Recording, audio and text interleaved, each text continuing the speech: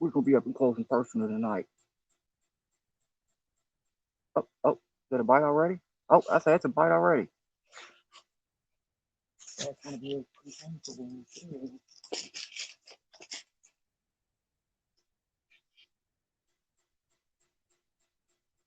Nope.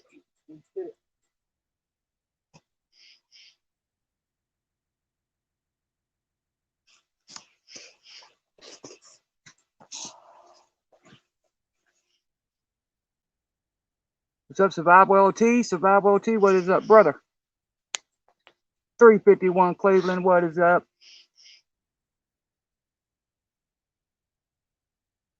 David Kalen, how's it going, cuz? We're going to try to catch some fish tonight, y'all. Uncle Lou, what is going on?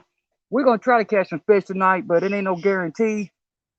I am flooded beyond flooded. I'm sitting on side of a hill. That's why I'm so close to y'all. If I hook into a fish, I don't know how I'm going to land it.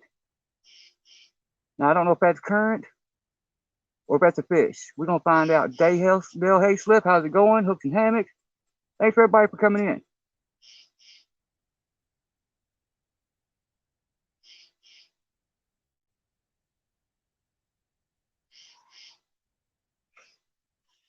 Tonight we're using, take my mask off for a minute. Tonight we've got, on the orange rod, I got bluegill. And on the blue rod, I've got strawberry chicken. Haven't had any luck with it in a while. Jeff, how's it going, brother? We are flooded down here at the waters. Flooded. I don't even know how I'm going to land a fish yet. I haven't figured that one out yet, but I'm going to figure it out. If I got to wear them out and just drag them over top of a log, that's what's going to happen. It does look like the water might be receding a little bit, hopefully. But the only good thing about it is I've got good current now. The only bad thing about it is I have very few sinkers down here with me for the current. This one right here has got an 8-ounce no row. This one's only got a 4-ounce no row. The 4-ounce will not stick to the bottom. Oh, I don't have cleats on, but I got my boots. That's about all I got. I'm sitting sideways, y'all. I apologize. Normally I get y'all a better show. I was planning on coming down here and showing off. I got my black lights out here now and everything else with the blue lights that I made. My fancy little homemade blue light. I made that for $1.50. Lights up real good. It light up make the rods glow, make the line glow. At least on most of my rods. Hey, baby. Thank you. Rondell, how's it going? Yeah, I come out here and I've been out here for about an hour contemplating on going home. It is that bad. I literally don't know how I'm going to land a fish. I walked up and down this bank for about a half a block, 2 blocks. Cannot find an access point 1. Fins and fowls, how's it going? This is the only access point I could find. And I thought about it. You know what? I'm a fisherman. I don't give up. I will find a way to land that fish. If I got to wear it out and drag it over top of that pole, that's what I'm going to do. So if we catch a fish, even if it's an 80-pounder, I will find a way to land it. I catch something too big and I might have to go for a swim. I might pull a Jody.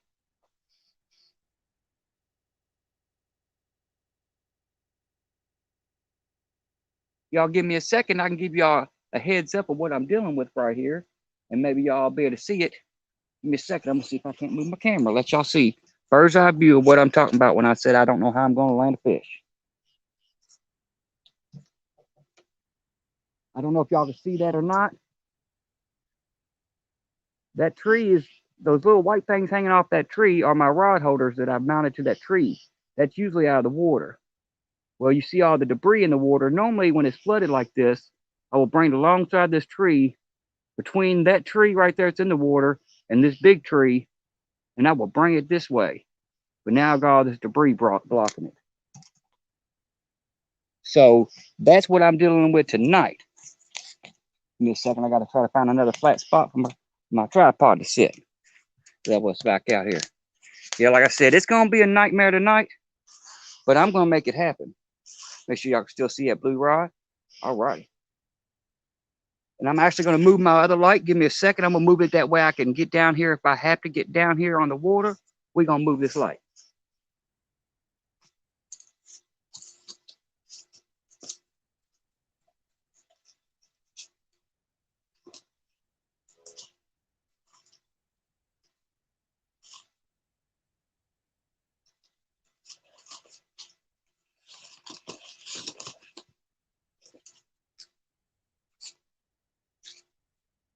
Got a hit on blue rod.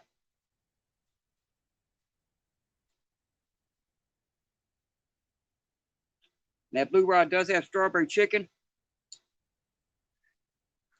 It is strawberry yellow chicken. Haven't had no luck in a while on strawberry chicken. Figured I was gonna try it out anyway though. It'd be nice to come in here and try it. We did just get a hit on it. That would probably be the second hit. I'm not sure about earlier what was going on with it, but it looked like it hit to me. It bounced like that. Now there was a lot of debris floating through here a minute ago, but it honestly looks like the current has slowed down quite a bit. I'm not seeing as much debris float through. So I'm not seeing as much debris float through. And I'm not seeing, it looks like the water might be receding a little bit. Vanessa, Kitty, how's it going? So hopefully tonight we'll get some luck. Like I said, don't know how I'm going to land it, so we're liable to land a monster. And I'm going to put my face back on since it's Halloween. This is what I look like on a daily basis for anybody that don't know. Halloween's the only day of the year I can take my mask off. That thing's rocking a little bit. Maybe we might get lucky and get a fish on. Get a fish on. All right. Let's get this thing jumping up in here. Oh. We might have a fish on, y'all.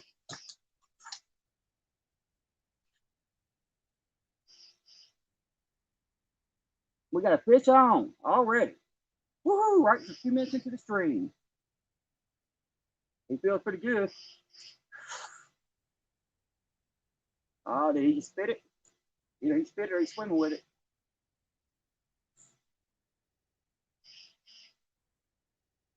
No, he's still on there. All righty, y'all. We got a fish on already. Now comes the magic. I got to find my headlamp real quick, y'all. I got to try to get down here and get this fish.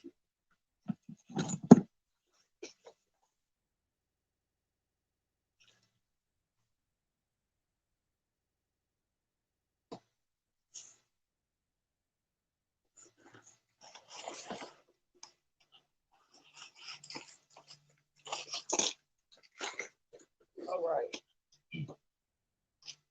Let him wear himself out a little bit, y'all, because, yeah, he's going to be a pain to get over this wall, over this stuff. But you know what? We're going to make it happen, Captain, one way or another.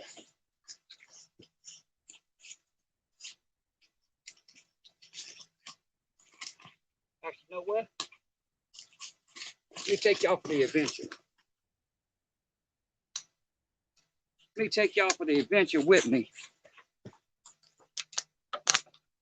Oh, let's take y'all for the adventure with me up in the tree.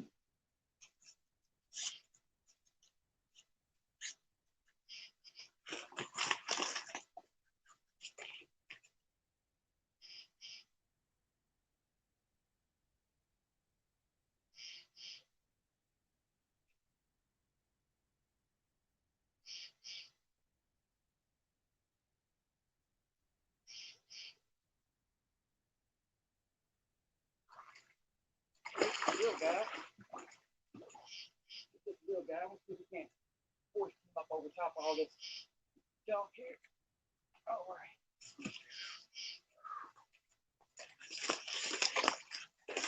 He's just a little guy, but we got one.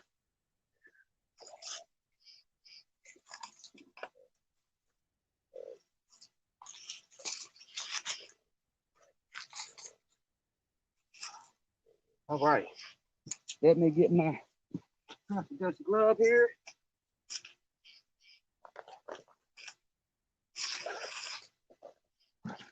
You're gonna try to get away already. You ain't going nowhere, buddy. You can try to escape, but there is no escaping.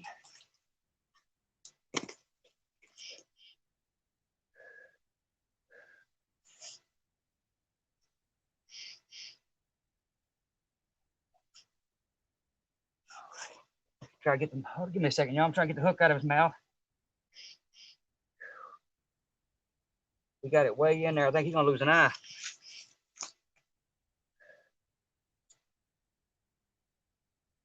Open your mouth, buddy.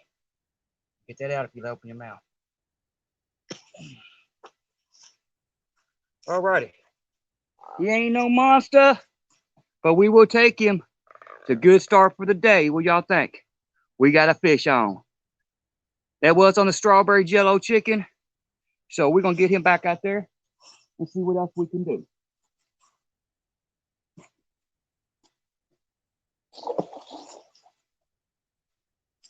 Catch him, let him go. I practice CPR, catch, photo, and release.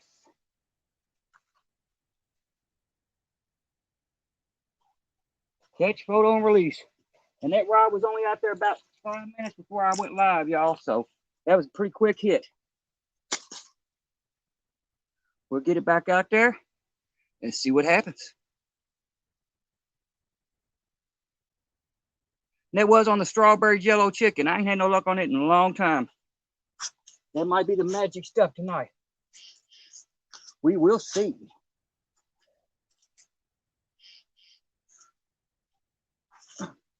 Walk my butt out here so I can finish this thing.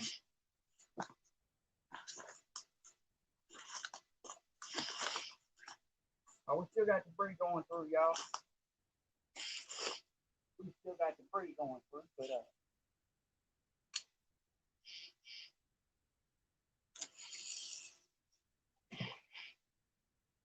do a good little yeet out there into the water. Ooh. In the rod holder and walk her down. Let the current do the rest. All right, one fish on already, y'all. One fish on. We've been live less than 12 minutes. I'll take them odds any day of the week. Any day of the week. Yeah, we'll take it. I will take it for sure. Try to get where y'all can see me. Yeah, like I said, that was on the strawberry jello chicken. Thank you, Raymond. That was on the strawberry jello chicken. It took less than 10 minutes to get a bite. We'll take that.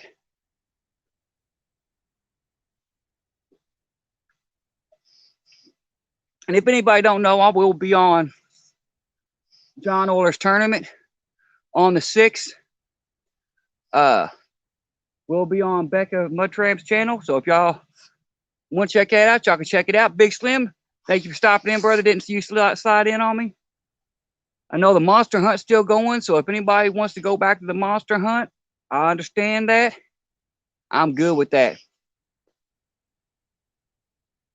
I just wanted to go live before midnight, so we set it up for 8 o'clock.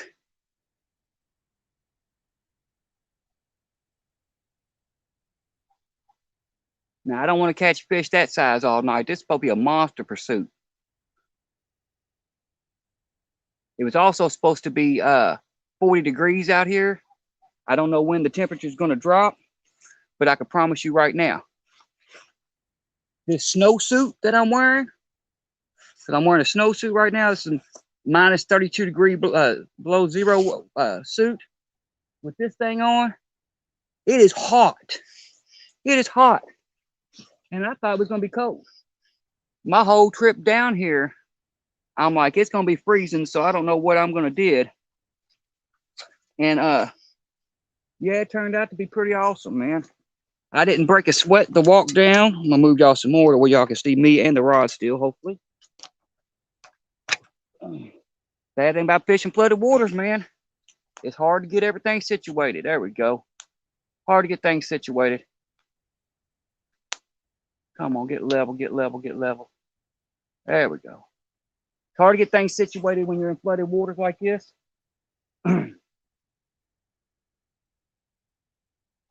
But I'm excited. Now, I don't know how much I'm going to be able to change my baits out. I actually brought a smorgasbord of baits, y'all. I'm talking a smorgasbord. I brought some of that blue line bacon. Yep, Jim from Blue Line Adventures brought some of his bacon. I brought some strawberry chicken. I brought some strawberry hot dogs. I brought some smoked hot dogs. I brought some bluegill. I brought a little bit of everything. Expecting the water to be down. I got a third rod over here that if the water does slow down and I think I can get it out, I will put that third rod somewhere. I don't know where I'm going to put it at because the current's drifting this way so far. And that small rod I got over there is a little what they call it, a silver cat. So it's real lightweight rod. And putting a big heavy sinker on it, I think trying to cast anything more than a 4-ounce sinker is going to be impossible on that rod. Very impossible. Now I'm wondering if I could lower y'all down some and face you upward where y'all can still see the tip of the rods and still see more of my head right here. Got fish on me. It's like perfume.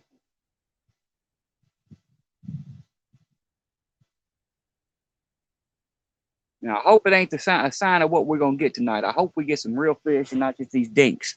But then again, I'll take 25 of those and be happy with them, especially since I have no way to land the fish tonight. At least I know I can get those up. Hope that's about as low as I can get y'all. Everything else is gonna be in the way.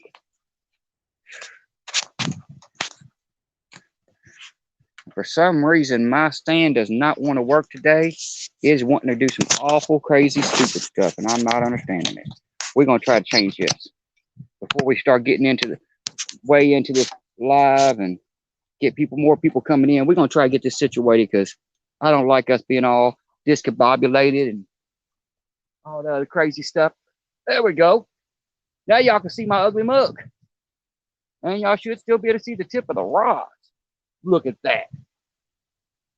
Now the wind's gonna pick up. Thank you, Rondell, for dropping that link. Any of my mods, if you're in my channel, I'm pretty sure that y'all are all subscribed to the same people I am. But if not, feel free to drop anybody's link you want to drop, as long as it's appropriate. Don't drop anybody's for you page. What I'm not for you page, but trying to think of the word for that thing now. Don't drop anybody's private link, but drop any channel links. Drop your own link. I don't mind that either. Get yourself shared out. That's what we're here for. It's a network.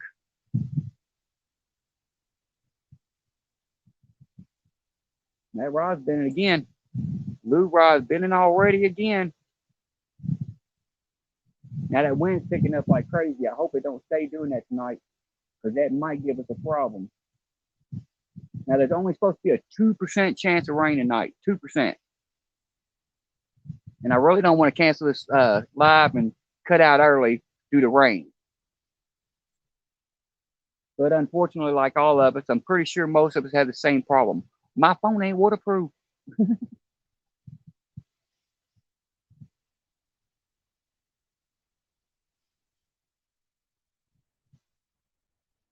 Now, I do got a funny feeling we are going to have to deal with a lot of same stuff that we had to deal with last night on DMV's first live.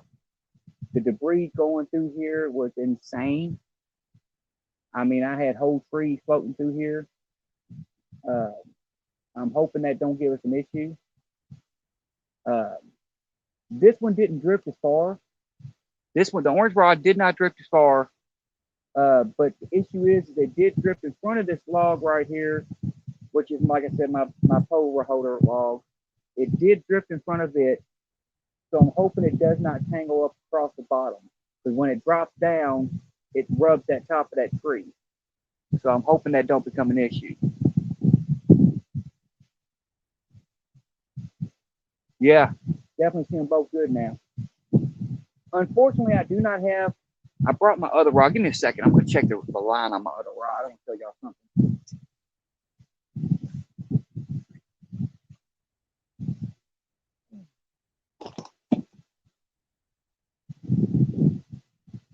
Nope, never mind. None of my rods I brought had glowing line. I was thinking that they had my orange or my green line on it that glows. I bought these little dollar store I bought these little dollar store lights. This light that I was showing you right here, I made a minute ago.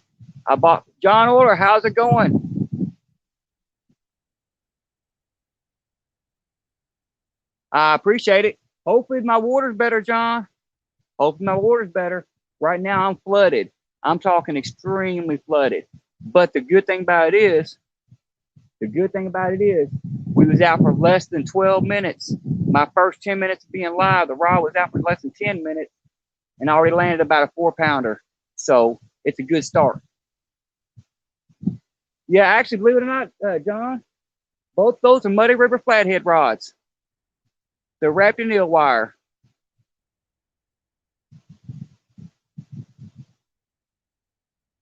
Both of them are Muddy River flathead rods. On this one, I have a Ming Yang CL60 reel, and on this one, I have one of the generic Chinese-made Abu Garcias.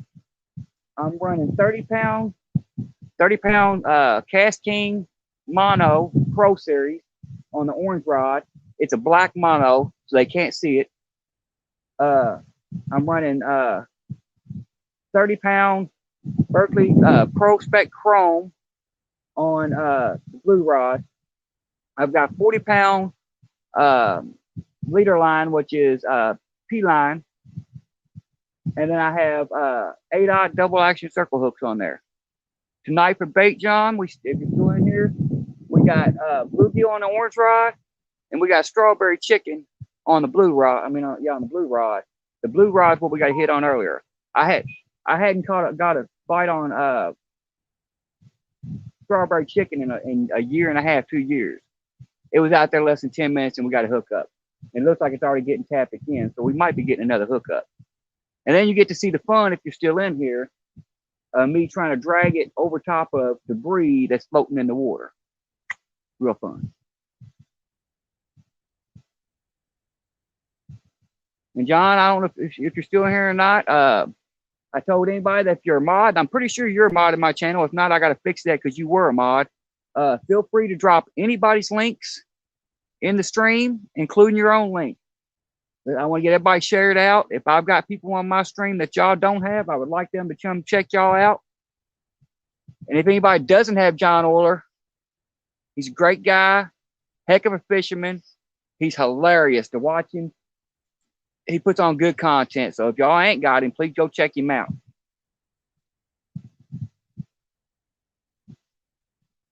And his beautiful wife, Kimberly, she told me not to give her a shout out, but you know what? I got to do that. Because she always treats me good. She always shows me respect. Her birthday's tomorrow. So if we're out here past midnight, I'm going to be screaming happy birthday to her. Best believe that.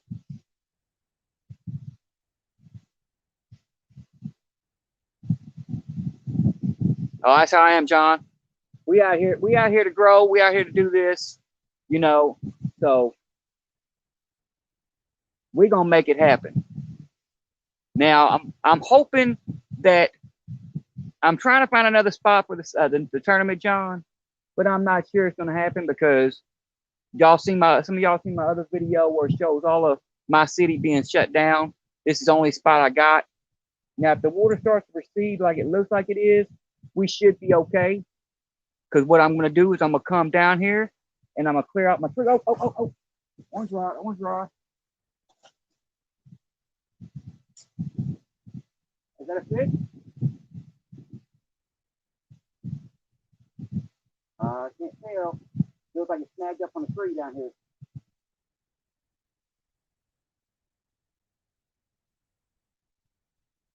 Nope, whatever it was, it let go.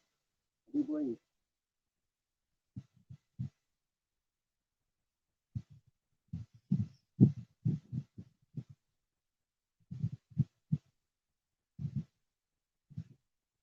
Oh.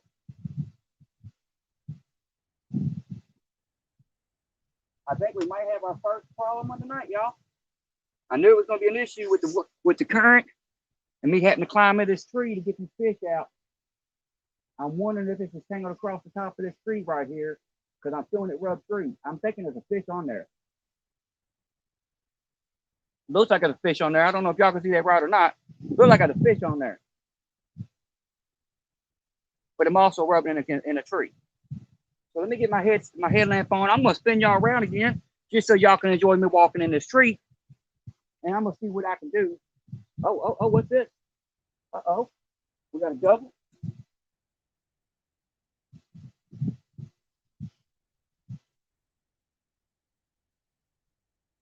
Nope, it's fitted. It's fitted unless there's a log out there that I can't see. There is some debris out there.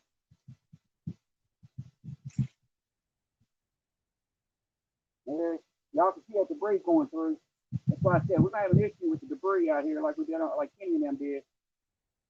But I think the orange line is actually finally freed up. I'm gonna go check it. And I don't think that's a fish, y'all. I think that's a log. Let me get out here and recast this, y'all.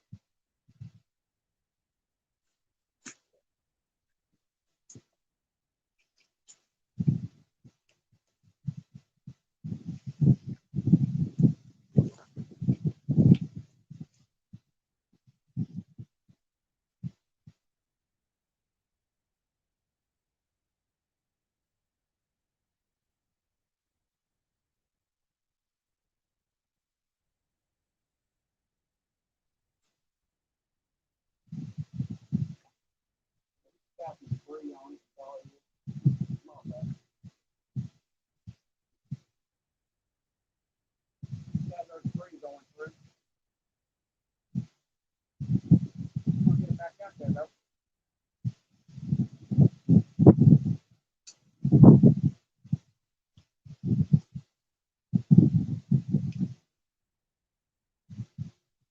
Yeah, that wind got this current going a lot faster now. Hope that wind noise ain't too bad for y'all. I'm pretty sure it's pretty awful.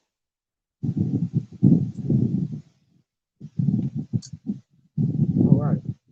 Now let me see what I can do about this orange rod. I'm thinking we are going to have an issue with it. Get it taken care of while I'm over here.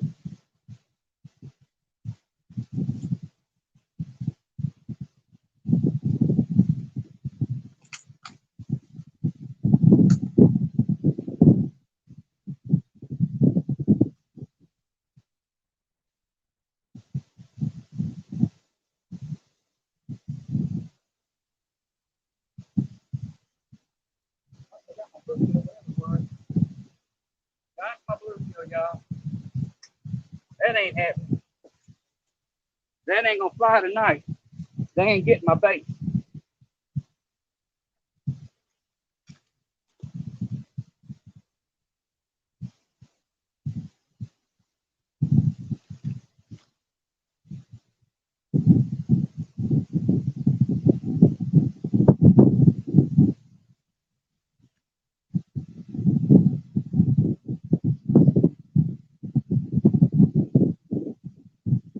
All right.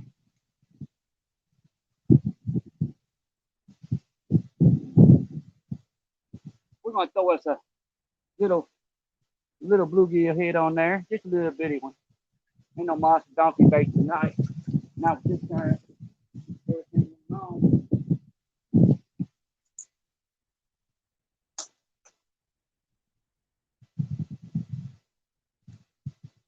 All right. Bad boy back out there. All right. That should be deep enough. Let's get back over here. Lock this on down. Let's turn through the rest. Yeah, the current's still traveling. The current's still taking the sinker down this way. That's an 8-ounce. That's an 8-ounce weight. That's an 8-ounce no-bro right there, y'all. And it's still going down. Still sliding down. Hold on a second, y'all. I got a message from Van.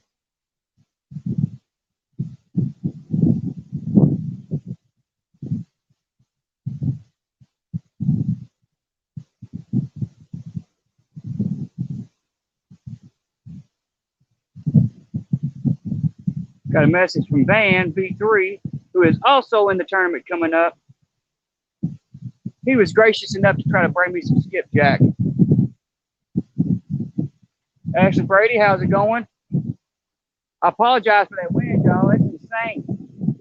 It was quiet and calm earlier. Now it's a nightmare. Thank you, Big Slim. Thank you.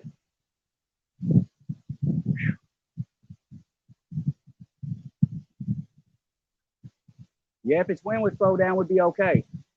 I can fight this current. I ain't worried about the current. I've done it 100 times.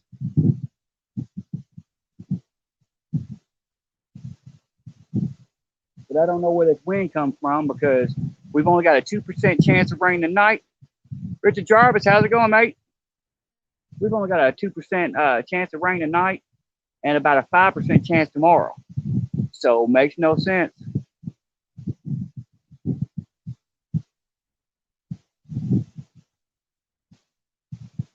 Yeah, like I said, drop anybody's link y'all want to drop.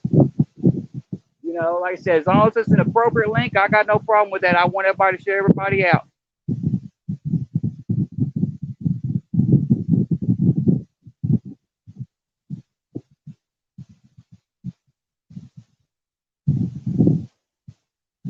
It seems like tornado weather right now. It's just going through here so hard.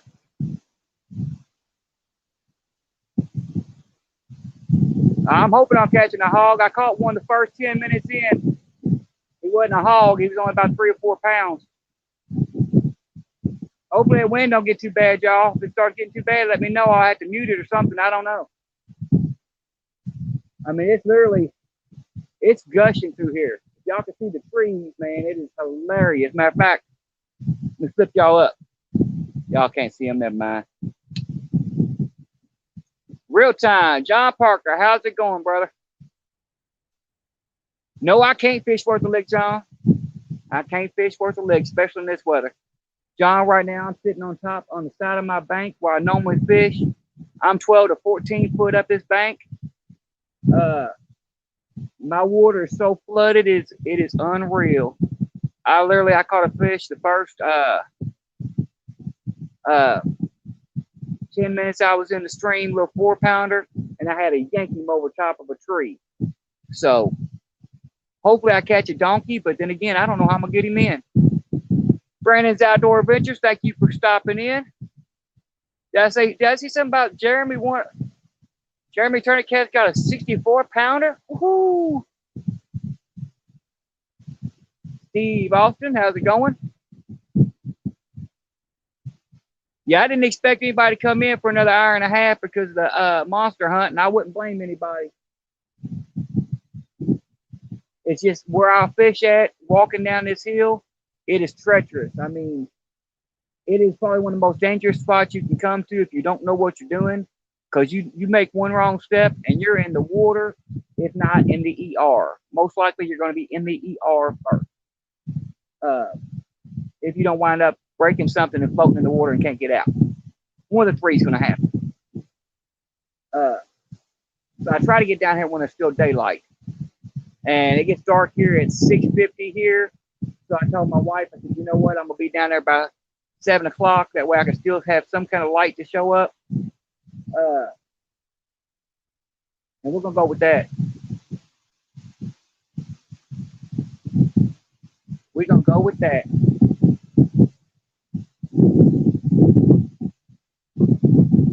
I mean, y'all can see them rods in this phone bounce. That wind is gushing. I guarantee it's 30 to 40 mile an hour wind.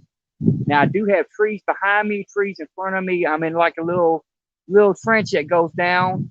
So it is going to save us some. But then again, it ain't saving us much.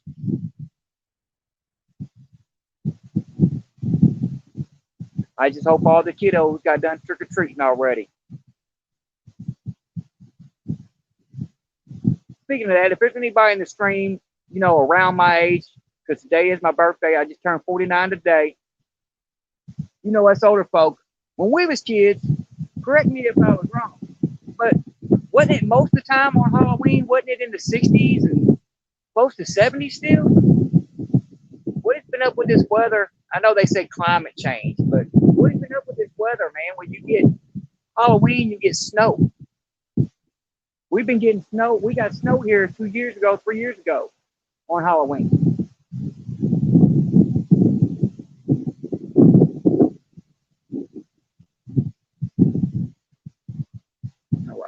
Give me a second, y'all. I'm gonna check the weather just to be safe, because this wind is picking up and it's doing like a spiral wind. And I don't want to check things. I don't want to end my stuff, but we ain't gonna end it anytime soon. I'm gonna stay out here for a little bit. I don't care if it's storm. I might have to put some over the phone because it ain't waterproof. But yeah, I don't like this idea. Maybe it's just something passing through. I'll check my local weather real quick and see what happens. I've been down here before and it's come through here like this and hung around for 40 minutes and stopped. So we're gonna find out. It's saying it's 59 degrees right now. 0% chance of rain, 0% chance of rain, all the way until 8 a.m. in the morning. 0% chance of rain. Wind. It says wind speed 2.3 mile an hour. Make sure I'm looking at that right. Yeah, 2.3 mile an hour. Says it feels like 60. That it does. Now it was supposed to get down to 40 degrees tonight, but I think I overdressed for the situation, because it's saying it's gonna be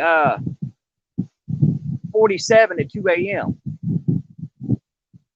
So maybe I overdressed for the situation. I also was planning on starting a fire when I got down here for y'all to hook up and check out. You know, give us a little chilling place for everybody to come in and chill. But with the water being flooded and the fact of the wind gushing the way it is, that's not going to happen. And I did have on my costume, y'all. If for anybody that could come in, I did have on my mask and we was playing around. But pretty sure y'all couldn't hear me real well. On top of that, I had to get a fish. And it's kind of hard to see in this thing because there's no eye binoculars. I saw the rod go down, had to take it off. Thank you, Steve Austin. Thank you. Thank everybody for the birthday wishes. My kids asked me what I wanted for my birthday, and I told them I didn't want nothing. All I wanted for my birthday was a fishing trip. That is it. These little lights I was talking about earlier, these little black lights I bought from the dollar store. My wife, I love my wife. I made this thing, by the way. I don't know if y'all can see those little LEDs in there. It's a 10 pack of LEDs that plugs into little batteries. Got little batteries in it. I picked these up at a dollar store called the Dollar Tree, and they are super bright. I'm talking they light you up. They will light some stuff up and glow some stuff for real. But I didn't know how bright they was gonna be, so I only bought two. I bought a green one and I bought a blue one. Mr. Jarvis, thanks, sir. I only bought one or two. Bought a green one and a blue one. Well, then I realized how bright they were and how much they made my line glow on my other rods, and made my orange rods glow like a black light does. And I'm like, you know what? I'm getting me some more of those. So I went up there to get them. Didn't have any more. Sold out like always. Then my wife come in last night. She's like, happy birthday. I said, I told you not to go buy me nothing. She found me 12 more sets. So we're set on light. I got enough lights to light this bank up bluish purple.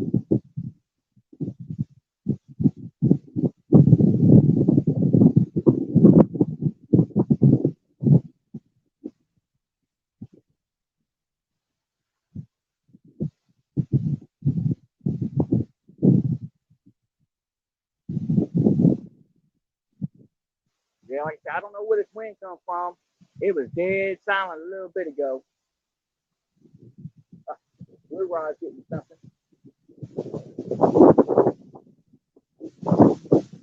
Ooh, that wind is blowing everything.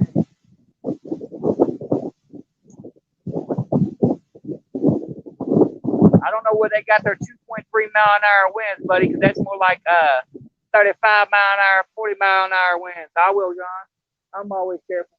If it starts getting too ugly out here, I'll call it quits. But I've only been out here for 40 minutes. I ain't calling it quits yet. Ain't happening. This wind will blow you off off your feet. I guarantee you that. And And like I said, I don't know where it's coming from.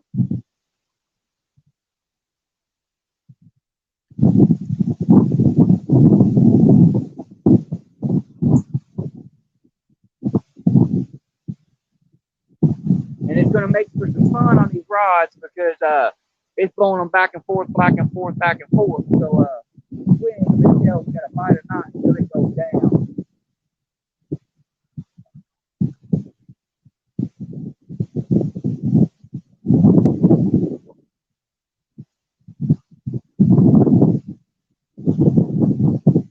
Yeah, all that wiggling y'all seeing, most of that's not the foam, most of that's the rods. That wind is gushing.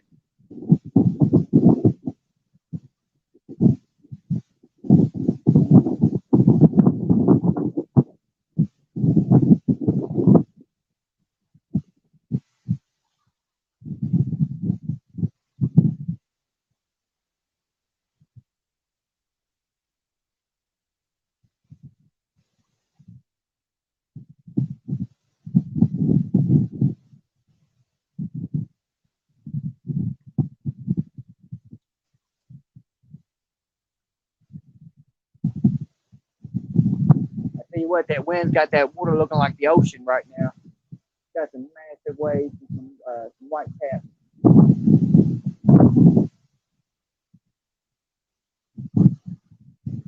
Which is awful.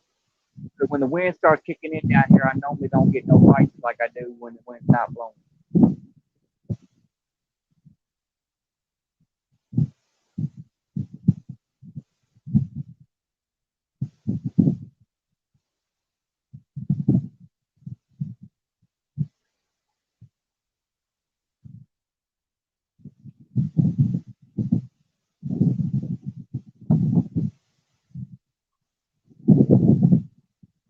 Can y'all hear that wind real bad?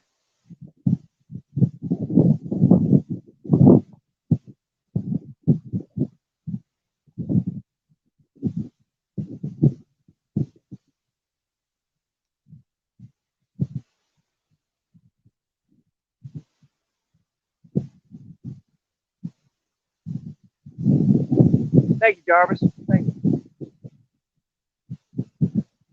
Yeah, John, I'm a true fisherman. I don't give up. You know that. The only time I give up is when it comes to getting a vehicle to go anywhere. I was supposed to come pick up you and Willie and take y'all out before everything went haywire. And I still want to get hooked up with you one day and go fishing. I want to fish with everybody I can fish with, even if it's one person at a time. I want to make it happen. And I will be down to fish with you one day, one way or another, John.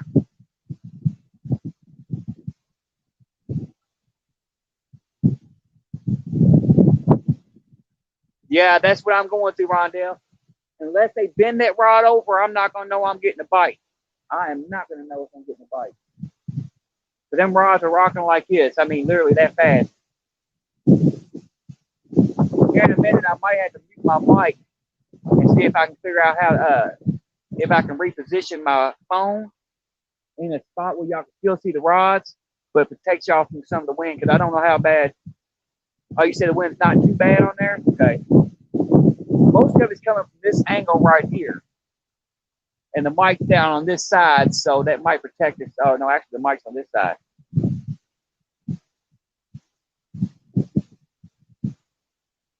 Hey, Jarvis, if I ever get a chance to come to the UK, best believe I will. Best believe I will.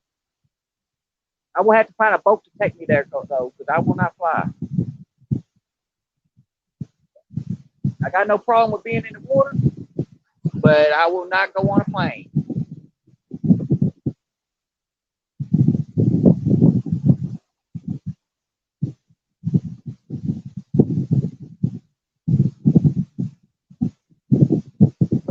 It's gonna be a triple whammy for trying to catch fish tonight if this wind don't die down soon. Because not only do I got the water, the current pulling my rods everywhere, now I got the wind blowing my rods and making the current even stronger and even faster. Like this rod right now is just bent over, but I don't know if that's a fish or what it is. It just got got tight and loose again, so it might be a fish. We're gonna find out. If it wants to just take, I might have to get over to the rod though, because them rod holders ain't that strong in the ground. Because I'm up in a tree roots right now. Of course, they could have just been the river.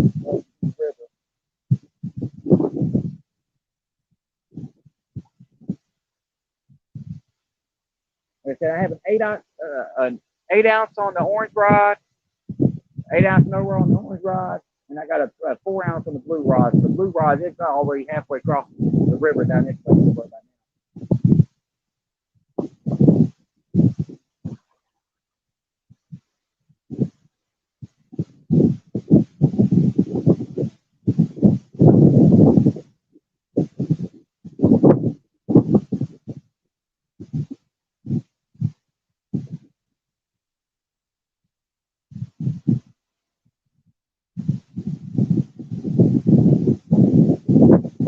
All right, give me a second, y'all. I'm gonna step over here, Miss M,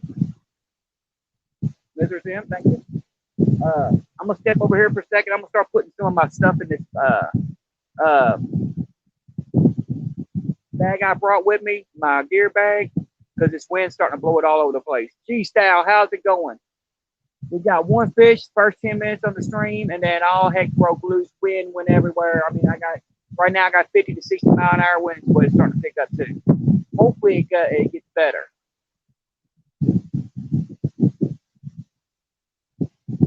All right, John. All right. Hopefully I catch a big monster for it, figure out a way to get it landed. That's another issue for anybody that just come in. I am currently fishing severely flooded waters. I have a tree blocking anything or me pulling any kind of fish in. There's a tree blocking me pulling them in. So now I've got to try to lift them up over top of a tree and bring them in. We did land like a 4-pounder within the first, I think it was 12 minutes in the stream. I actually hooked it, I think, 10 minutes in the stream, and I had to find all my gear and walk around and climb in a tree to get down there. But we did land a 4-pounder when we got here. And I did catch it on strawberry jello chicken. I ain't had no luck on strawberry jello chicken in years, but we got one tonight. So I'm gonna put some of my gear away so it don't fly away. It's trying to go down the river right now.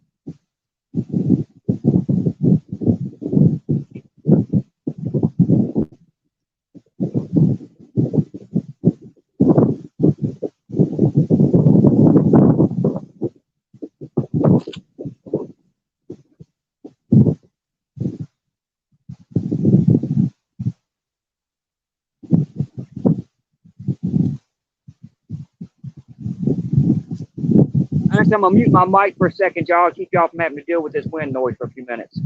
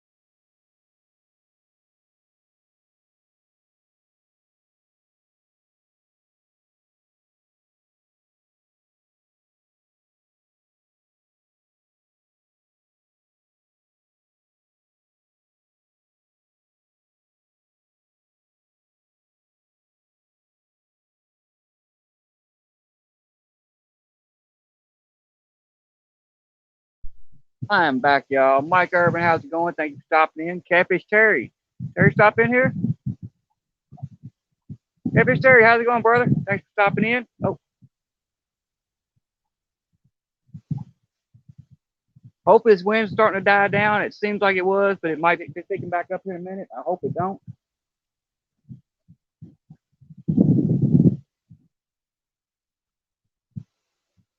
I know right now we're fishing in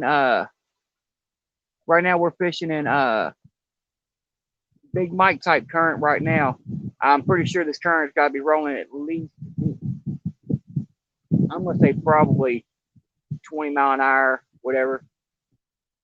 I mean, I'm casting an 8-ounce sinker, and I can cast it all the way as far to this side of me as I can. And by the time it sinks, it's all the way down the river this side on 8 ounces. So that current is rushing. Normally, I do good down here during current, though. Do real good.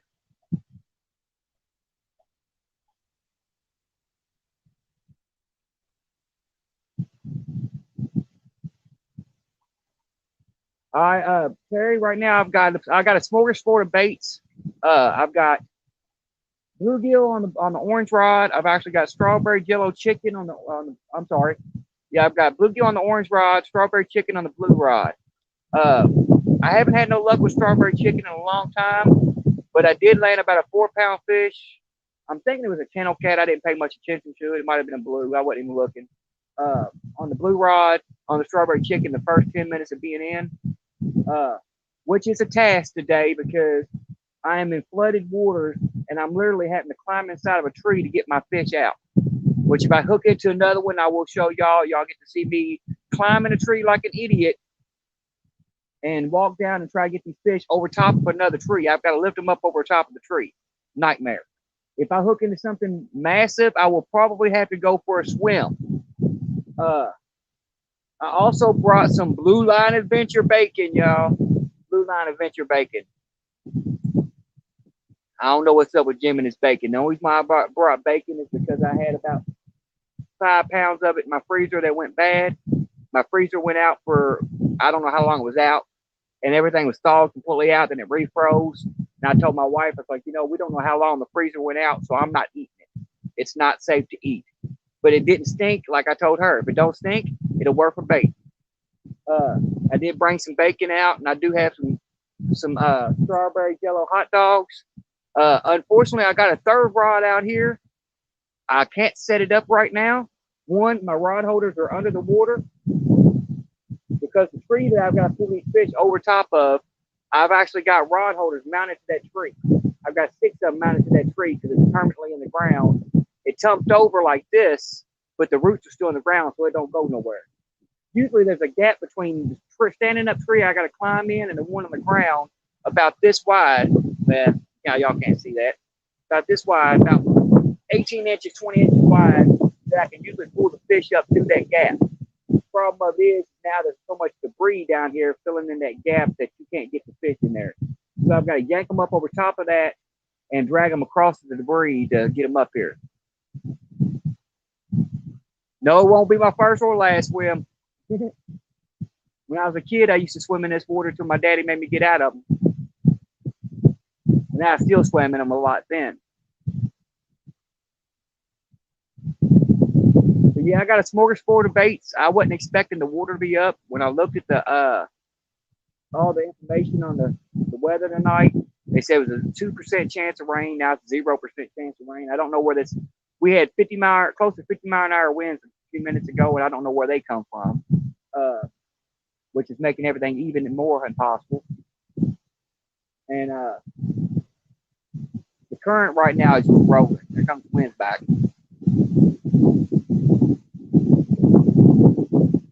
Oh no, I won't go in there for a snapper. I gotta know it's a fish before I go in that water. Of course, I've got to climb. If I go in this water, I'm gonna be up to my waist in water, and on top of that, I will probably have be standing in debris with debris surrounding around me. Won't be too fun or safe. So I'm hoping that don't happen. I'm hoping it looks like the water's actually receding a little bit. It'll still be way too muddy to do anything. But then again, if it recedes enough, then I may be able to have better luck pulling my fish in. I know I'm not going to be able to get out there any further walking wise because I will sink up to my kneecaps because it being all underwater right now. But if the water was to go down maybe 4 foot tonight, I would be okay. I say 4 foot, and I can walk out there on the debris that's out there and let it sink in the mud instead of me.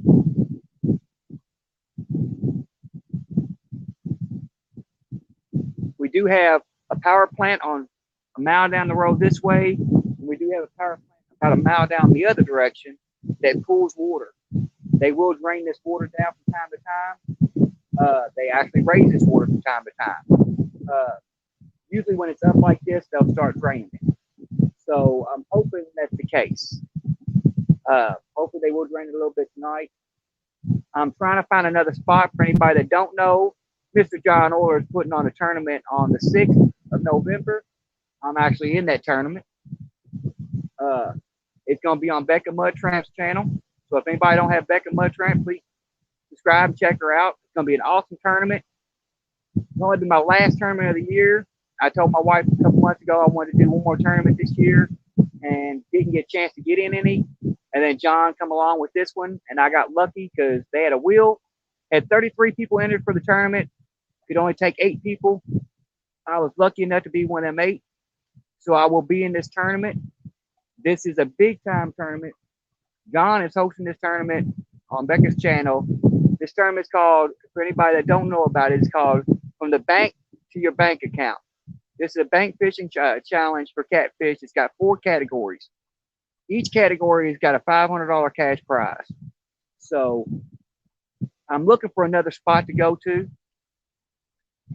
But if I can't find another spot, all I can do is pray that my water goes down about 4 foot. I don't want it to go down any more than that, just 4 foot. Just enough to where I can get to that tree to land my fish. And I can pray I got current. If I've got current, I will catch fish.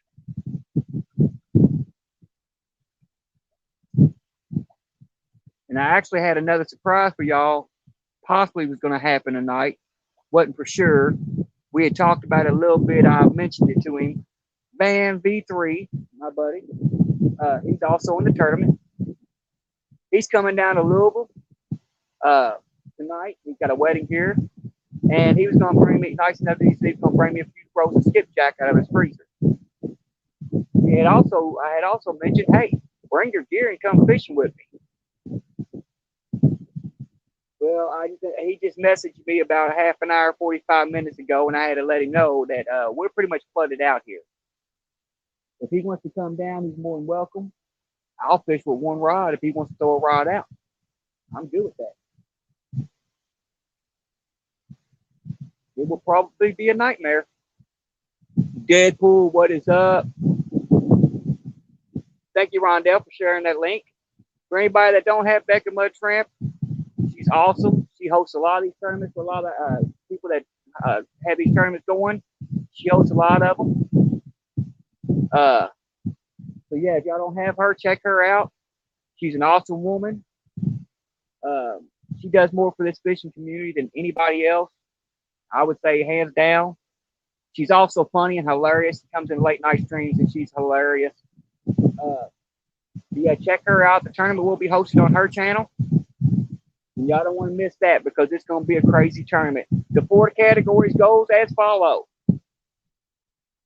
Biggest fish, most fish, biggest channel cat, and biggest catfish caught on nightcrawler. It's a 3-rod limit. You must be from the bank. Cannot take a boat to the bank or nothing else. You have to be able to walk to your spot. And when they mean walk to your spot, they mean, park in a parking lot, walk down, or something like that. They don't mean they got to do like I do and walk 5-6 blocks carrying all my gear. As long as you can park in a parking lot and walk. You cannot take a boat to your spot in any way. But it's going to be an awesome tournament.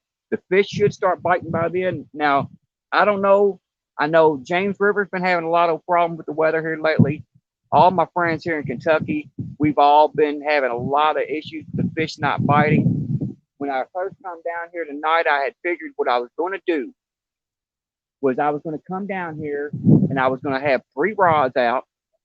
I got my trusty dusties, my night crawlers. I got all the baits that I'd probably use besides my carp. I did land a 5-pound carp on my live last week when I was out bait fishing. Normally, if I land a carp over 3 pounds, I will put it back. But I had a dual hook rig on there and he swallowed one of the hooks. When I go to cut into him, it's going to be in there. I would have cut that hook out. I mean, cut the line and let him go. Problem of it is, it was so twisted inside of him that there was no way out he would have lived. He would have died no matter what. So I wasn't going to put him back in and let him die all using for bait. Normally, unless they're 3 pounds or under, I do not use them for bait. Catching carp is fun. And they're just like the other fish out there. A lot of people call them trash fish, but they will fight just like as good as a bass or good as a catfish, sometimes better than both. So, yeah, you got to respect the fish no matter what breed they are. But I do have about a 5-pound carp I'm going to be using out there. More bait. The only bait I didn't bring out with me, if me and Van do hook up sometime tonight, like I said, he's supposed to bring me a couple frozen skipjacks, so I will have some skipjack. I was hoping we was going to hook up earlier tonight because I was hoping I'd thaw one of them skipjack out and us using it for bait down here. And that's before I found out all this was flooded. Now, if something happens and I can find a place to go other than this where it ain't flooded, and we can still do the hookup to go fishing, best believe I'll make it happen. I will find a way to do it. If I've got to end this stream and come back in a few hours or an hour later and get to another spot, I will do that. It will take me maybe 20 minutes to pack up here and 20 minutes to walk home. So if I can find another spot to go, I'll find a way to make it happen. Trust me. I would love to fish with some other people, and having B3, which is Van, down here would be great. It's actually Mr. Zim is actually B3, but yeah, he's a V8. He fights like a V8. Drives all them big old diesels.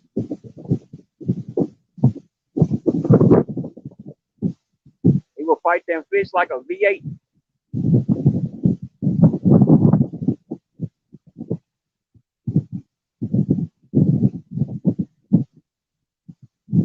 I've got a lot of good competition coming up this tournament, though.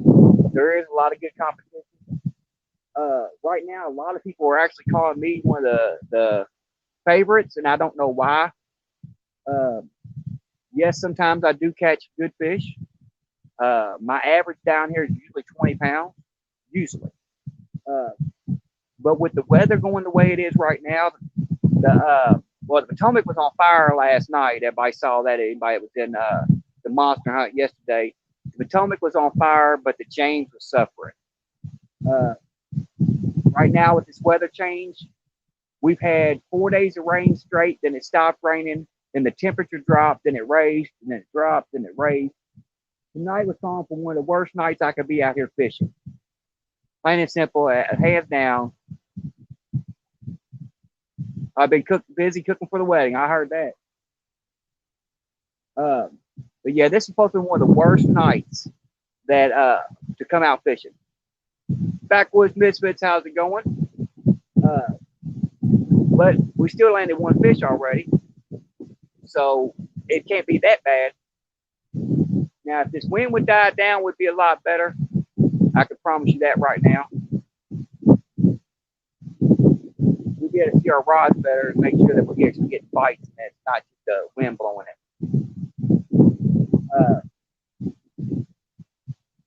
So yeah, now that one's rod's bending again, but I'm thinking that's current. It's going to be either current or some debris because I've got a lot of debris floating through here.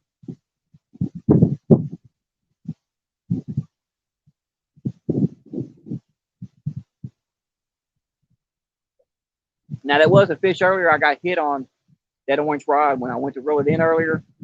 For anybody that was in here earlier, I do believe that was a fish. They did get my bluegill somehow.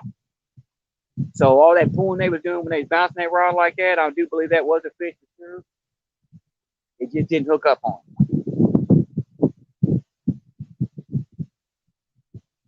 Then we had another takedown on the blue rod. So when I checked out there, make sure it wasn't debris, something grabbed it and let it go. So we've had basically 3 takedowns, 1 hookup. So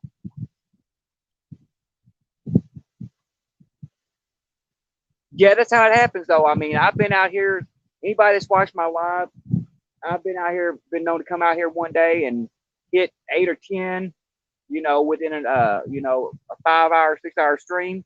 Other days just come out here and not even get a bite. The last tournament I was in, I come to my spot and everybody was having a horrible night. A horrible night. Fish were not biting nowhere in the country. And I'm like, this is going to be a good night for me because if I hook into one, my average is 20 pounds. That should take us in the lead. I did not get one nibble the whole night. I had my 3 rods out and a bait rod. My bait rod didn't even get a nibble. That's how bad it was. So it happens. I'm just thankful that we caught a fish at the very beginning of the stream because, at least we got one on the stream. And I had just went live for less than 10 minutes. My rod had only been in the water for 5 minutes. So now our bite window here changes. Usually, which I don't know because right now, like I said, the temperature is changing. I think that's why we're having so much wind right now. We've got a cold front moving in. Last night it was 55 degrees for a high. Tonight it's supposed to get down to 40. So I'm thinking the wind's pushing all this cold air in. Right now, as the wind's blowing, the temperature is dropping quick. I was to the point of almost sweating in this snowsuit thing I'm wearing right now. So this is supposed to be Arctic gear that I'm wearing. So I knew it was going to be cold. I'm almost sweating in it now. Now I'm about almost freezing because the wind's blowing so hard.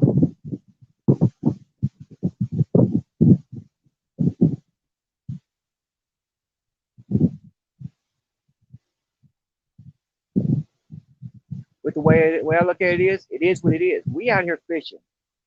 My kids asked me what I wanted for my birthday. I told them the only thing I wanted was a fishing trip. Well, I got my fishing trip. I'm gonna do it no matter what.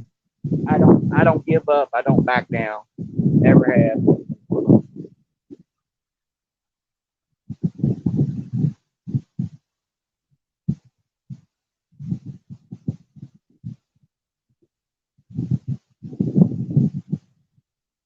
And either the water is receding a little bit. Small town, how's it going?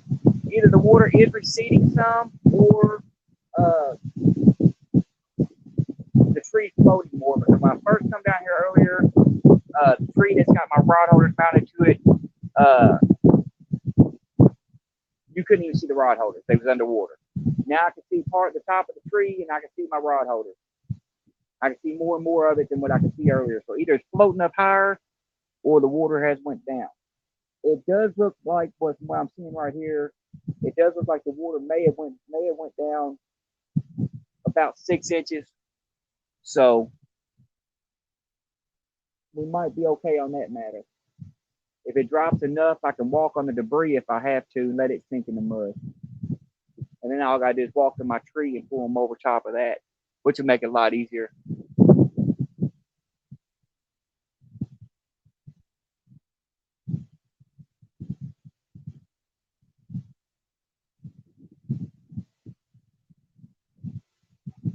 I'm sorry, y'all. I apologize for not wearing my mask. I had my mask out here earlier. For anybody who wasn't in here earlier, I was wearing my mask.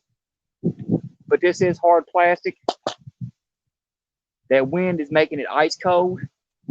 And on top of that, I can't see out the eyes to when I get a bite because the eyes are closed in. I mean, you can see through it. I mean, y'all can still see the rods through some of that, I guess.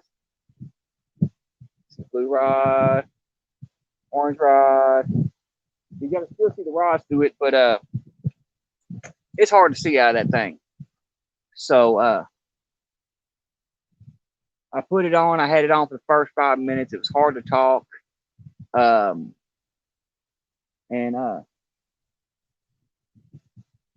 It got cold, hard to talk, and I couldn't see. I saw one of my rods go down. I had to put my headlamp on. So we did with that.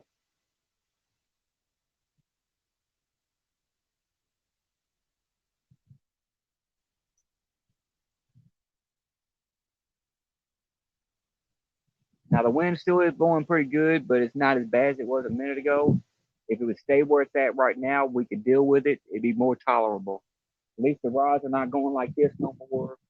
The trees are still flowing pretty good, but the rods are not bouncing, so we'd be okay. Right now, we just need another fish.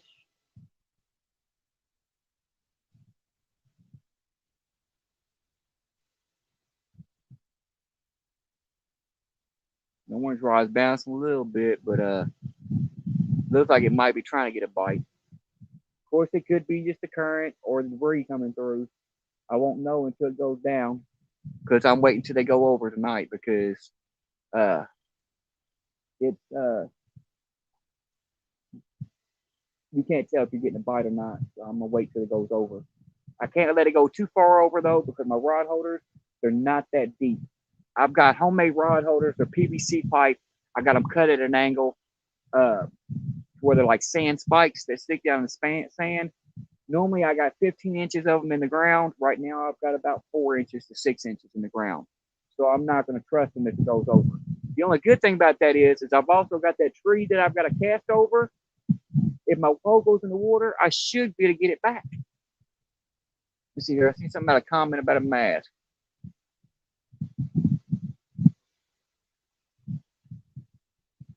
Yeah, it gets hot and stuffy. It's actually a paintball mask. It's actually a paintball mask.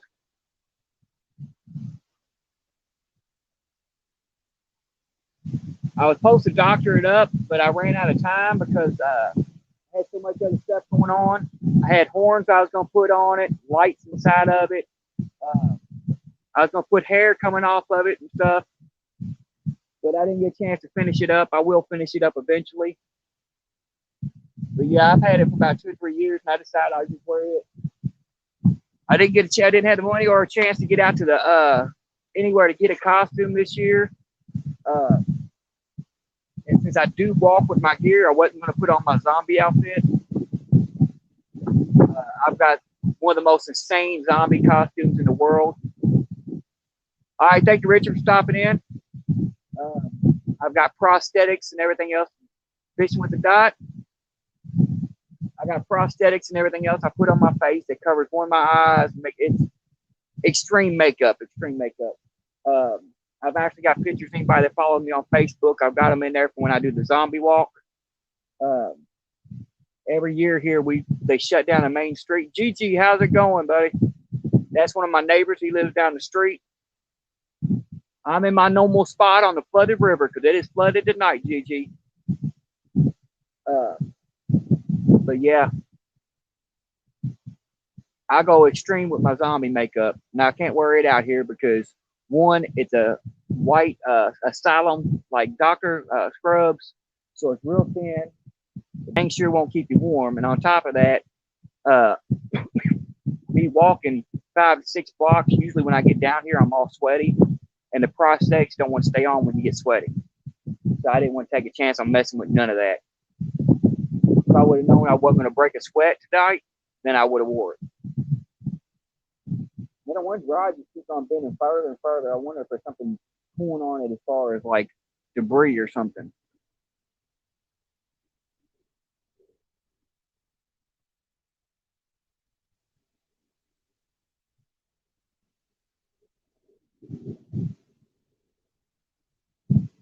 That's all right. We get a bite. It'll go over. Douglas J, how's it going? Thanks for stopping in. And I apologize if I miss anybody. I do have a bad habit of looking at my rods. Even though we can see them great right like this, sometimes, especially when you're in muddy, flooded waters like this where the current's pulling, I like to get a bird's eye view of what they're doing because sometimes you'll get that subtle bite. I do believe the water's getting too cold to be catching too many flatheads out here, but this is a good prime spot for flatheads. I have landed this year alone. I think I've landed, I want to say about 10 flatheads. They're not big flatheads. My largest flathead out of this spot has been I think 11.5 pounds.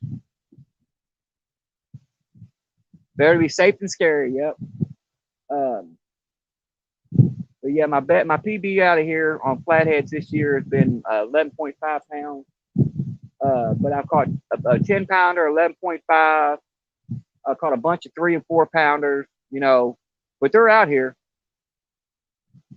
Wannabe, how's it going? Got one 10 minutes, about 10 minutes into the stream when we very first started, we got one on. Little baby. I'm actually, I'm actually fishing in flooded waters. And I've actually got to climb over on a tree and drag them over top of another tree that's laying down in the water. So if we catch any monsters tonight, it's going to be fun. If I catch a 40 or 50 pound fish, then y'all going to see me pull that fish in, then we might have to end the stream. Because most likely I'm going to have to go in the water to get him. And since it is like going to be 44 degrees out here tonight, yeah, I'll be going home as soon as I get wet.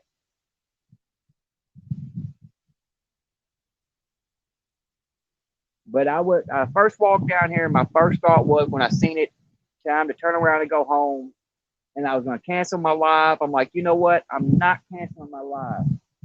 You know, my kids fought to make sure I had this time alone to come out here and do this. My wife sacrificed mine and her time together so I can come out here because it's what I wanted for my birthday with a fishing trip. Everybody gave up and sacrificed their time, so I wasn't leaving. I was like, we're gonna make it work one way or another. Fishing with the squirrel, man. Squirrel, how's it going? Now that wind's gonna start picking up, y'all.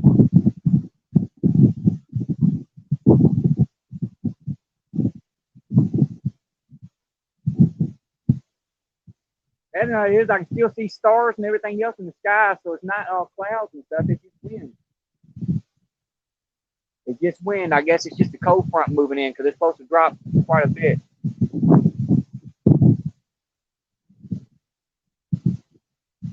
You was in the woods. I heard that.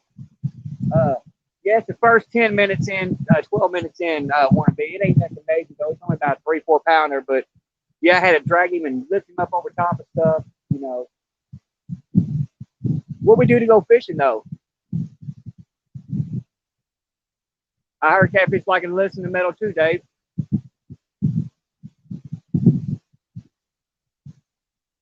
Believe it or not, the best music I've ever played down at the river and caught fish on was Smashing Pumpkins. We were sitting down on the dock, wasn't getting a bite all day, listening to the radio.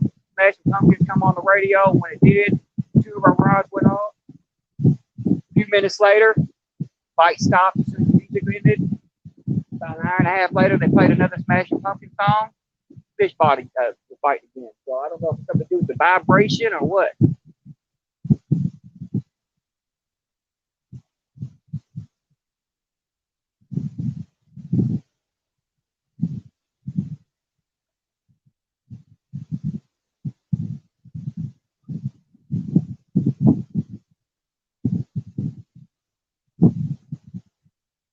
All right, so I'm gonna check these lines. I'm not going to pull them in unless they're across each other because if I do, I might not get anything back.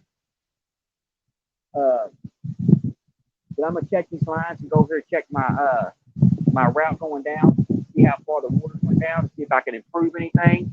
Give me just a second. I will be right back up. I'm gonna mute my mic for a minute. That way y'all ain't got to deal with the wind noise while I'm gone. And then, as you can see, it's picking up again. And I might grab my pocket. Right here. So,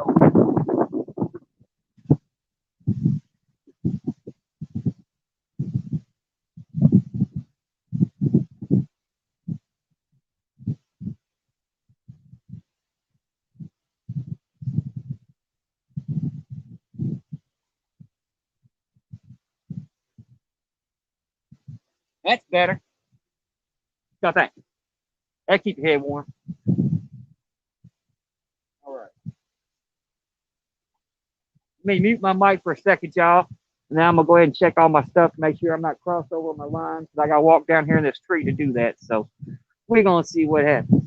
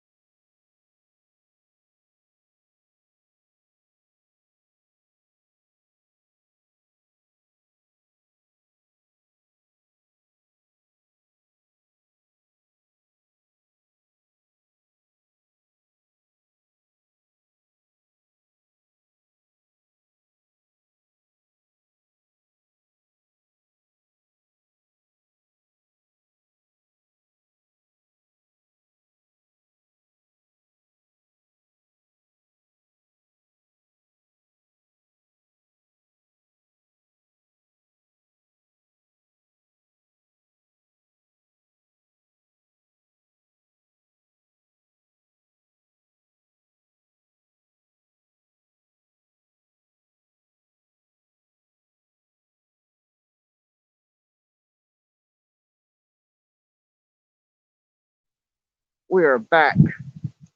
Mark Irvin. Now it looks like my water has went down about 6 inches. Flip my thing up here. There we go. My hunting mask. Don't wear it no more, but hey, it is what it is. Don't go hunting that much. But yeah, the water has went down about 6 inches, y'all. So it looks like it's starting to recede slowly, which is good. It looks like my current might have died down some. Reason why I say that is because my rod, this rod is over here, and this rod's still out here.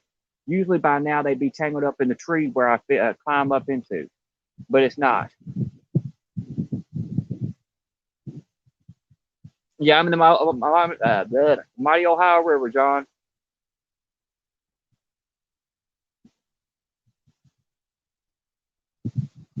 Same place I always fish. Mighty Ohio.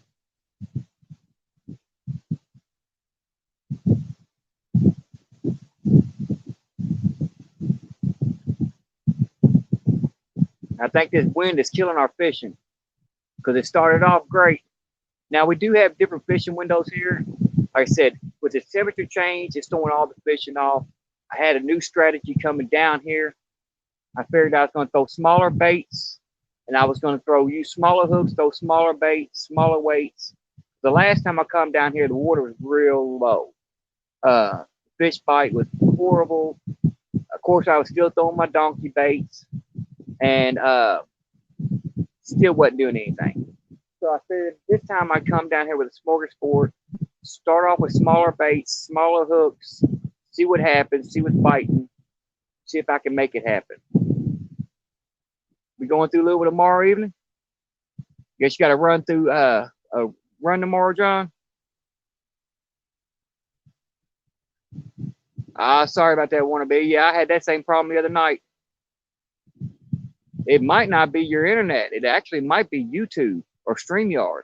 I've been having a lot of issues with that. The other day I was on there and I went to 5 or 6 different channels and everybody's stream just buffered and buffered and buffered.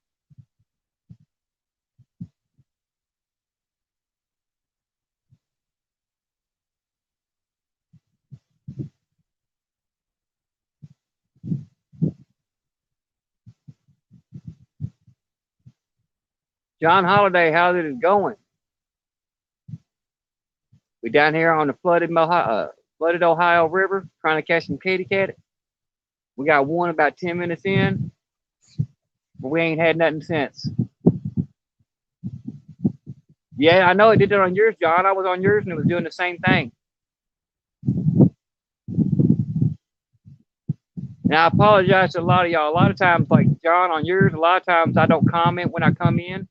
And the reason for that is because I'll be going through my TV because I don't watch TV. I just watch everything on YouTube. I got a Fire Stick in my kitchen and living room where my wife put it in, and I'll go through and I'll get on YouTube, and you can't comment on there, and I'll see like John's live, and I'm like, oh, click on John. Let's watch John. And usually I'll try to grab my phone and use my phone as a secondary device. Doesn't always work, but yeah, the other day I was having a problem with everybody's stream. Just about I go into anybody's stream and it would just be froze. It just nonstop buffer.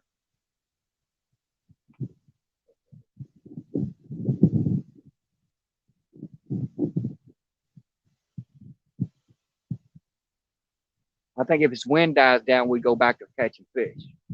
I can almost guarantee you. Now, I don't know about the bite windows, like I was saying earlier. I keep on getting sidetracked.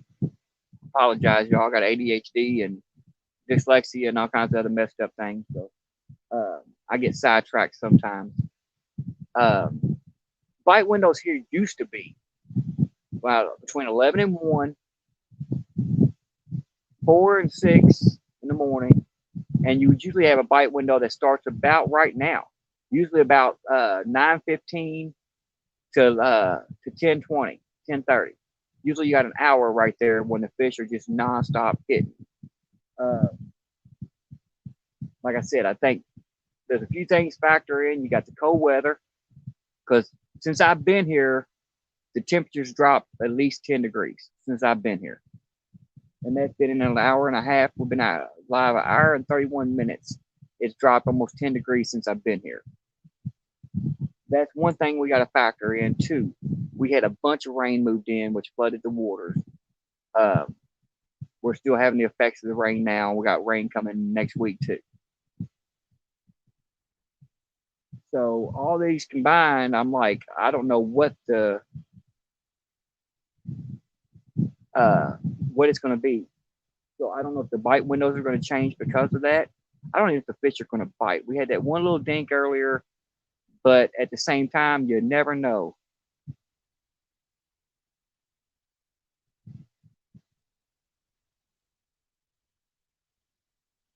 I wish I could find some place like that here. We have nothing open here. It's it's crazy. I mean, we have everything here shuts down at dark.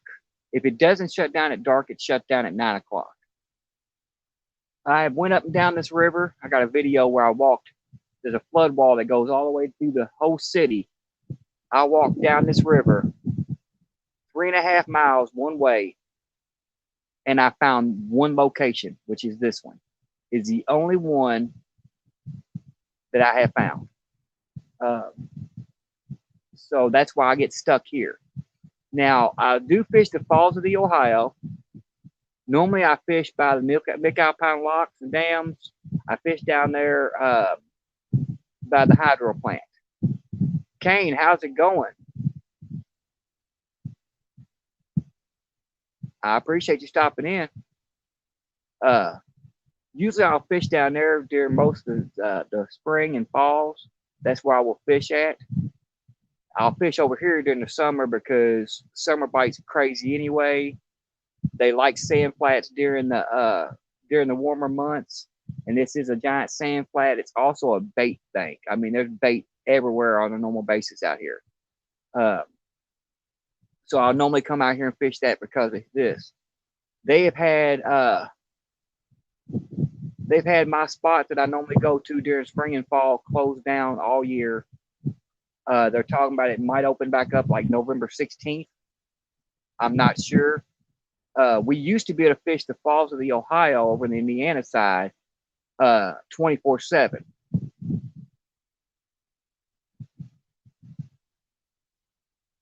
Yeah, no doubt. Jump on the casino boat and throw them out. I would. But yeah, we used to be able to go to the falls of the Ohio and fish all night. Now they're saying I'm getting on 3 different websites I go to check. I'm hearing different things. One says that you have to leave the park by 11 o'clock. The other one says that you can stay as long as you're fishing. You can stay until it's all night. And then there's another one that says you're not supposed to be there at all. So I've got to find out what the truth is about me fishing down there, because that's where I thought about fishing for the tournament, is down at the falls. But I've got to find out what the details are on that. Oh, it's windy as crap here too. I promise you that now. It is crazy wind here. It's actually slowed down a little bit. I don't want to talk about it too much because it'll probably pick back up as soon as I say that. But yeah, I'm wanting to fish down there for the tournament, but I'm not sure it's going to happen. So all I can do is just hope that this area.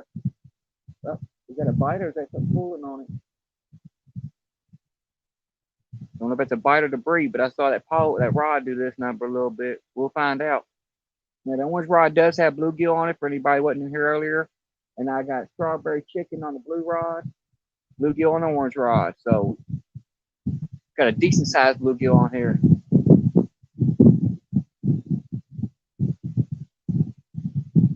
Yeah, I haven't had much luck with brim lately. Thank you. That's actually, they're both Muddy River Kane, they're both Muddy River flathead rods. I've got them wrapped in eel wire. The eel wire takes 2 AA batteries. I zip tied them on there, but the clip that they come with does not stay, so I just tape them on there. Plus, you got to change the batteries out, which makes it a pain in the butt sometimes. But if you keep a roll of tape with you, which if you're going fishing, you should always have electrical tape with you anyway. Because if you ever use floats at night in a lake, you want to wrap the bottom of that float with electrical tape so they don't see it.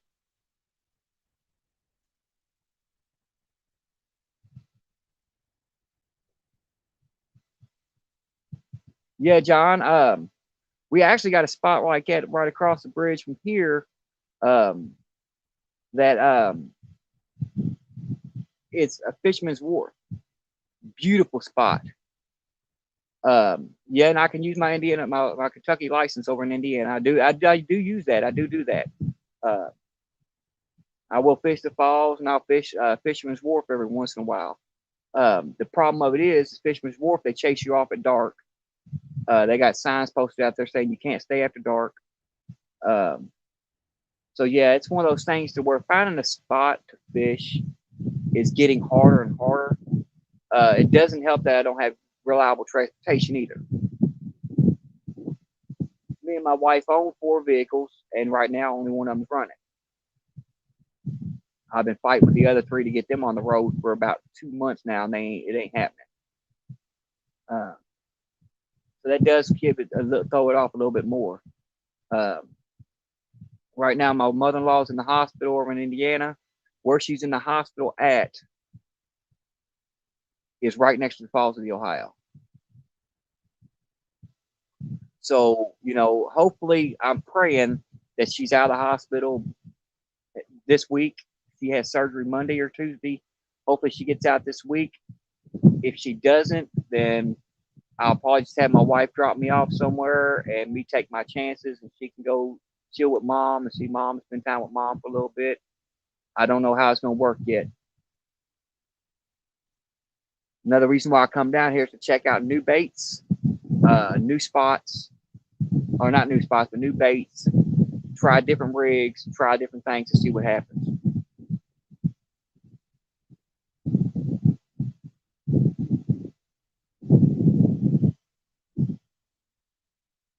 Yeah, I mean, I love fishing the Ohio River. I've been fishing this river for 35 years. I've got a dock that I used to fish off of that was just prime location. All right, David, get you some rest, bro. For anybody that don't know, David's my cousin. I'm trying to get up there to see him, go fishing with him, but that's going to be a little bit off too because of these vehicles. Ashley, thank you for stopping in.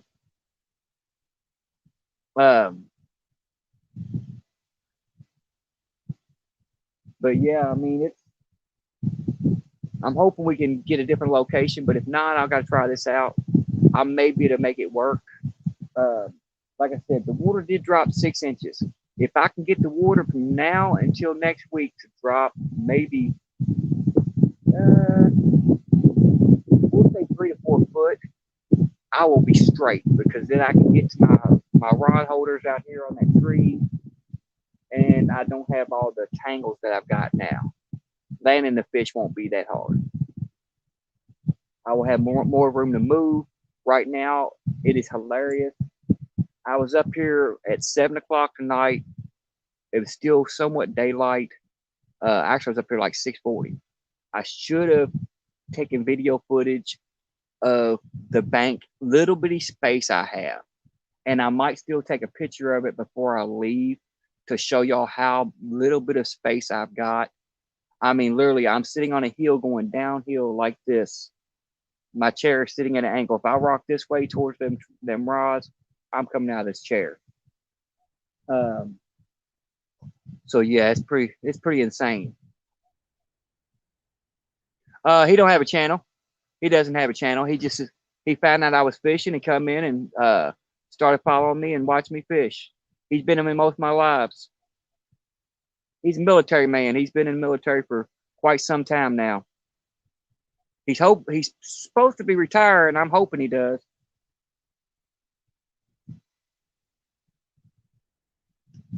I haven't seen him in years, so I'd love to see him.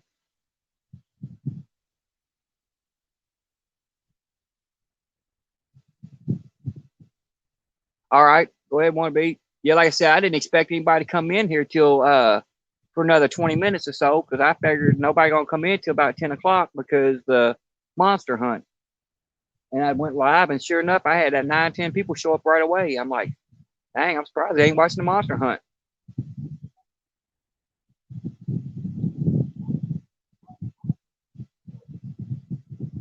I'm guessing Double C, for anybody's watching that, I think it's Double C that was winning. I'm guessing they're still winning. I know Jeremy hit a 64-pound flathead. Somebody told me in here, but I'm guessing they're still winning. And 64 was the biggest weight after that, because they had 68-pound blue monster hunt.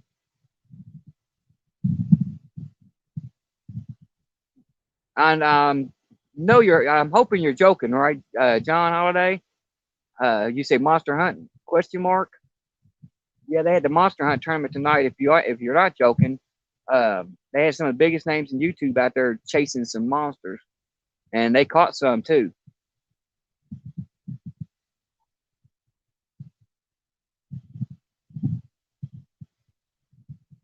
No rain all week. It dropped fast. Once rain stops, 50s all week. Yeah, that'd be great, John. I hope it stays consistent. That's the main thing. Right now, the fishing should be insane. I mean, these rods shouldn't sit in this water for more than 5 minutes without getting a hit, and that ain't happening. I think it's like I said, this wind is causing me a lot of issues tonight. Um, uh, yeah, they had a big tournament going on, John Holiday, a massive, massive tournament. Went on for 2 days straight. Um, it's on Palmetto Cats channel. Yeah, it's on Palmetto Cats. It's actually over in 20 minutes. I missed the last 4 hours of it, and I didn't want to miss it. Heck, I've had my wife and my kids in there watching with me yesterday. We watched it from beginning to end. Had my TV on. I had 2 devices on. I had my wife's. Yeah, the Iron Cat Monster Hunt. Yep, that's the one. Yeah, I had my TV going. We watching on TV, and at the same time watching on our phones. That way I can comment to everybody.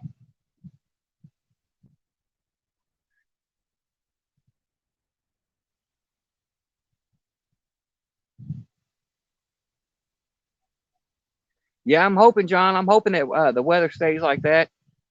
It's supposed to be colder tonight out here than it is on the 6th, according to the extended forecast. But you know how that goes. In Kentucky and Ohio both had the same issue. Their weathermen cannot predict the weather. Cannot. I mean, yeah, I know it's not a guaranteed science anyway.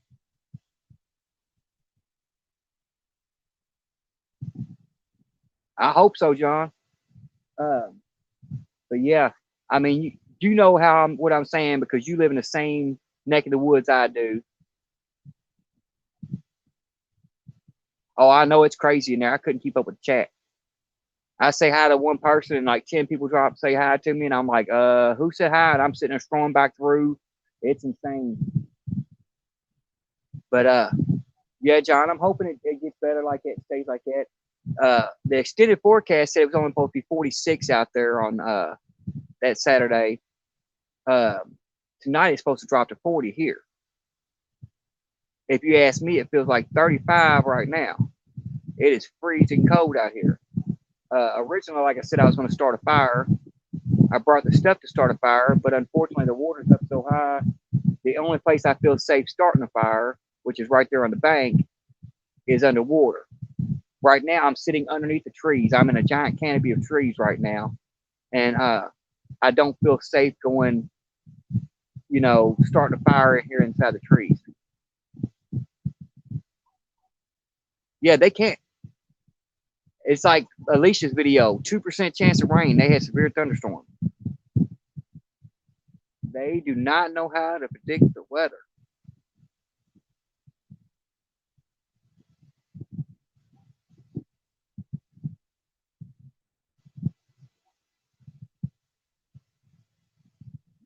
Becca's channel has changed. She just removed the numbers. Huh.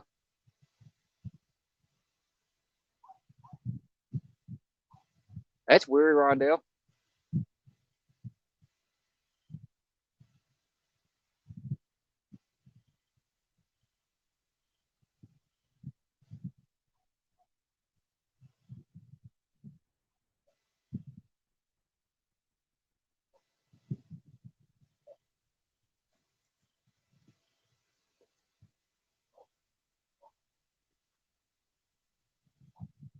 Oh, she just removed the numbers. Okay.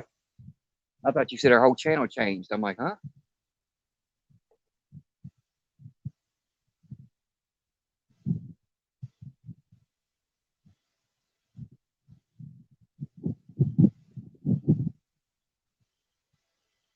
The orange rod's bouncing a little bit, but I can't tell if that's going to be current, debris, or what. But she's bouncing a little bit. I need to try to be brave and check my baits. Living in MN, how's it going? I got about a 3 or 4 pounder 10 minutes into the stream. We've been fighting with flooded waters, debris, severe winds. I'm talking winds up to 40, 50 mile an hour. On top of the fact of if I do catch a fish, I have to climb out on a tree and pull the fish over top of a tree in the water. It has been insanity. I think he's talking about the numbers on how it said Mud Tramp 112. I can't remember what the numbers were behind her name. I think she took the numbers off or changed them, I think.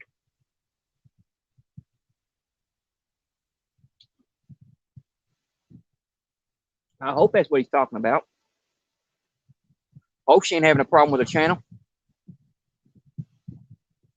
But I might actually do that, y'all. I might actually go out over here and check these baits, see if I can get these rods in and check these baits. Because they have been out for a little bit. If the wind stays down,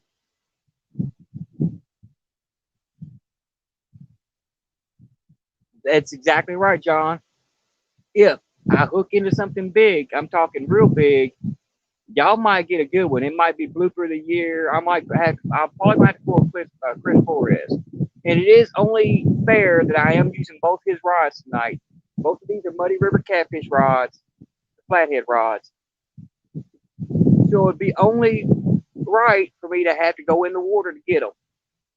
Unfortunately, if I do have to go in this water to get a monster fish, after I show y'all that fish, I have to release that fish because I do all CPR, catch, photo, and release. I will have to end the stream a few minutes after that. And the reason why I say that is because it is 45 degrees out here right now. I think it's the last time I checked the temperature. It's 45 degrees. With the wind, it feels like 35. So if I get soaked, I will probably have to head to the house because it's a 15. I mean, it's a 5 to 6 block walk, so it's gonna be pretty cold.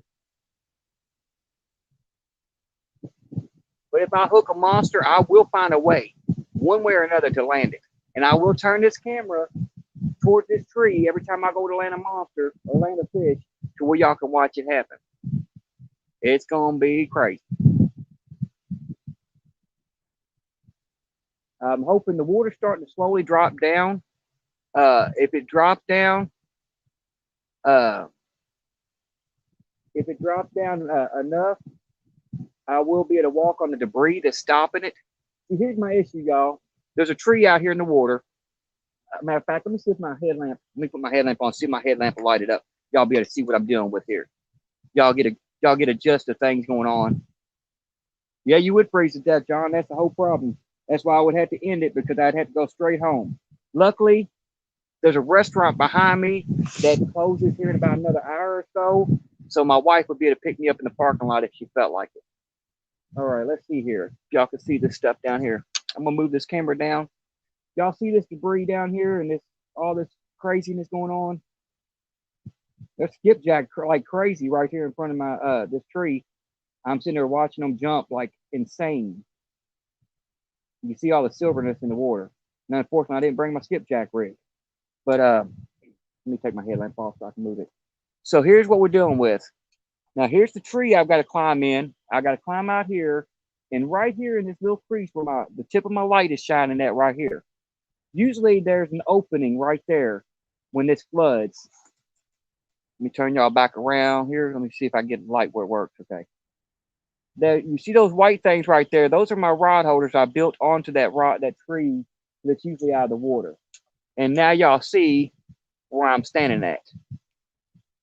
So I cannot get out there to there without going to that tree, which makes it virtually impossible to land a fish. I have to yank it and pull it over top of this debris. Now earlier I got lucky when I caught that small fish and I could just lift him up.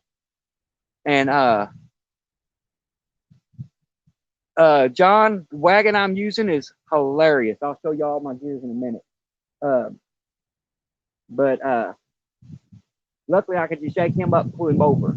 If the water does drop any more than what it is now, because it has went down, like I said, it has went down about 6 inches.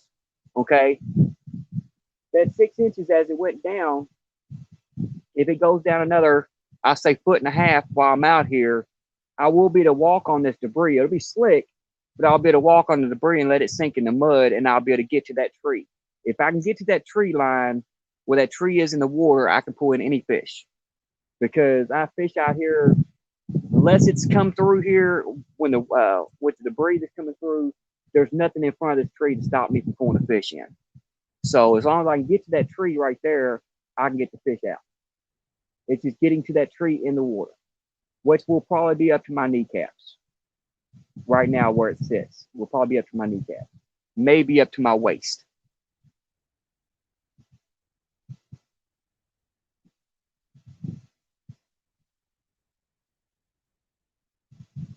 Yeah, it honestly is a bad idea. John, originally when I come down here, uh, when I very first seen it, I almost went home. I almost went home and gave up on this life, but I am a diehard fisherman.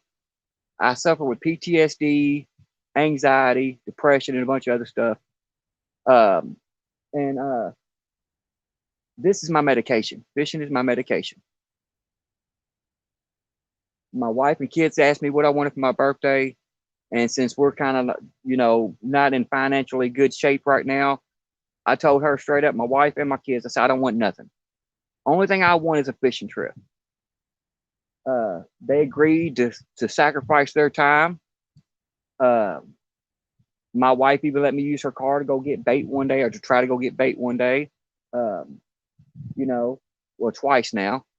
So I mean, she's been backing me up on it. She found me these cool lights that I couldn't find no more of. I bought these. If anybody wasn't in here earlier, I got little blue lights right here. Yeah, I bought these at the dollar store, and I I can't even talk today. For wonder where I was doing something, but I found these at the dollar store for $1, and bought two sets. I bought a green one and a blue one. Couldn't find any more. Gave up looking. Yesterday she come in with 10 or 12 of them, so I'm set on those. But I told myself, I want a fishing trip for real. All I need is a fishing trip to go out and relax. My daughter's at my house right now. She's chilling with my niece. They're all chilling. I told myself, I want a fishing trip. And then I get down here, and this is the only spot I can get to as of this point. I mean, I can't go anywhere else in Louisville right now, and no place else is open. They'll chase you off as soon as you get there. This is the only fishing spot I have. So when I come down here and I seen that there was no way to land a fish, I almost turned around and gave up. And I told my wife, you know what? I'm going to do it anyway. I will figure it out and we'll make it happen. Now, anything under 10 pounds, 10 or 15 pounds, I should be okay because I'm using 8-aught double action circle hooks, which we all know can hold 200-pound fish. I've got a 40-pound leader and 30-pound main line. So I should be to pull up a small fish like I did earlier. I left it in right over top of the tree with no problem. And I can get right out to that tree pretty close. If I have to, I could probably hang one arm. It'd be dangerous, but hang one arm in the tree like this and lean down and put my hand in the fish's mouth and pull him over if I have to, if it comes down to that. I've also got grippers, so I could do it that way. I might have some rough spots in my arms, from the grippers, but I do have a strap on the grippers. I can put them on, hook him, and yank him out of there somehow. So, I mean, there's ways to get him out. So when I seen that, I told my wife, I said, I told y'all, That's what I wanted. I'm not backing out now. I'm not changing my mind. I'm here. We're gonna make it happen. But I almost did. I almost backed out, y'all. Almost canceled this live. But I also fished in the same conditions uh, on the 7-7 uh, that was hosted on Becca's channel. And in this exact same location I'm in now, I landed 8 fish. 2 of them over 20 pounds. One of them was 26. I think one of them was 24. I landed 3 fish that was over 10 pounds in the 10, 15 pound range. I mean, it was nonstop good fishing. I mean, I fished the Ohio River, and it's not like it was 60 years ago or 30 years ago. When I first started fishing the Ohio River, it was like the Potomac River. I could cast out, and I can usually take 2 rods with me, maybe 3 if I wanted to, if I thought I could keep up with 3. Take 2 or 3 rods with me, and I could land, in a 8-hour stream, I could land probably 45 fish. I mean, it was that good of fishing. Now, if we get 4 fish a night, it's a great night because we're not the Potomac, we're the Ohio. Yeah, I caught 26 that night, John. 26 or 28, I can't remember. No, it wasn't flatty. It was just a blue. And I actually went in that day. Up to my kneecaps. Luckily, that was still warmer weather. I had my niece down here with me, and I was down in this little stream part because I said the water was flooded like this. The only difference was all this debris wasn't here. If the debris wasn't here that is backed up in here right now, I'd be golden. I would not have a complaint in the world, even though it is flooded, because I know when this current's going, the fish are usually biting. Right now, the debris is my only issue I have because I don't mind. I got a clear path to get out of here on this tree to walk them through that. There's a space about 14 to 18 inches wide that I can usually pull them straight through. Well, I got that 28 pounder up here, got him right up here on the bank, and he flapped down and went straight in the water, spit the hook. And I jumped on top of him and pulled him back out. And I actually almost broke my niece's my niece's ankles that night. She was sitting down here. We didn't have no space because I've literally, from where my camera is at to my rods is less than, I'll say 6 foot, if that. I don't even think it's 6 foot. I've only got a 10-foot stretch, maybe 12-foot long ways this way, 6 foot wide. That's all I've got out here. She was sitting out here on her phone playing because she figured she'd come out here and help me. She saved my life coming out here that night. And she had her feet up against one of the rod holders. And I had a flathead rod out with a Big Matt. How's it going? I had a flathead rod out with a 10-inch bullhead on it. And I looked over and that rod started going over and it bent as far as it would bend. Then the rod holder started bending and going with it. And I ran over to grab that rod. When I did, I stepped right down on top of her ankle and almost broke it. I felt so bad. And she's like, "Don't worry about my ankle, get the fish." I'm like, well, I wish I would have got him because he would have been nice. Been a flathead rod like that? Oh, yeah, he had to be nice.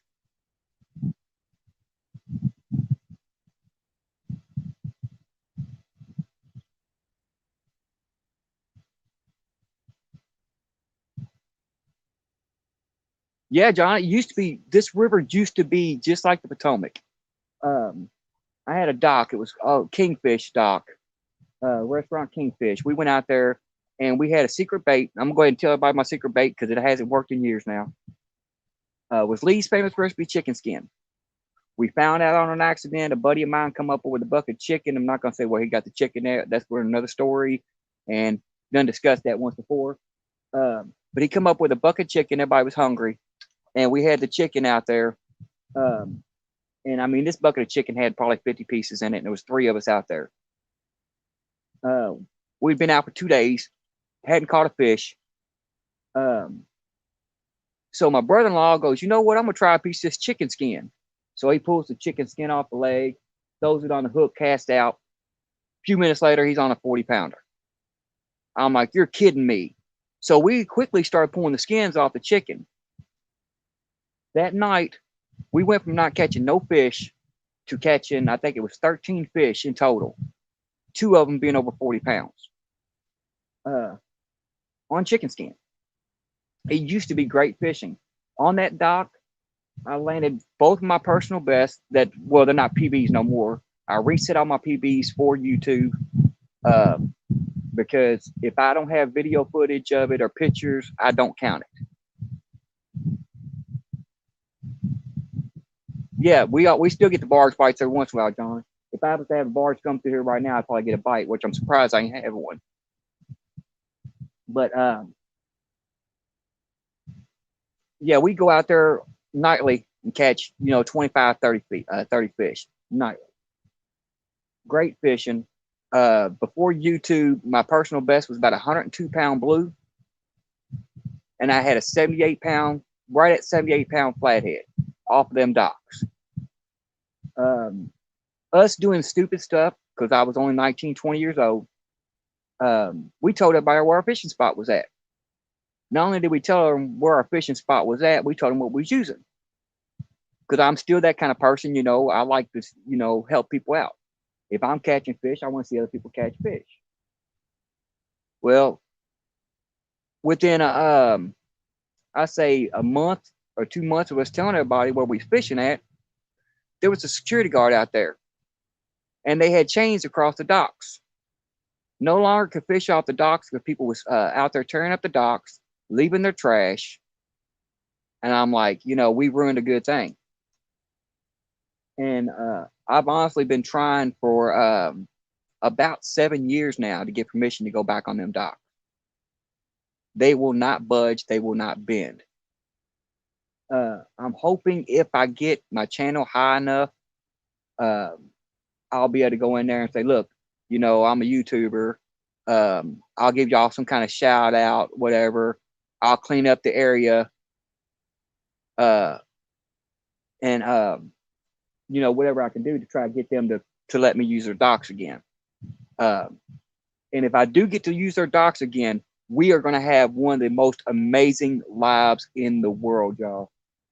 I am going to take y'all back to 1997 when all my fishing first started when I first started monster hunting. We're going to go all the way back to 1997. It's going to be called Another Dimension Live.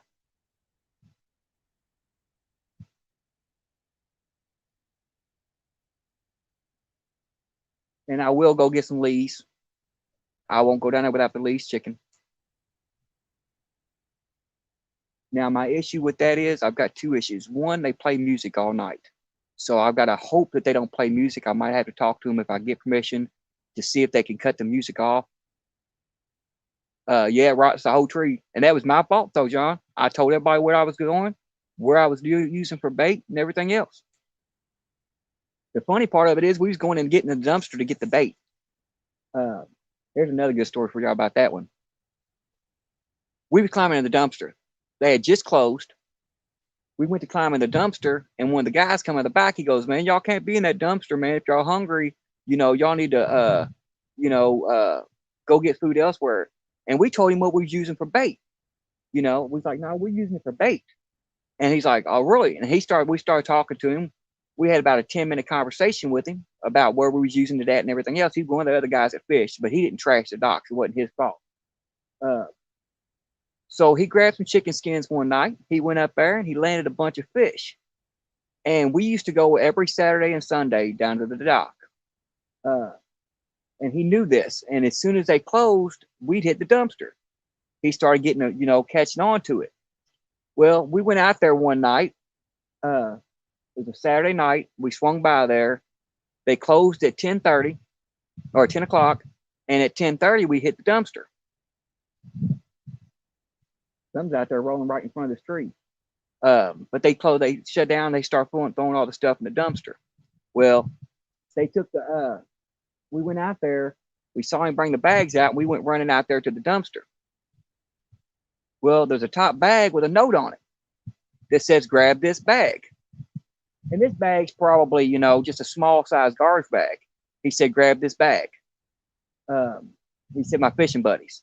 So he goes, grab this bag. So we grabbed the bag and we took off. We get to the bikes, because we were riding bikes at the time. We get to the bike, we look in there, and there's another note. There's a full box of chicken right on top. He said, this is fresh chicken right off the fryer. He said, this is for y'all to eat. This is not bait. This is for y'all to eat. Thank you for the good advice in this fishing spot. He said, I landed my personal best down there Wednesday. He said, so here's you some chicken on top. The bottom of it had a couple more containers that was just full of fried chicken skins. I think we had 25 pounds of chicken skins. It was awesome.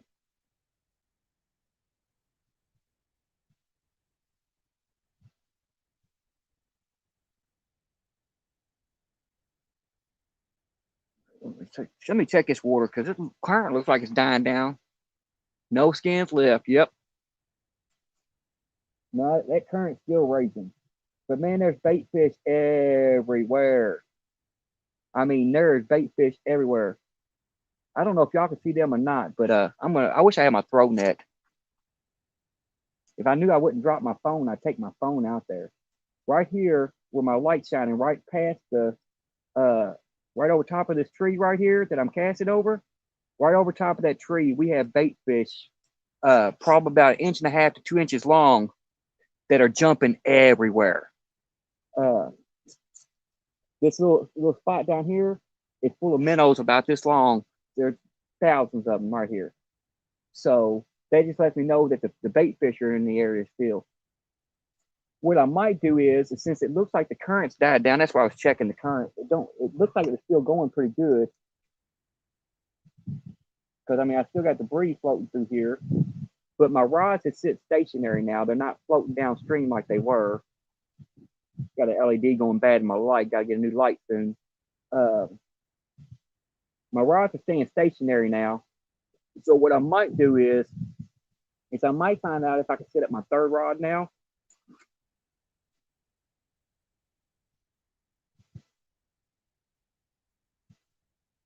Yeah, the fried chicken skins from Lee's Famous Recipe Chicken was the best bait we had ever found.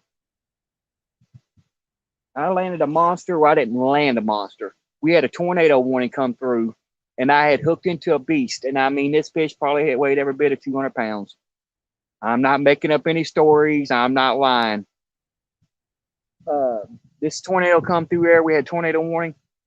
Tornado started bouncing off the water. We started packing up, and I thought I was snagged into something. I started reeling my rod in, 30-pound test line on it. Didn't feel nothing jerk whatsoever, just constant dragging. I'm like, I'm got hooked into a tree or something, but I'm pulling it with me, is what I told my brother. About that time, I felt a jerk. I looked at my brother and said, get the camera. He's like, what? I said, get the camera. And at the time, we had the little disposable Polaroid cameras you carry with you. I'm like, get the camera. And about that time, this fish come up in between the docks up on the boat ramp, and his head was this big around. I mean, y'all can't see that. It's about 32 to 36 inches around. Biggest head I've ever seen. Being out of the water like a dang great white shark. And I looked at him. I kept on yelling, get the camera, and he just twisted head one time, snapped that line like thread, and swam off. My brother's like, jump in there, get him. I'm like, you jump in there, get him. I caught him on a piece of chicken skin this big. Do you think he's full? I don't. Jump in there, get him. I'll wait, because I'm not going in that water after him.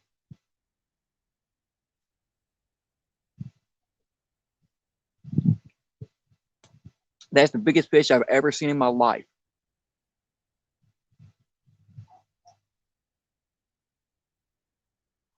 But I think I'm going to check my rods real quick, y'all, and I might try, since the wind, let's pray, knock on some wood here, wood grain or something, knock on some wood, that it stays died down like it is.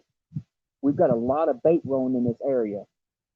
So I may try to find a way. I don't know how now the wind's going to pick up. Find a way to put my third rod out. I got a purple rod that glows also that I brought with me.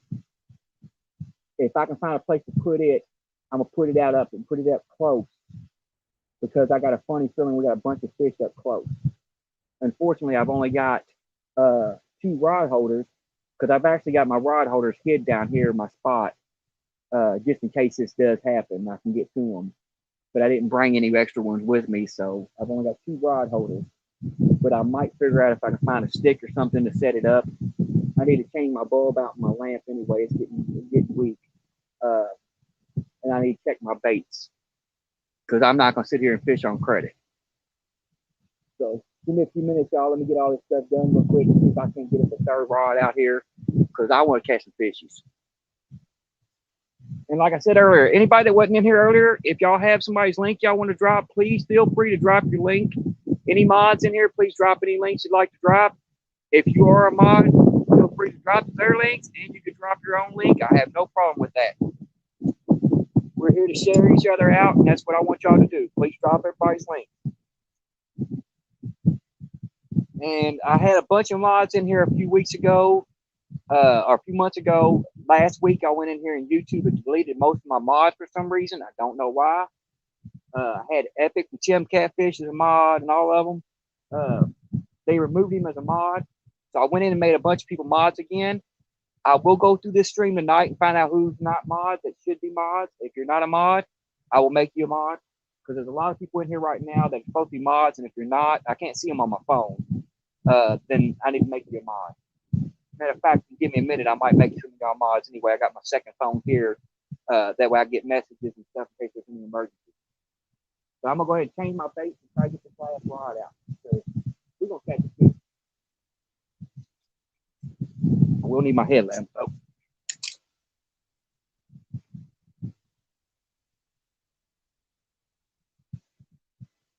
Big Mate, if you're not a mod, you will be here in a few minutes. I know you made me a mod on your channel, so I've been on your lives and been in your channel. You do good content. You stay by the same philosophy I do, so therefore I do want you to mod if you're not one. I'll make you start. Well, give me about 5 minutes because that's how long it's going to take to set a rod.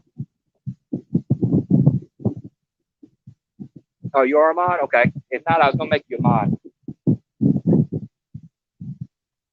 You do good content. You're down to earth. You're good people, and I like having good people with my mods.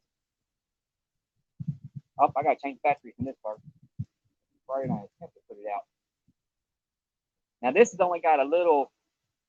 This is one of my bait rods, so it's only got a lead cracked up in it already. It's only got about a 2-ounce sinker on it, so I might wind up changing that sinker out. I don't know. If a 4-ounce sinker ain't gonna stay still, then 2-ounce ain't gonna stay still either. But I am gonna cast it way over this direction, close to this close area, and I'm gonna put a night crawler on it probably. Let's see here.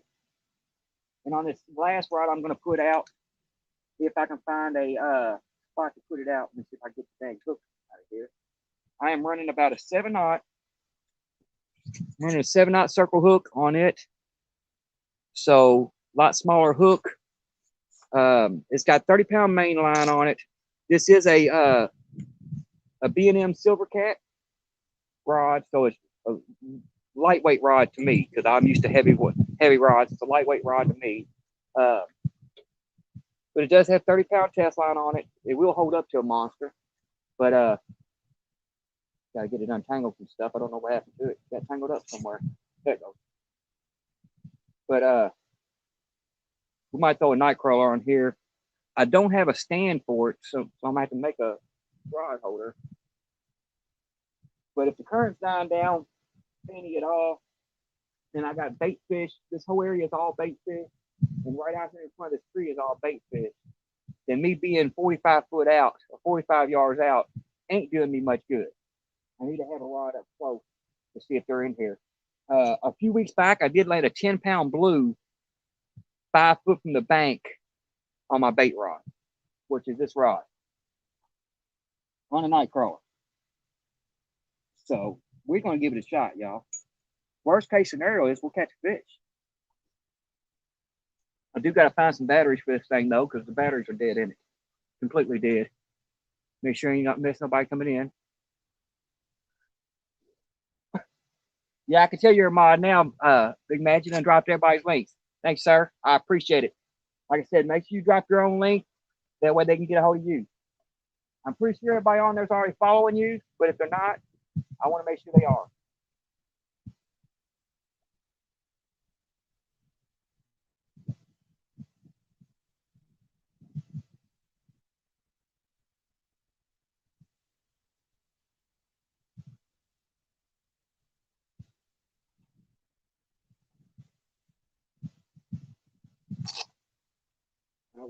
I got things in.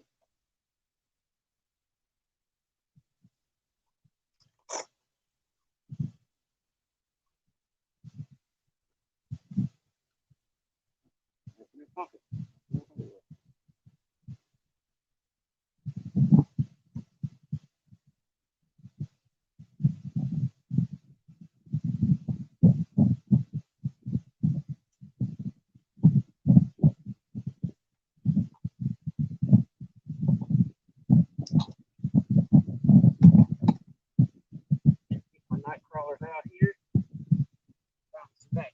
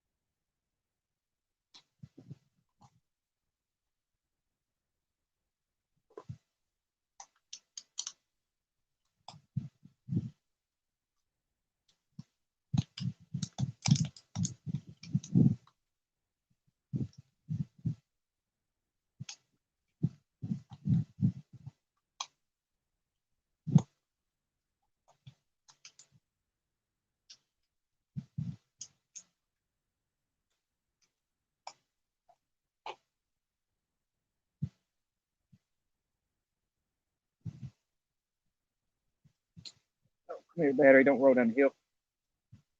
Do not roll down the hill. I'm sorry, y'all. I don't mean to look up there in the blind, y'all. Sun ain't bad about these bright lights. They will blind y'all if I look in the camera. I might make me a makeshift rod holder down here. I might have a way to do that here. Just a second.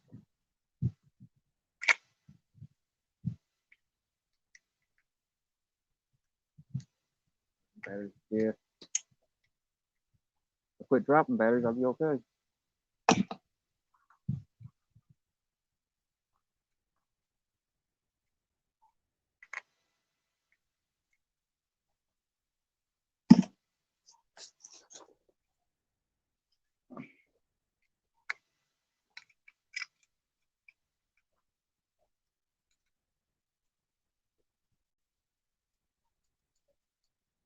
Yeah, it's just low.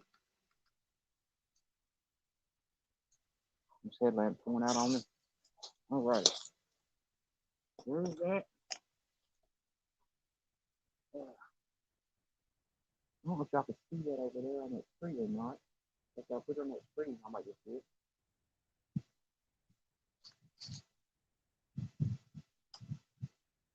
I'll put it down here by the water.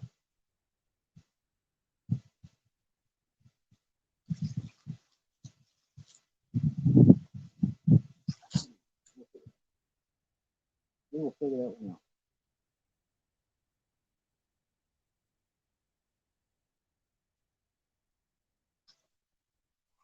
I'm gonna put me a trusty dusty out here, y'all.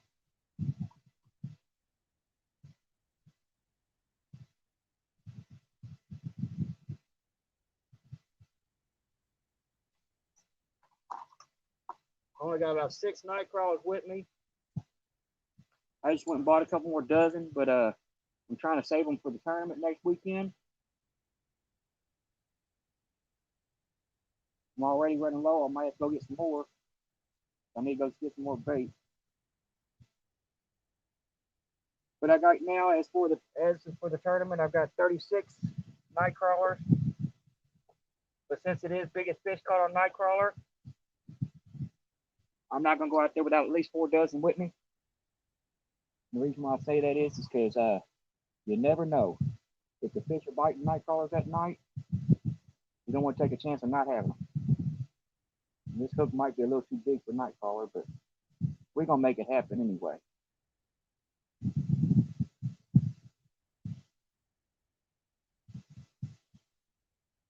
Put him on there a little ball, haul him up a little bit, see what happens. And I'm only gonna throw this about 8 to 12 foot off the bank. Hopefully the current will hold it down to where it don't pull it straight into the bank again or through this tree. Because like I said, I'm only running right now on this one. I've only got about a 2-ounce sinker. But I do have a bunch of fish rolling. Turn around over here. I'm gonna try to put it in close. And I actually just had a big fish over the road, a moose. I think I hit it in my life. So I'm gonna try to cast this out over here.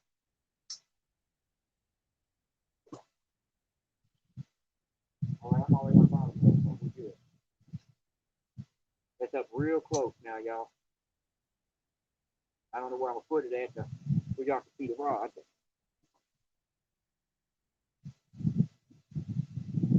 guess a little too close.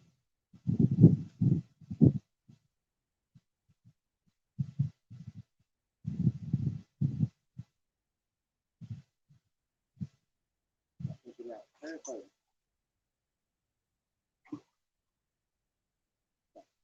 We are down.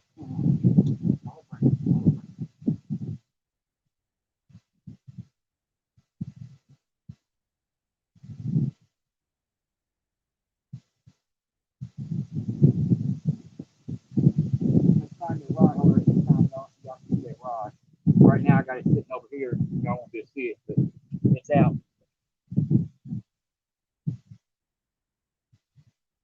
It's on the tree right now.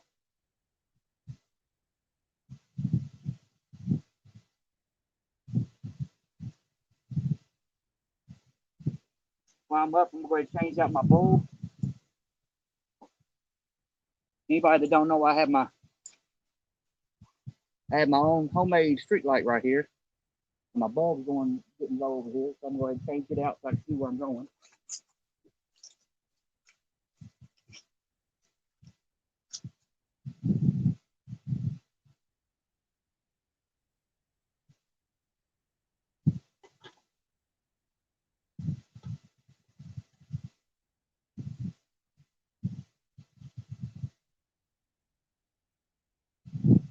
There we go.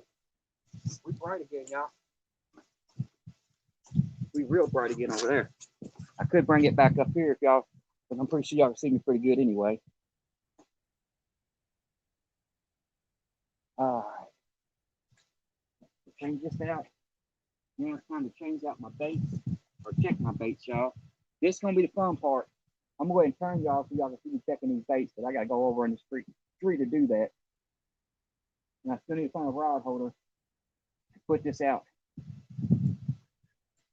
Let's see what I can do here. I'm gonna turn y'all this way, y'all. Over here towards the tree where I'm gonna be at. Yeah, I've got all kinds of fish out here rolling.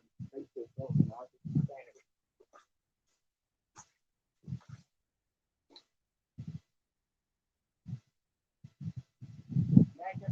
Down here. All kinds of debris, y'all. It is just horrible. And my other line, I do believe. I think I'm snagged on a tree. I got a whole tree down there. A car or one or two.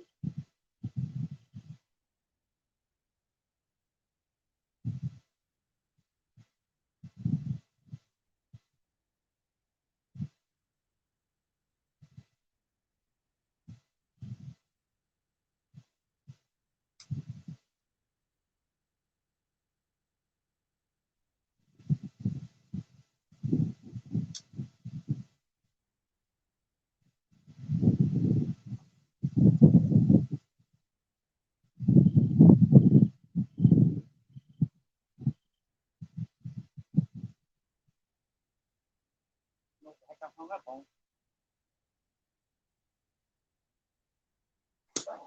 whatever it was, to stay away there. My hook was broke. Wanted to.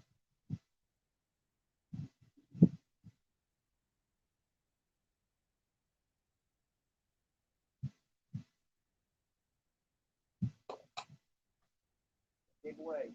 Cool. Check my leader. That was Santa.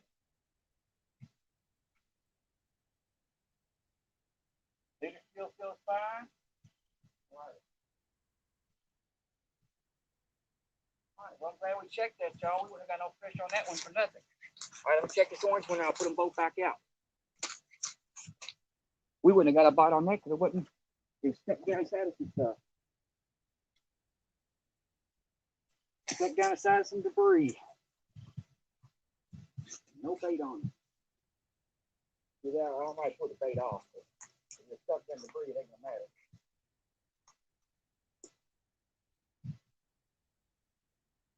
This wasn't hung up, I don't think, but it's going down river.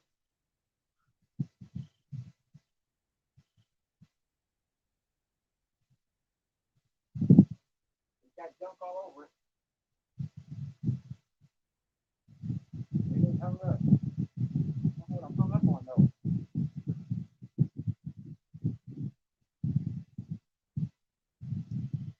Ain't free. Right.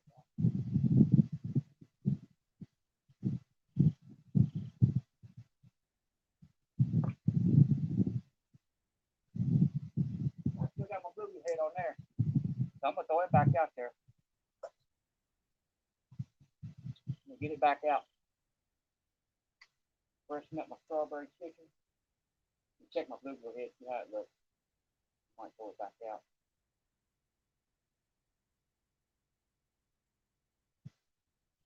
Oh, it still looks good. Still got the gut box and everything in it.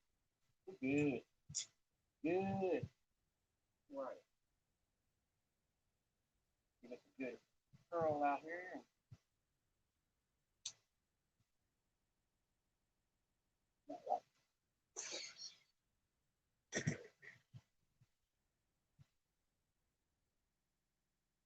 All right. It seems to be sitting on bottom. So let's hope it is. That'd be great if it is. Like I said, that one is an 8-ounce sinker, so that might hold bottom a little bit better than the other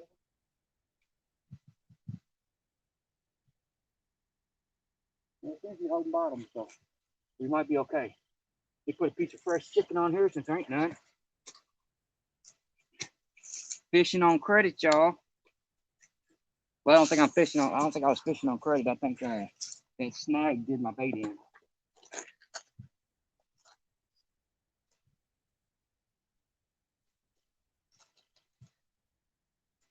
A little piece of chicken here. Oh.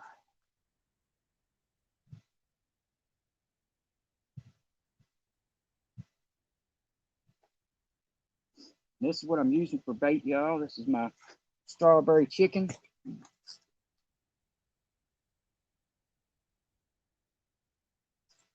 Get that back out there. Like I said, I haven't had no luck on this chicken for a few years now.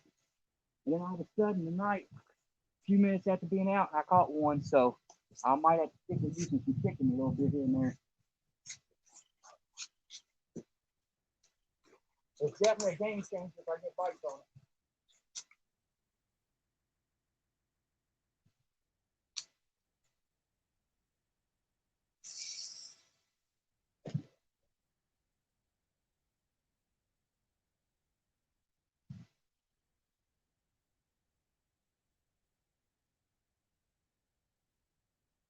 Yeah, that one ain't gonna set. This one ain't gonna set on bottom. This one ain't gonna set. It's gonna keep on floating down river a little bit. So I'm gonna have to just let it do its thing and lock her in and let her finally eventually find its way on the bottom. But that's what I did earlier and caught a fish. So we now have fresh baits. And I still need a rod holder.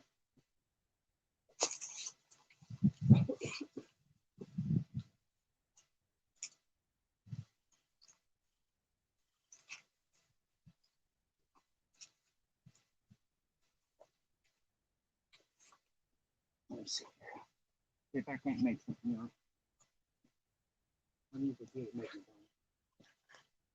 Yeah, water's actually went down about 6 to 8 inches, y'all.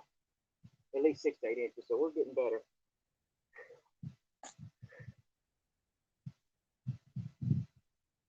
That ain't gonna work. Need something that'll go in the ground.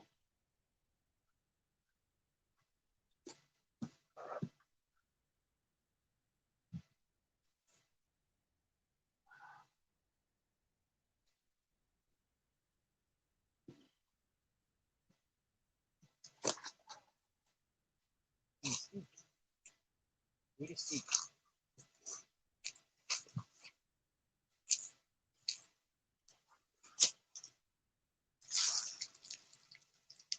I gotta make this work.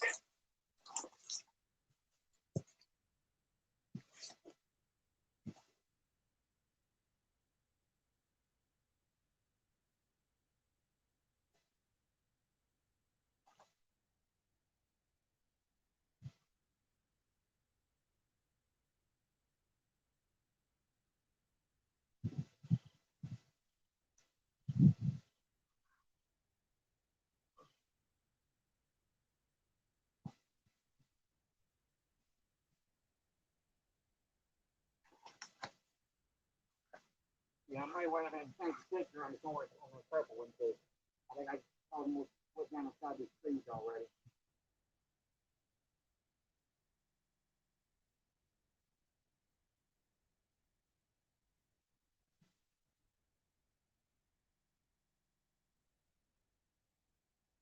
Yeah, I'm gonna change my sticker, y'all.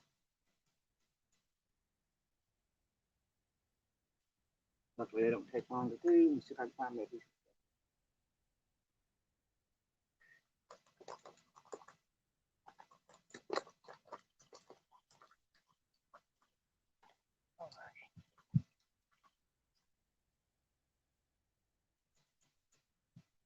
We are gonna change the sinker out on this because all I'm doing is tearing my worms up. It's not going out there where I need it at or nothing else, and it's not setting. So I'm gonna try something a little different.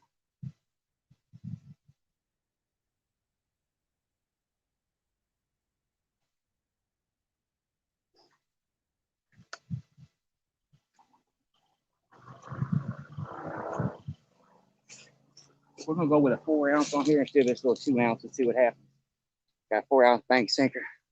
Alvin, how's it going? Brian B, what's up? Dan, sorry I missed everybody. Mark Knott, Pontoon Jody, how's it going? Everybody just flooded without me knowing. Trying to get everything out. We are dealing with flooded waters tonight. It's horrible. If y'all give me a second, I'll show y'all what I'm talking about. It's a nightmare. Only got one fish on the bank so far. My first 10 minutes out here, I landed about a 3 to 4 pounder. That's all we've hooked into tonight. I've been dealing with nothing but snags, debris. Looks like a DMV live right now is what it looks like. But I'm gonna change out this. Trying to put a third rod out. I wasn't gonna put it out because of the current, but I'm gonna go ahead and try to put it out anyway. I'm gonna change it out, put a 4 ounce sinker because this was my bait rod with a 2 ounce on it, and it ain't holding at 2 ounces. It is not gonna hold. It probably won't hold at 4 ounces. Lance, how's it going?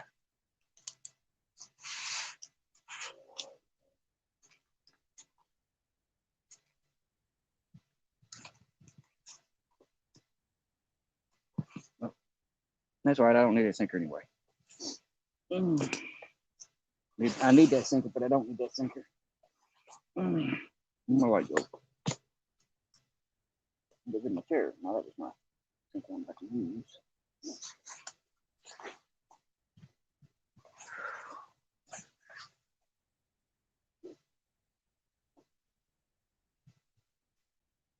There's my bead. I'll find the sinker in a little bit.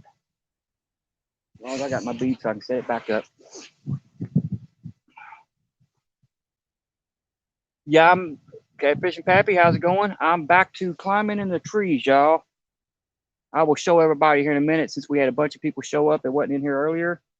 I'm back to climbing in the trees to try to catch fish. Only this time it's even worse. Lisa, how's it going? Thank you.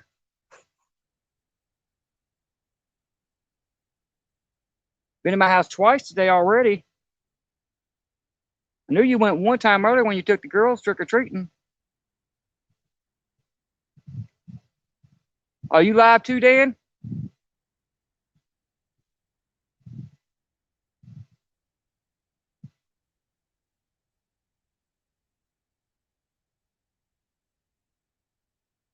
Thank you, Jody. Thank you. Yeah, the kids asked me what I wanted for my birthday, and I told them I wanted a fishing trip. So all I wanted to be to go fishing. So we out here, even though it's a nightmare. I mean, I'm literally.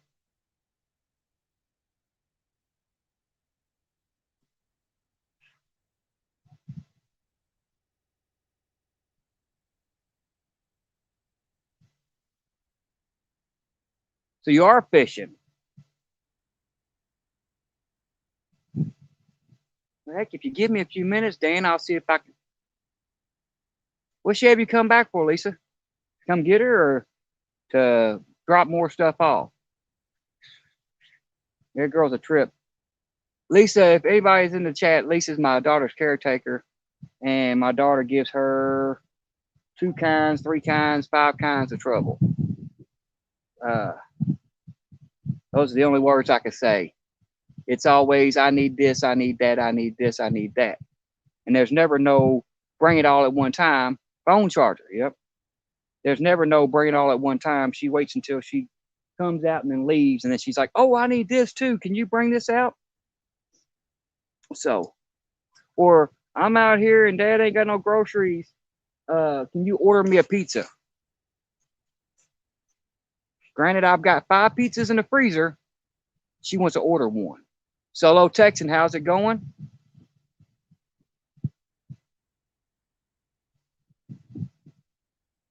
John and Dan split screen, huh? Well, I didn't know everybody was going live tonight. Cause I go split screen with them. And I got to find out what I did with that 4-ounce sinker I just had.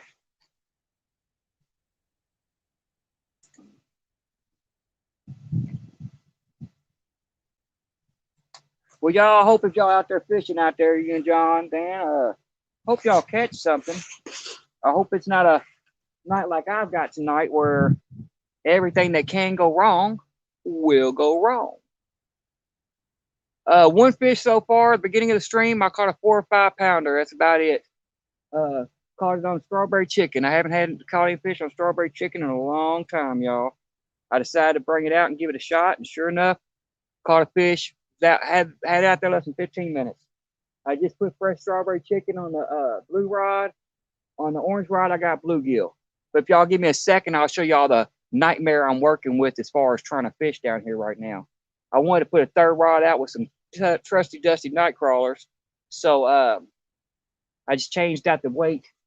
It's 4 ounces now, so it might set a little bit better than the 2 it was on it, but it still won't set up because I've got probably my currents right now, and I got a barge going through. Maybe I'll get a barge bite. My current going through here right now will drag a 12-ounce weight. I'm fishing Big Mike's type current right now.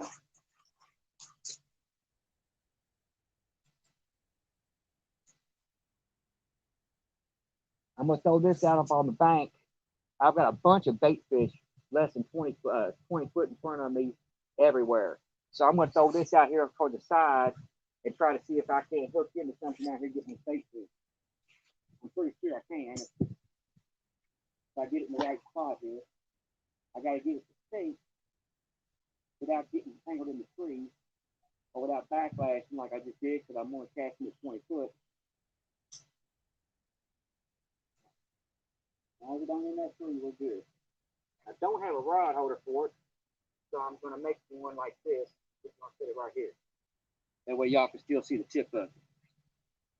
And I'm only, let me check with my light. I think I'm only about 20 foot out. Yeah, I might have a problem if I catch a fish there. But while y'all are in here, let's show y'all the nightmare that has become my night.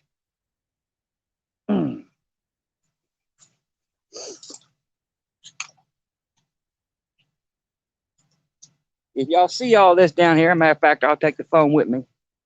If y'all see all that down here, I'm usually fishing on the other side of them trees, or the side of that tree right there. Those white things sticking up are actually my rod holders. Normally, when it's flooded like this, I can walk out here on this tree and guide them through this little path. Well, right now, as you can see, it's all debris. So if I land a fish, I've actually got to drag it over top of this debris to try to land it. So it's been pretty much fun so far. The area I'm sitting in is literally 6 foot wide this way and 10 foot wide this way. That's all the space I have. So it has been fun. It has been nonstop amazing out here. Earlier we had to deal with almost 40-mile-an-hour winds. The winds were so bad that it almost blew me over. Make sure both rods are doing it. Yeah. Yeah, so it's been a fun day. But we ain't giving up. I almost went home as soon as I seen how bad it was. And then I was like, you know what? I'm not going home. I'm fishing. I said I was going to. I'm going to be out here fishing. And that's what we're doing. Now we have a beautiful barge going through, which is going to cause all kinds of weight and craziness. Matter of fact, I might want to move my bait, my small rod out here, because I've got it right up against the roots of this tree right here, because the current drug it right up in there. And if I let this weight go through here, I'm losing that rig. There's no way the waves from this thing ain't gonna knock it right into that tree. So let me see if I can get that.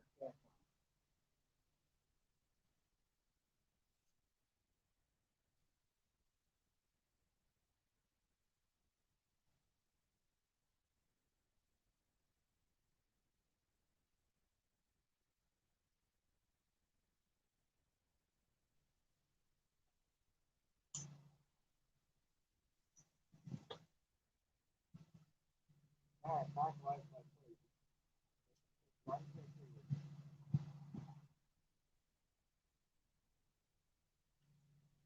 I didn't think 4 ounces was enough. Casting at an angle don't help either.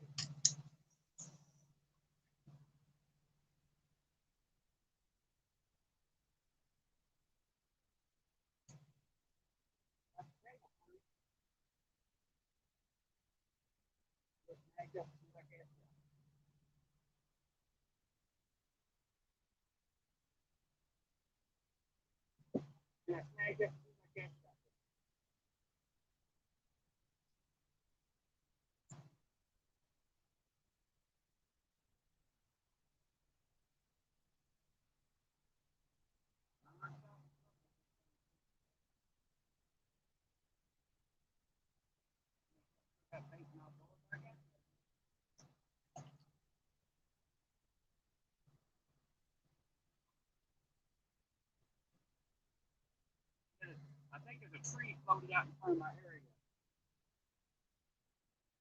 People are pulling these out. Stick fish. It's a 3-pounder. I lost most of my trust just night girl. Let's give me a second, y'all. I'm gonna put another one on.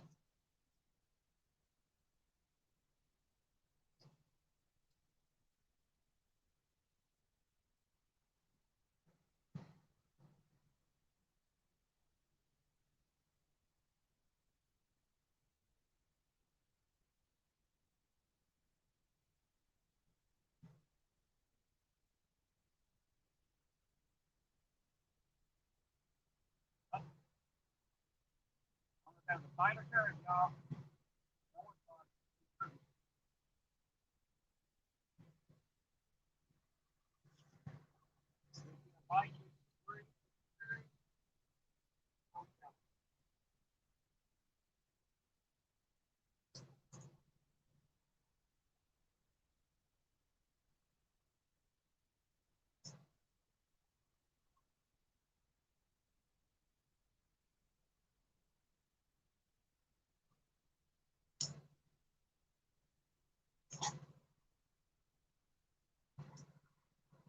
This angle don't want to be on.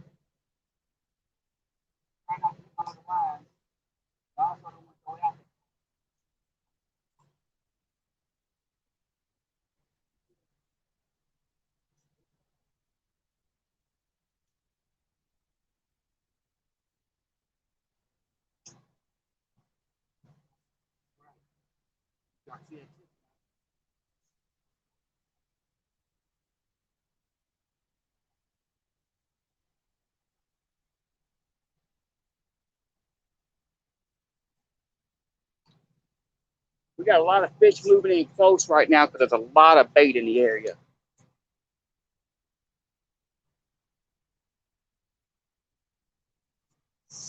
Fishing Big Dan, thank you for stopping in.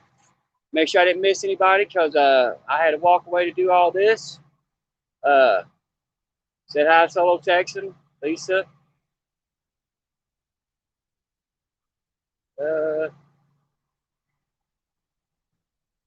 I don't think I missed anybody.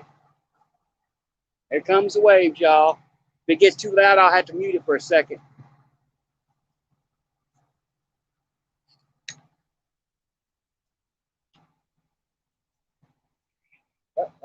Orange guys doing something.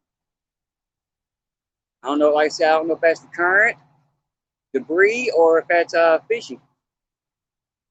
We'll know if it takes it completely over.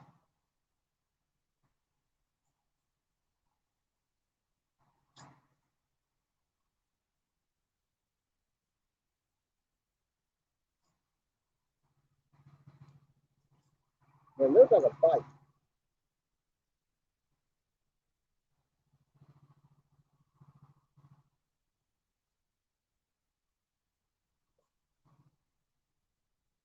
Come on. If it's a bite, we'll take it. It might be hung up in debris again, too, y'all. Been a lot of that out here tonight.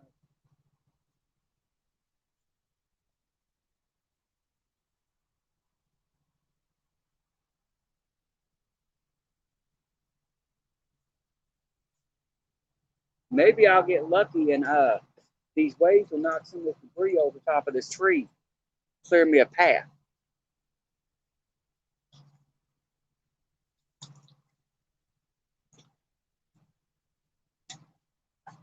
As the water turns.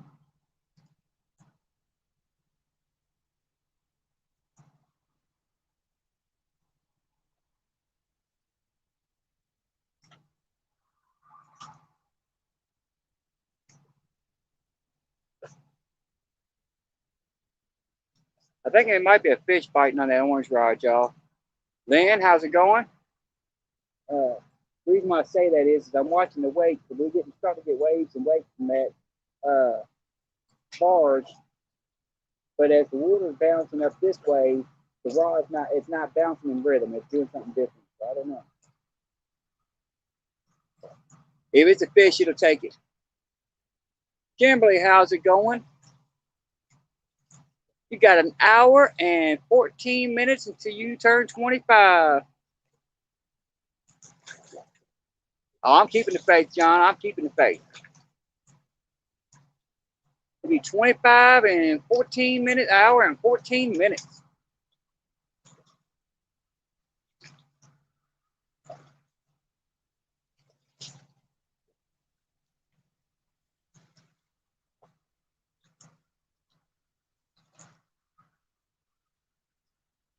It's bending and jerking a little bit, y'all. We might have a fish. There you go. Keep on going. If it's a fish, you'll take it and you'll do some more with it than that, because that's a bluegill. That's a decent sized bluegill on there. So.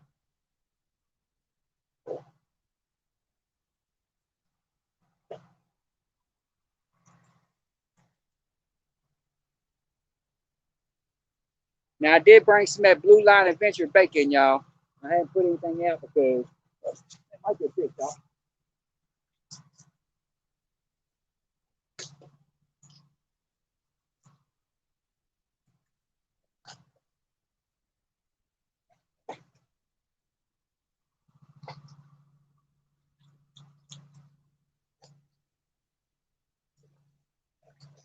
I got some seaweed or something at the bottom.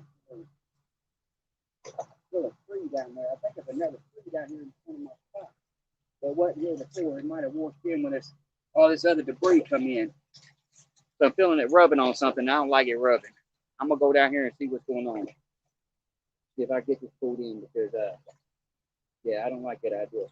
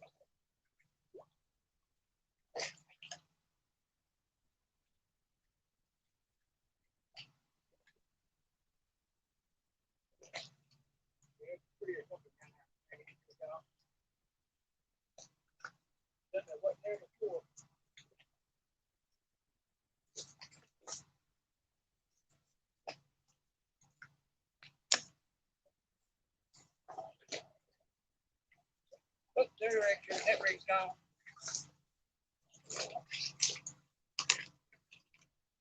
Well, one lost rig, y'all. There's a tree or something down there that wasn't there before.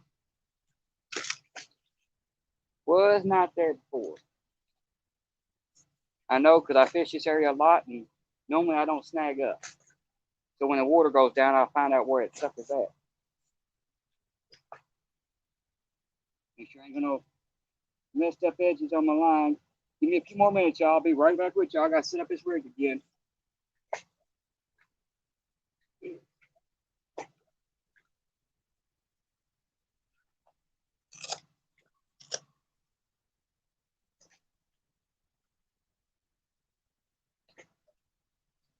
Gotta find me a sinker and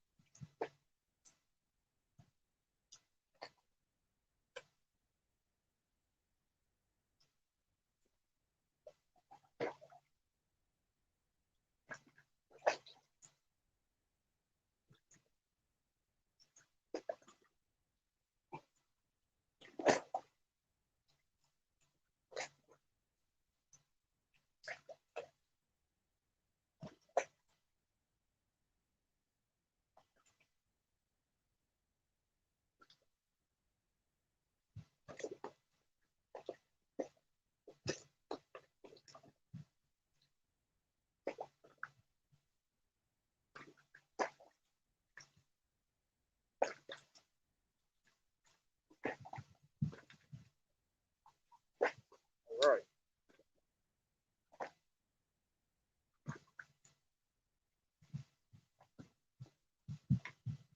Okay, y'all, against my better judgment, I think I'm gonna throw a fancy rig on here.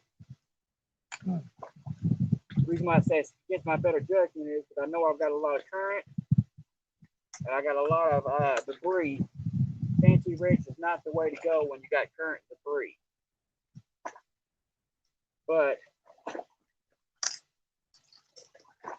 we're gonna try it anyway.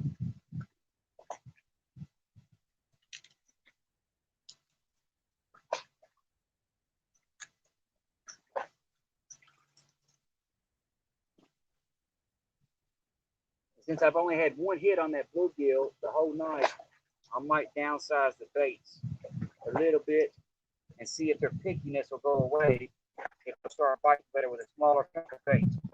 Some of the smaller bluegill hit a smaller chunk of meat. See what happens. Never know.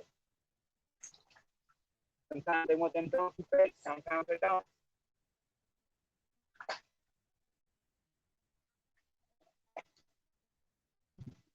Oh, almost messed up. Almost forgot my beans. That would have been a catastrophe.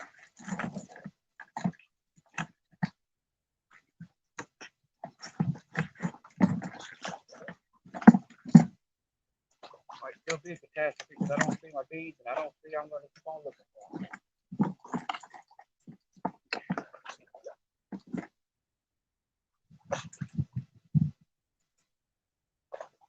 There they are right there in the bag. All right.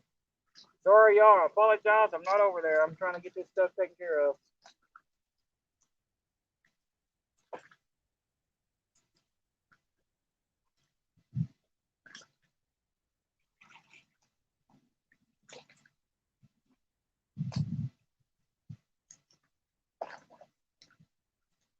I got bad habits that I have to take care of at the same time. I've been trying not to do certain things in my stream at night. So while I'm over here in the shadows, I'm taking care of my bad habits. Plus, I'm cussing a little bit because I'm tired of losing rigs.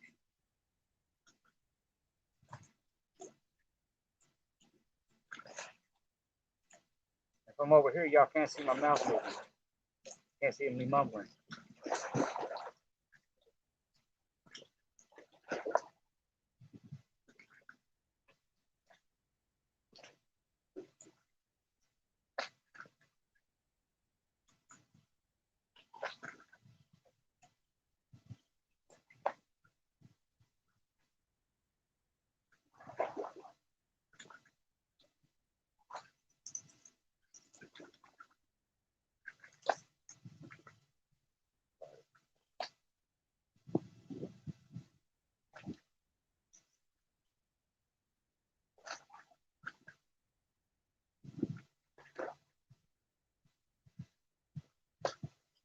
I swear, y'all, I'll be back in here in like 30 seconds.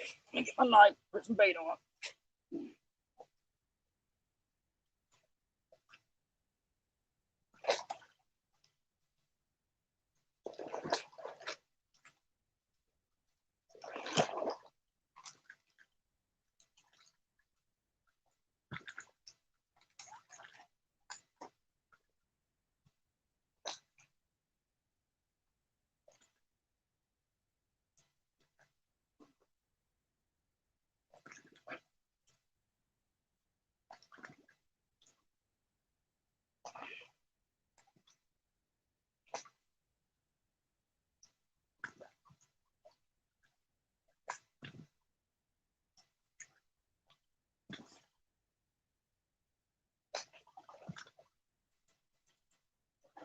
All right, y'all. I'm gonna change up I changed up my rig since I had a re-rig.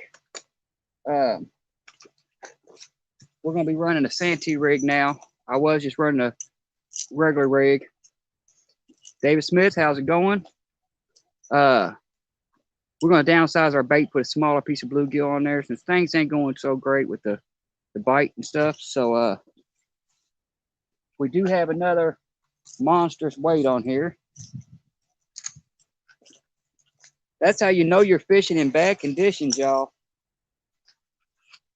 You're fishing in bad conditions when you're using a weight that big. That is an 8 ounce no row, and it won't stay on the bottom. Will not stay on the bottom, no matter what I do. So yeah, you know you're fishing in tight, bad conditions in. But we're gonna try similar to a chunky rig. Got a rattle on there. I usually don't have no luck with these, but we do have a lot of current, so that might help some. We're gonna see what happens. Worst case scenario, we'll catch a fish. That's the worst thing that can happen.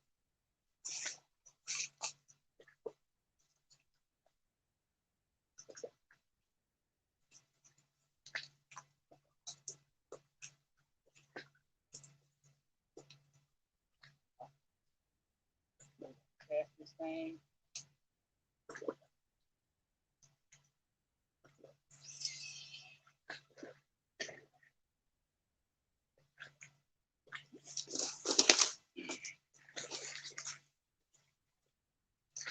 All right.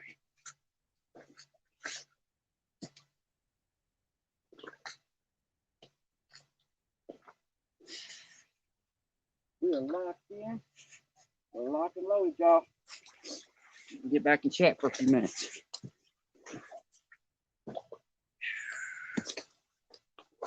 Still got Dan, John, CBA, David Smith, Brian B. I don't know who all's still in here, but there's my son, Brandon Kitchens.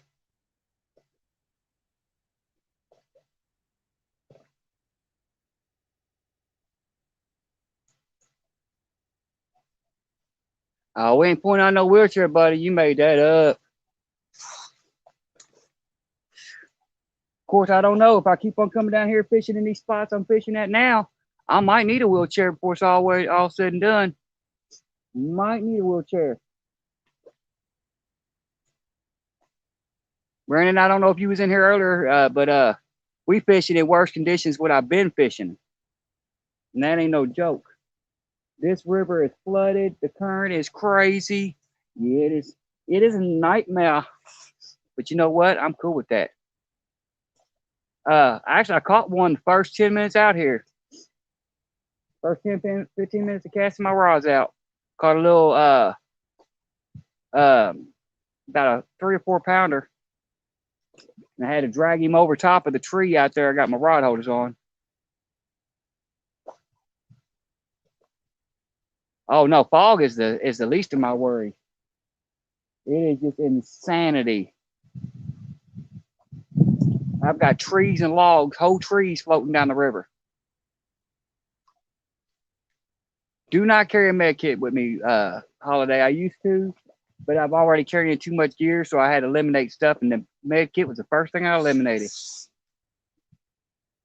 I actually only live 5 blocks away. My wife and my son and my whole family know where I'm at all times. So I figured that's one of the things to where if something happened, if I need a med kit, they're close enough to where I'll be better off letting them know where I'm at.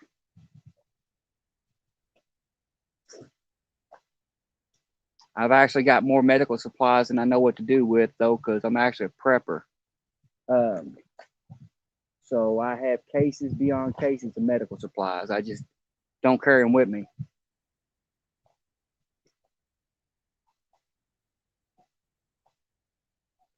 I am pretty fluent in first aid, though, so if I get injured too bad, I know how to get my butt taken care of. I'll actually keep a secondary phone down here with me because of my health. Keep a secondary phone. What's up, Palmetto? Dealing with the same conditions I was dealing with in the 7 to 7, if you remember correctly, all them flooded waters I was in. Yeah, I'm climbing in the tree tonight. Matter of fact, since we got a bunch of new people in here, let's show y'all what I'm dealing with. Y'all gonna get a kick out of this. I might have to pull a Chris Flores before the night's over, but it is what it is. There's a tree that I normally fish off of. There's my rod holder. All this right here inside of here is debris floating in the water. Normally, I have to climb in this tree over here because there's about a 14 to 18 foot gap right there that I can pull the fish through. Right now, the debris is blocking it, so now I've got to pull it up over top of all of that debris. So if I get a monster, I'm liable to have to go swimming to get it out. But I'm willing to take that sacrifice to land a nice fish. Right now, we have severe current. An 8-ounce sinker won't stay on the bottom. We have whole trees and everything else floating through. Literally, I've done hooked into a full tree floating here. I did put a third rod out on the bottom. I probably won't get it back in, but we're fishing.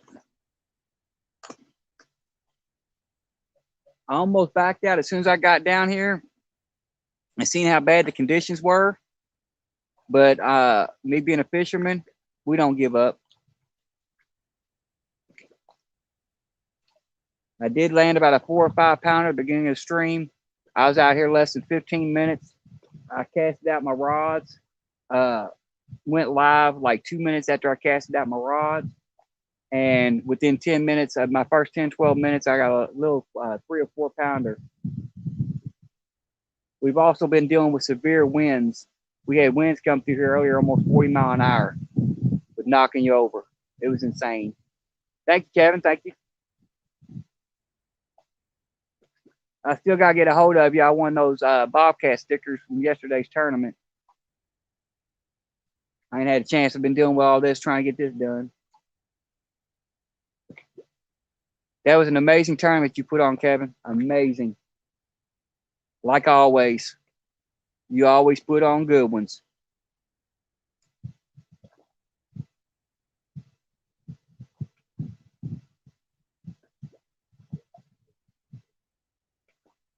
So did Double C stay the champ, or did somebody take him out? I had to leave the last 4 hours because I had to start working down this way.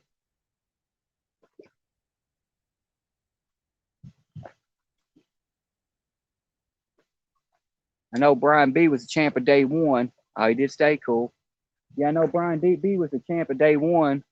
I didn't miss none of that. I watched. I was on there as soon as it started up until 5 minutes after it ended.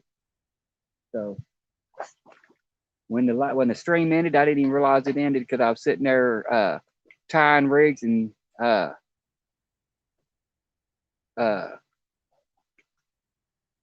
I was sitting there tying rigs and watching and listening at the same time. And then I heard kayak catfishing. I'm like, he ain't in the tournament. I looked up. I'm like, oh, it's because it done ended.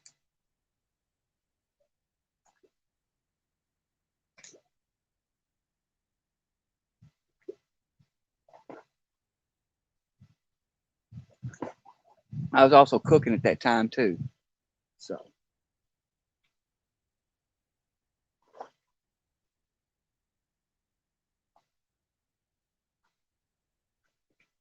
something's bouncing this orange rod. I don't know if it's current. I mean, driftwood or what again.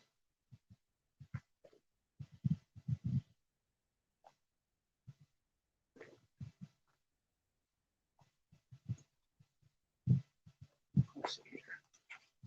Catch what you said here, Dan. You'll send a pic.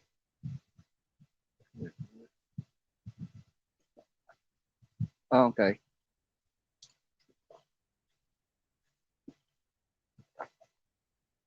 Have not used the bacon yet, Brandon.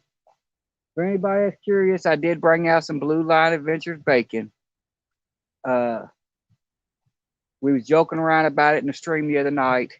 I actually had 5 pounds of bacon that went bad in my freezer. My freezer went out. I don't know how long it was out, so I won't eat it. But I wasn't going to throw it away. All right, thanks for stopping in, Kevin. I wasn't going to throw it away, so I put some on the smoker last night.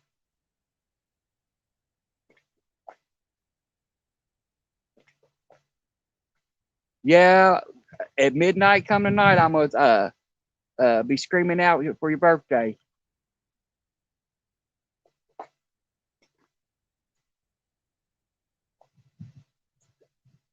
But yeah,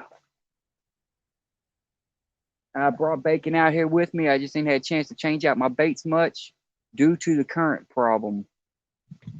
Every time I cast out, I get tangled in something or lose something. It has been a nightmare.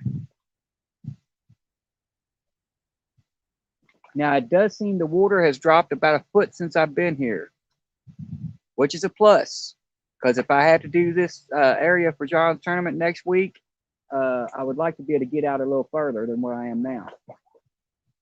I don't mind the current. It could be ripping even harder than this, but I would like to be able to get out there to where I can see what I'm doing.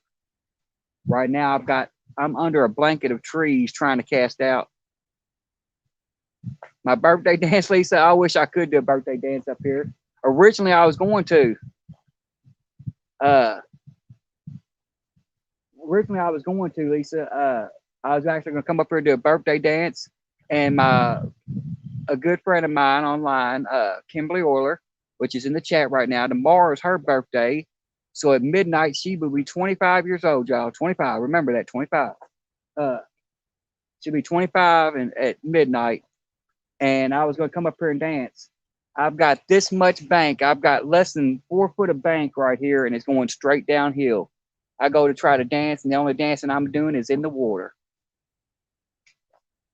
And I may still wind up in the water before the night's over. Just because If I land in any monsters, I ain't gonna get it over top of that tree without getting out there. Uh, so I may wind up in the water after before the night's over anyway. I just don't want to do it prematurely. I don't want to do it till I have to, because that'll probably end the stream because it'll be so cold I have to go home.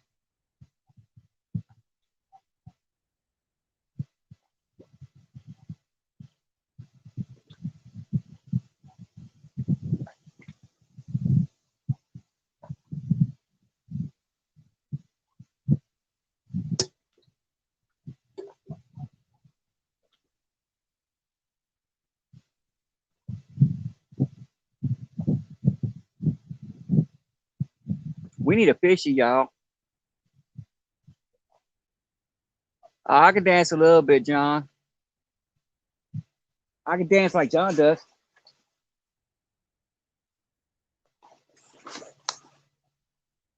John, when we get together, I'm gonna teach you some dance moves, brother. I think you need to get a refund from Brian B. Them dance moves he showed you, man, you got ripped off.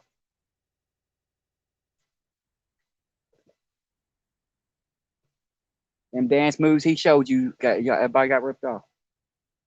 And see, I done come down here one time, y'all, and I tried to work the pole, but it didn't work. Stiff as a board, yeah.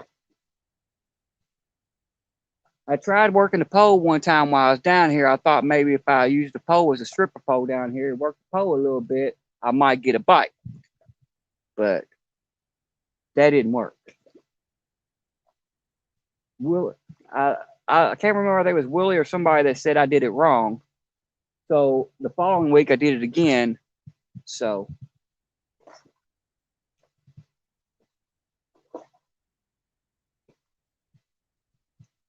gotta watch your losing a comment.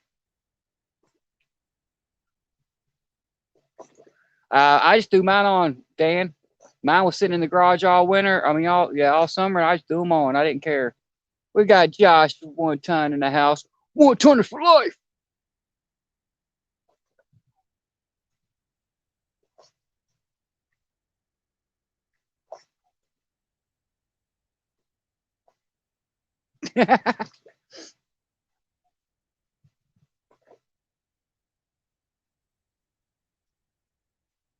Yeah, this current. I think Dan, you was asking about the current earlier. Right now I've got whole trees coming through. I don't know if he was in DMV's live last night or not, how bad his current was. I think mine's a few miles an hour faster than his was. I could probably show you a little bit of it. I'm pretty sure I can walk the camera out there a little bit. If y'all want to go for a walk, we can do that. I need to change out my battery from my phone anyway. So we can do that. Hold on. We can do that. Let's see what that bounce on that orange rod is. Because if that's a fishy, I'm getting it first. Because that didn't do no slow pull. That was a smack.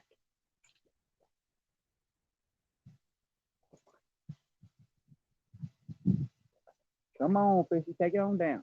You want it, you can have it.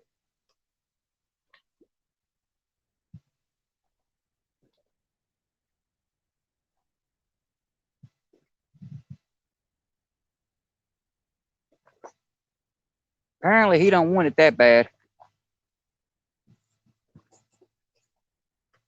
All right, y'all. Let's get a little wobbly. How about that? I'm going to take y'all on an adventure. On an adventure.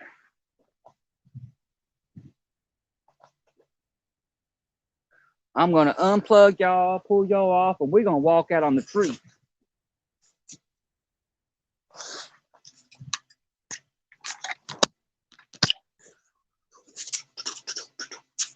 Need to light y'all up a little bit. Light up y'all's world a little bit.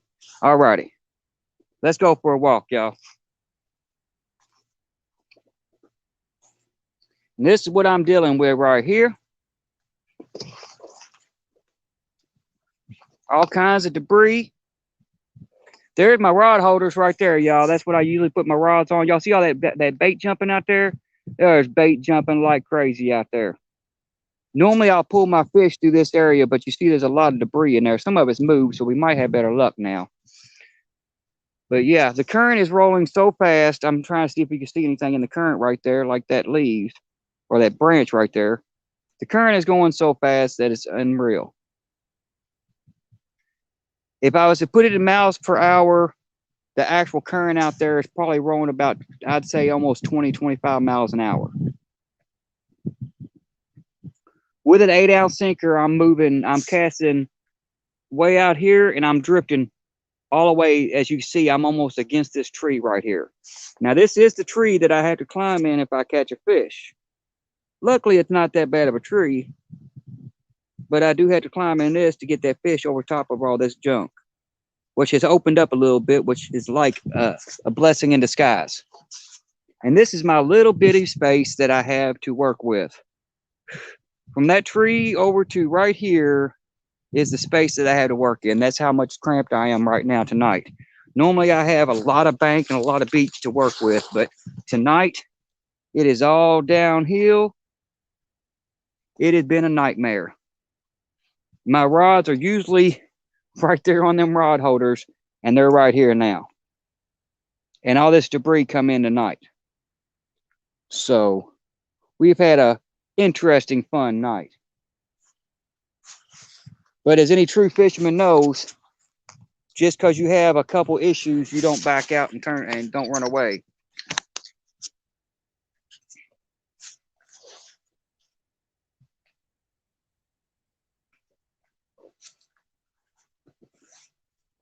Right now, I'm using 8-ounce no-row sinkers. Matter of fact, I'll show you one of them close set. Oh, my light's acting stupid again. Right now, I'm using these. These are 8-ounce no-row sinkers. And if I cast one 30 yards this direction, by the time the current gets done with it, it'll be 50 yards the other direction. It's carrying an 8-ounce sinker close to 70 yards before it'll hit the bottom. That's how much current I've got. I've got a 4-ounce on this last one, on this first rod right here. It will not grab bottom. Will not touch bottom. It's floating across the bottom.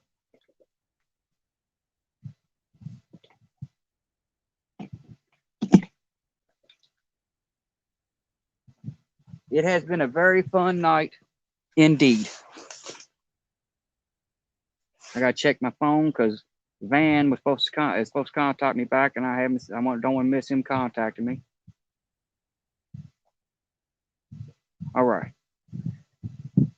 Yeah, I was supposed to hook up with Van V3 Customs tonight. I need I was supposed to hook up with him. He's supposed to be bringing me some skipjack. He's coming into town tonight for a wedding. And I told him, I said, well, bring your rods with you and we'll go fishing.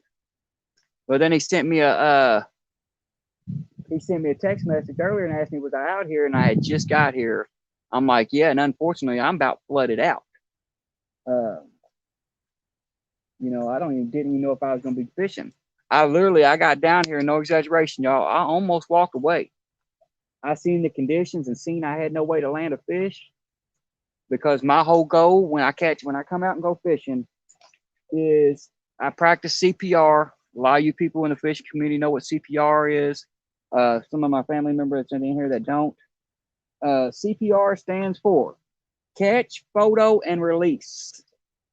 I catch it, I show it, and then I release it as fast as I can. I do that with everything except for bait fish. Kimberly, I'm not sure. I was hoping on fishing at the falls, but I've got to get through the regulations first because I went to 3 or 4 different channels or websites. One website says you can fish there 24 hours. Another one says you can't fish there at all, and the other one says you have to be gone by 11. I'm trying to get in contact with somebody. I'm trying to get in contact with somebody at the falls itself to find out if I can still go down there. I know there's monster fish down there. If not, I will be stuck in this location again. The water is slowly receding. So if it does recede the way I need it to, the current I don't mind. Current produces fish, especially up here. Uh, the last time I was up here and I had current like this, and I was in this exact position where the water was as high as it is now with the same amount of current, I caught 8 fish, and two of them was over almost 30 pounds, 126 and I think 124. So the current's a good thing up here usually.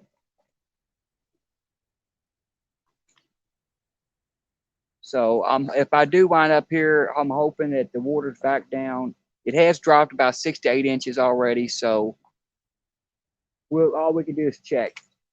But I'm gonna check on regulations and see if I can't hit the falls.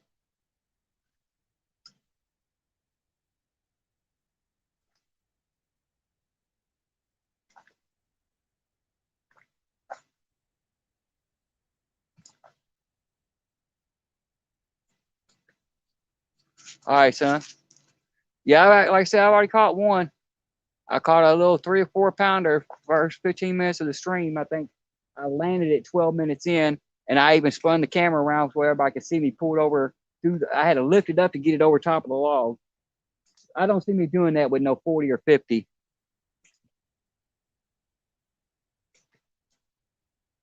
Yeah, Kim, this would be a good spot. Honestly, if the water goes down, blue rod's moving a little bit. If the water goes down a few feet to where I can get to that tree out there to where I don't have it blocking my way, this is a nice spot. According to the fishing forecast, this is the worst night you can go fishing. We had the water temperature dropped, the air temp dropped 15 degrees. It dropped 10 degrees while I was out here. We just had 4 days of rain straight. It poured rain yesterday, the day before. You know, it's been raining. This first day without rain. Temperatures dropped. Everything's going crazy. Becca, how's it going? Thank you, thank you. So yeah, I mean, we all the problem we're having out here tonight. They said it would be the worst night of fishing, so I figured it wouldn't be a great night to get bites. So I was a little surprised when I hooked one the first 15 minutes of being here. And I'm not giving up. The wind slowed down. Earlier tonight, when my first hour in, I was having wind gusts. Ladybug, how's it going? I was having wind gusts up to 45 mile an hour, close to 50 mile an hour wind gusts. They almost blew me out of my chair. They've died down. The current slowly dying down some. So we're good there. And the temperature with the wind stopped. With the wind, since the wind has stopped a little bit, we're getting better bites. Usually when the wind's blowing out here like it was, you don't get no bites at all. Right now, I do have another issue I'm dealing with, everybody. I do believe this current has brought a tree in my location. I can normally cast out. I've walked up this bank, up and down this bank when the water's down, and I can cast out. And this was the only spot I found that had no snags. Okay. I'd snag up one out of every 45, 50 casts. John Parker, how's it going? It's almost your birthday, huh? When's your birthday, John Parker? But every time I cast out now, as I'm reeling it in, I can feel it almost feels like I'm rubbing a tree with the line. I don't like that idea any.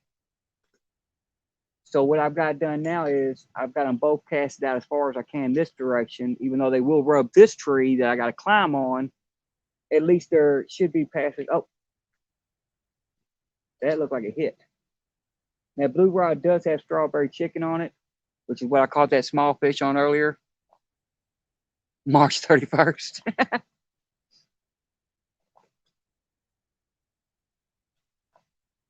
So hopefully we'll get another bite like that. I don't think that was current. Usually when the current pulls it, y'all, it pulls it real slow like this.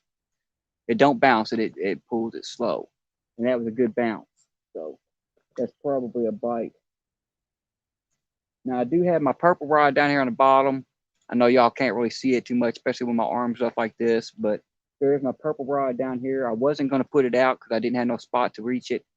We did put it out. It's probably tangled in these tree roots by now, but I do have night curl on it. On this one, I have a small bluegill. I cut the tail off, left the body chunk on there. The head and the body chunk is on there. And this one right here, we got strawberry jello chicken. So far, the strawberry jello chicken, we got a bite when we first started. We've been live for, said we've been live for 3.5 hours. Really? Don't seem that long. But yeah, I caught it. The only fish I caught tonight when we first started the stream was on the strawberry chicken. It was out less than 15 minutes and we got hit. Sun's going on the orange rod now. Yeah, I'm wondering if that's debris or not, y'all. We've got a lot of debris going through. But usually when the debris hits it, it drags it slow. It don't bounce it. It drags it slow. Ladybug, yours is on the 7th? Well, yours is right around the corner too, huh? Well, happy early birthday. And I'll tell you happy birthday closer to your birthday when I see you in one of the streams. Yeah, I've only got about another 36 minutes, 35 minutes, 36 minutes, my birthday. And then it's Kimberly Euler's birthday, y'all. Kimberly Euler's birthday. She'll be 25 years old in 34 minutes. Woohoo! Now, Kimberly, when you turn 25, you gotta let me know how it feels to turn 25, because you know I'm pushing 50, so it's horrible.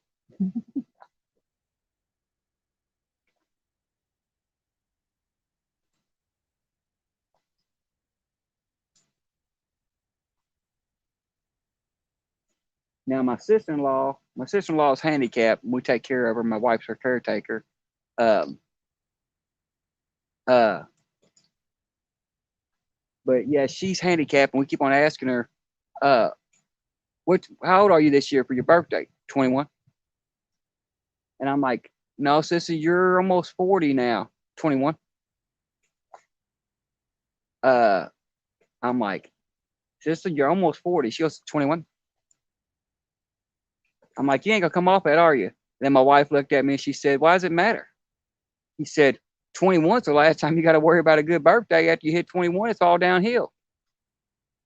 I'm like, well, this is true. So every year she's 21.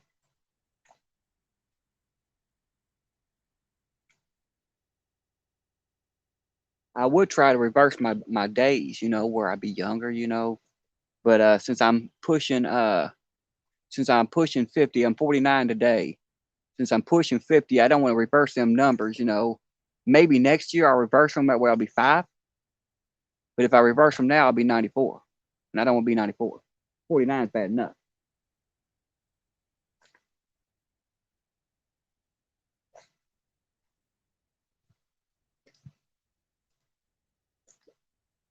Come on, fishing. Sink, port, bob, bobber, get them boo. Here, fishy, fishy, fishy, fishy.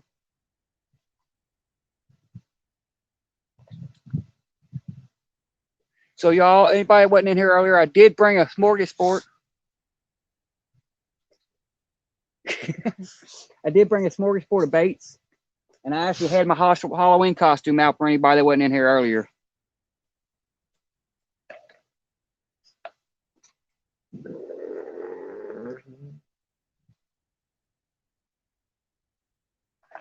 I did have my Halloween costume on earlier. I couldn't see to get a fish, so I had to take it off. And I didn't have this thing on either. But it got cold quick. When we had them 40-mile-an-hour winds come through here, I mean, literally, they was blowing me so bad that I almost fell forward. I mean, it was just insane. I mean, I was doing like this to try to keep from falling from the wind, sitting in the chair. So that mask got real cold real quick. because it's actually a paintball mask. So it's all hard plastic. Yeah, so it got cold quick. So I took it off.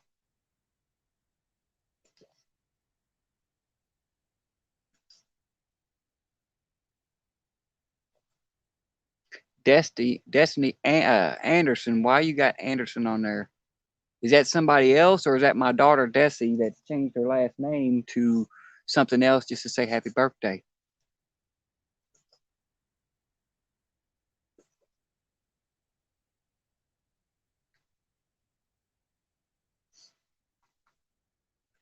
I'm pretty sure it's my daughter. She's got like 2 accounts or 3 accounts. I'm pretty sure it's my daughter.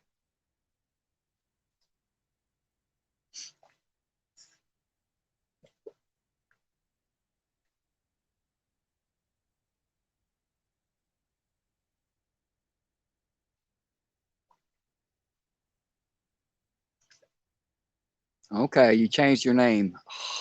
Why'd you change your name? You're not proud enough of your real last name. No, never mind.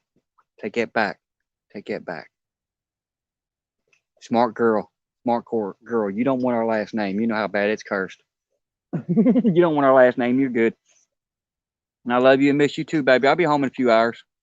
I will be home in a few hours.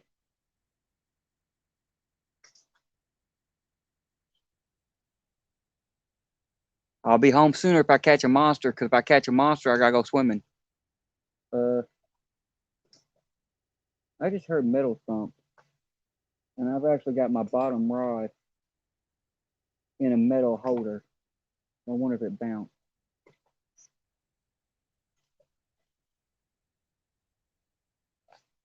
You know what I was saying is, everybody, I've got a smorgasbord of baits tonight. I did bring some Blue Line Adventure bacon.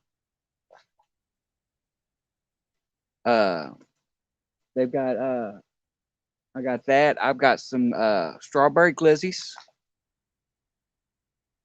Let me see here. Strawberry chicken. I've got some smoked glizzies. And I got bluegill. Michael Williams, how's it going? Thanks for stopping in.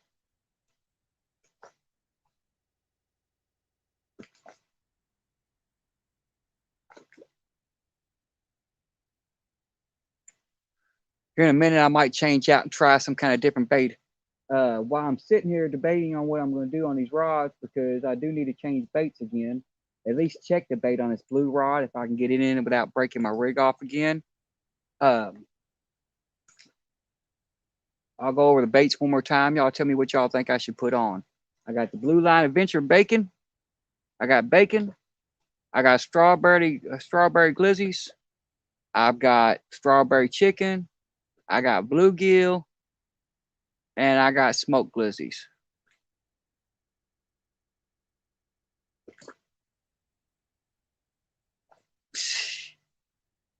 Dag nabbit. Now, John, why would you go fishing if you ain't got no bait? Never mind, I don't say that.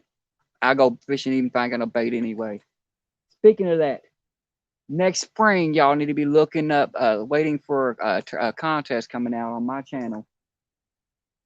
Hopefully by then I'll be back to work and get some stuff saved up to where I can get some prizes. I'm going to do a contest on my channel that has to do with that. Glizzy Lisa is a hot dog. Of course, my glizzies I've got out here tonight are not hot dogs. They're actually rolls of bologna. The big bologna roll type thing of almost like a smoked sausage, but it's actually bologna. I had 2 of them in my freezer that went bad. I'm like, you know what? I need to throw them away. I said, no, I'm just going to put them on a hook. So I'm going to change out the bait on one of these rods here in a minute because we're not getting any bites. And it is time to switch up so we could try to get some bite. Glizzy hot dog. Yeah, glizzy equals hot dogs. Thank you, John.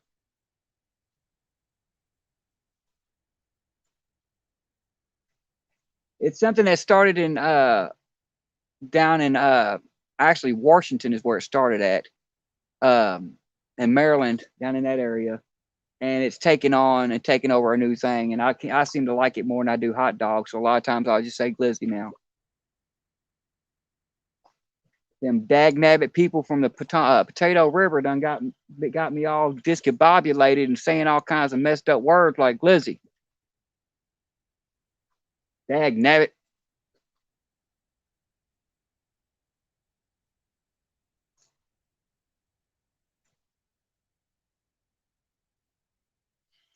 Yeah, speaking of dagnabbit, thank you again, John Parker, for that thumbnail you made. Sorry I haven't used it yet. I haven't had a chance to get out and go fishing except for tonight and the other day when I went live for a few seconds.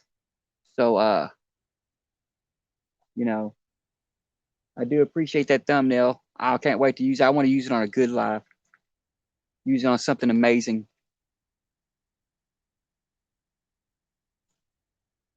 For anybody that don't know, Mr. Real Time Catfish, Mr. John Parker, is one of the best thumbnail makers in the universe. He makes thumbnails for just about everybody. And I tell you what, his work is amazing. Glizzy, glizzy, glizzy. So you think I should put on glizzy? I did bring me a bait needle in case I need to put on a glizzy.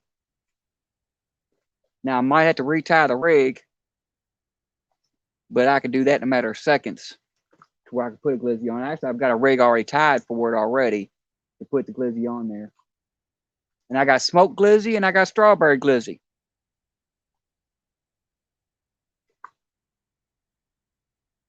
Also, since we have a lot of newer people, not new people, but other people coming in, any of my mods, please feel free to drop links.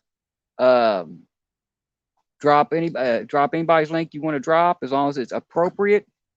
And if you're a mod, you can drop your own link. Let's get everybody shared out, get everybody taken care of. And if you're actually new to this channel, if you like what you see, think about hitting that subscribe button and clicking that like button. We try to get on put in good content every time we go out. Don't always work, but we try to. Figured I pull a big mic right there, y'all.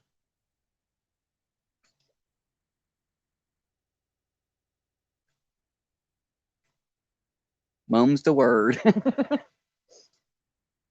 We try to put on good content every time we come out. So you never know what's going to happen when you come to my live stream. One day I might be wearing a mask. The next day I might be swimming. You never know.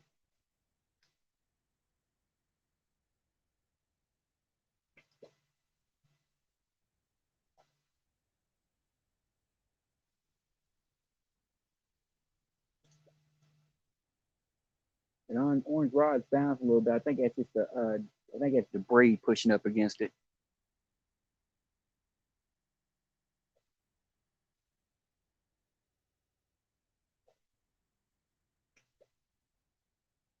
So Dan, they said something about you said something earlier. You're fishing and you're collab. Are you collabing with John right now or what?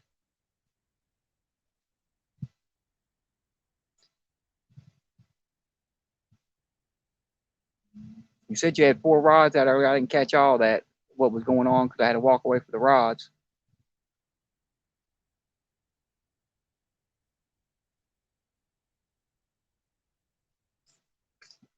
Hopefully your fishing is going better than mine is. You're not live, but you're fishing. Okay.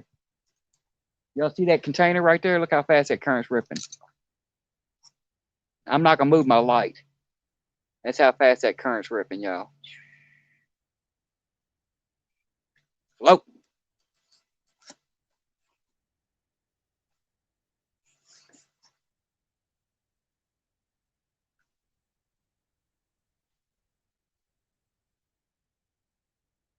Fried bologna.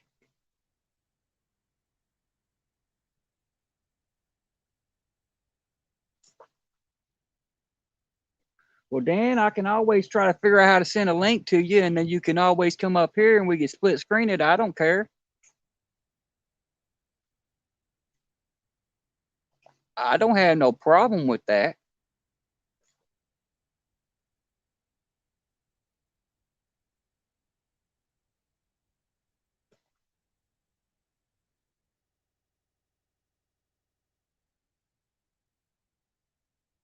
I'm just hoping you're getting better bites than I am.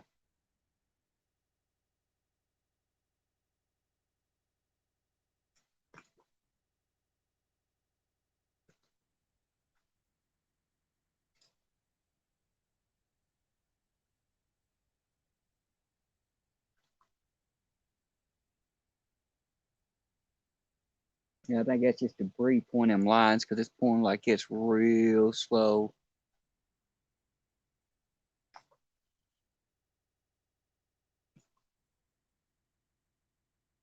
Okay, well, at least you're getting bites. Yeah, if you want to, give me a few minutes and I'll figure out how to see if I can drop a link to you, send you a link. Unfortunately, you don't have Messenger. I could send it to you through Messenger.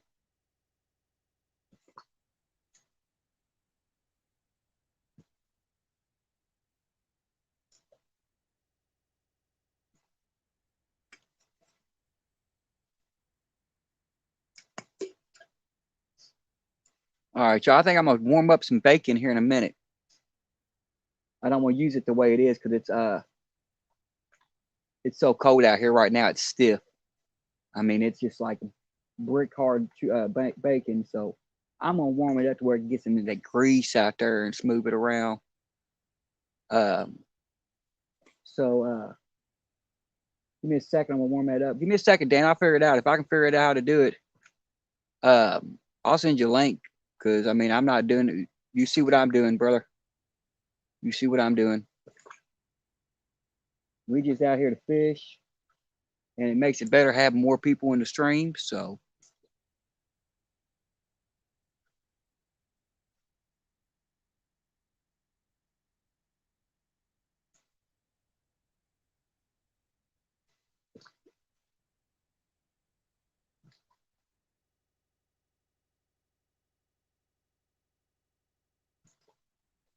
yeah, it weighed close to 3 to 4 pounds, John. That's all she weighed. I just now seen that comment. 3.4, yeah, about that. About that. I didn't weigh it. I just threw it back in. It wasn't worth weighing. If it ain't over 20, if it ain't over 10 or 20 pounds, I ain't no sense of weighing it. Unless the people ask me to weigh it. Other than that, I'm not gonna waste my time because it ain't big enough to weigh. It looks like they might get ready to need to change the batteries in this weak rod. They're dying down. Blue's still shining bright, but the orange rod's fading. Check my water levels. As of now, the water is down by, we've dropped about a foot. And I tell you right now, if anybody needed minnows, man, I could give y'all 1,000 minnows.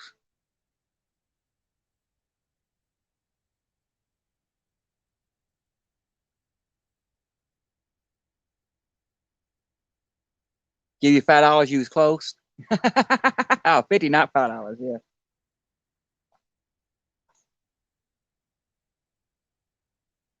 Mr. Parker, I don't have $50 to give nobody. But yeah, if anybody needed minnows, I tell you what, I'm seriously, this light right here is shining in this puddle of water down here, and there is probably close to 100,000 minnows down here. I mean, just everywhere. And I got some bigger size bait fish jumping out right on the other side of this tree. I'm thinking they're skipjack or shad. I mean, you can, if I'm sitting there shining my lights, you can see the silver flash every once in a while. So they're probably skipjack or shad. You would think the bite would be insane because of that. Normally, when you got that much bait fish in the area, the fish are in the area. That's the only reason why I threw out my third rod because I figured if I put it in close. Oh, you're practicing? Okay. I figured if I put one in close with a night crawler on it, if there's anything in the area, I might get lucky and hook it. A couple weeks ago, about a month ago, well, hold on, I'm old, so I gotta get my days in. Yeah, about 2 to 3 weeks ago, I come down here to get bait. And when I come down here to get bait, I landed a 10-pound blue on a night crawler. And it was literally less than like 6 foot, 7 foot from the bank. Did like this and threw it out, laid my rod down, was trying to catch bait fish, and my rod took off. I'm like, what? And I yanked up. When I did, that rod was just bouncing and going crazy. I'm like, that ain't no bait fish. Wound up being a 10-pound blue. And that's right after, right before I went live. I'm sorry. I take it back. It's right after I ended my live. I was live down here for about 2 hours, 3 hours trying to catch bait. And it might have been a month ago. I don't know. Dang, I hate getting old. Some just jumped out there. But orange rod bending. Oh, raising back up. I thought we might have had a contender here.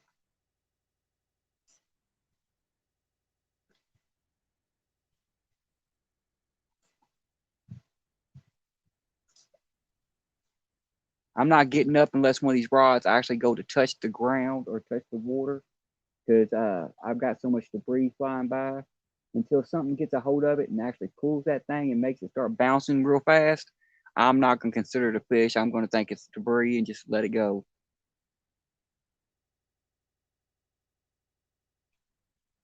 Normally, my normal fish out here will bend these rods almost in half, even though they are Muddy River flathead rods. Speaking of that, anybody that just come in that's wondering about the gear that I'm using, both of these rods right here are Muddy River flathead rods. On this one, I have a Ming Yang CL60 reel. On this one, I have the cheap Abu Garcia, the Chinese made one that you get for like $55. Yeah, the cheap Abu Garcia Ambassador. Nice. It's actually a nice reel. I thought it was junk because it was so lightweight. I'm like, this reel ain't gonna be worth crap. The bottom rod is a B&M Silvercat, and it has a Chaos Chaos 50 on it. PC Fun Chaos 50. I've only used that reel about 3 times, the Chaos 50. When I took it out of the box, it came apart. And I mean, literally, it fell apart when I took it out of the box. The little plastic guide piece in the guide itself, for the worm gear and everything, came out. It was laying in the box. I was pretty disappointed in that reel. And then everybody started talking about how good they cast and everything else. So I decided to put it on a rod and try it out. I will give them the casting part. It does cast real well. I haven't been lucky enough to land a fish on it yet, but I'm pretty sure it'll work pretty good. Pretty good.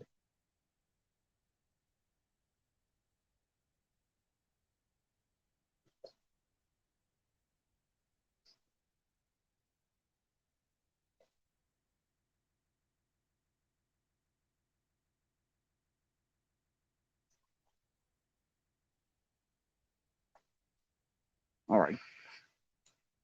I'm going to check to see.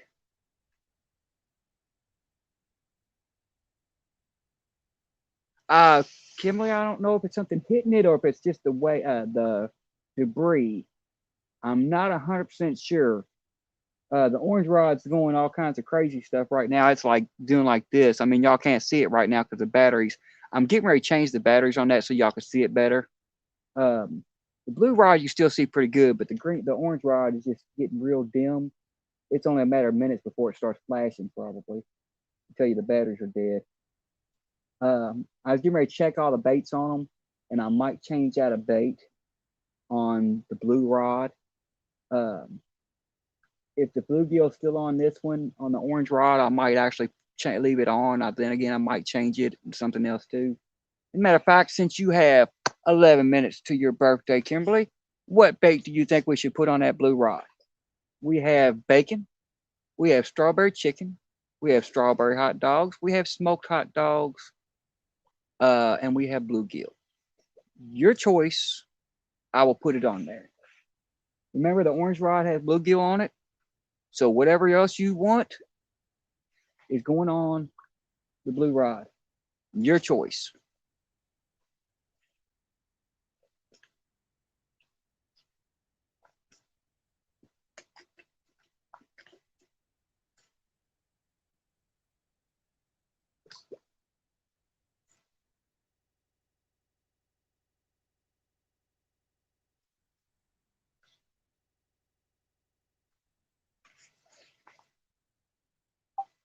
Okay, give me a second, y'all. I'm gonna try to see if I can't use my other phone to send Dan.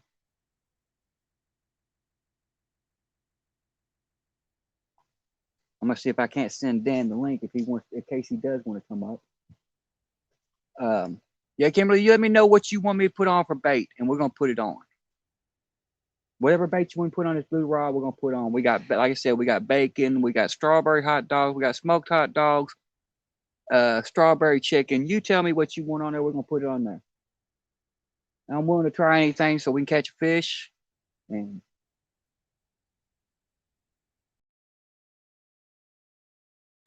give you the choice of baits. Oh, you're packing up. Okay. I'm sorry.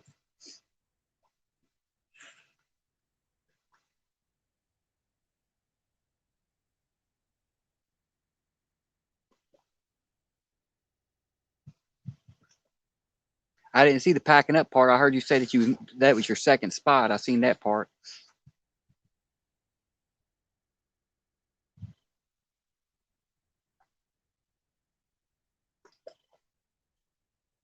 The orange rod's doing some stupid stuff.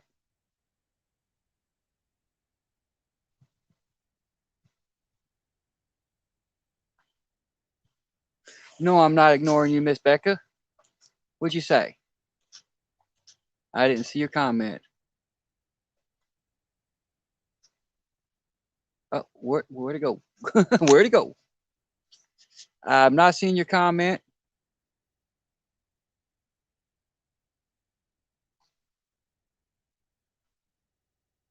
Dan is frozen, done fishing. I don't blame him. What'd you say, Miss Becca? You let me know what you said. Recomment or whatever, because I'm not seeing it on here. And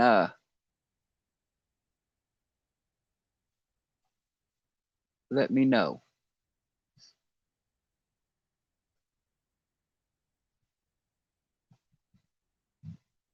I'm sorry, Becca. I'm so sorry I didn't see your comment.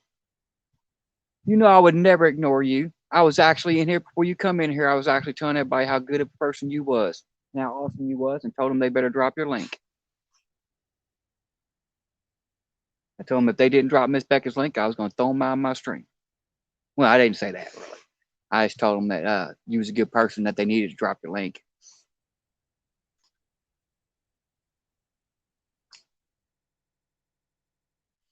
But no, I'm not ignoring you. Do a hot dog? Do you want the smoked hot dog or do you want strawberry hot dog? You let me know.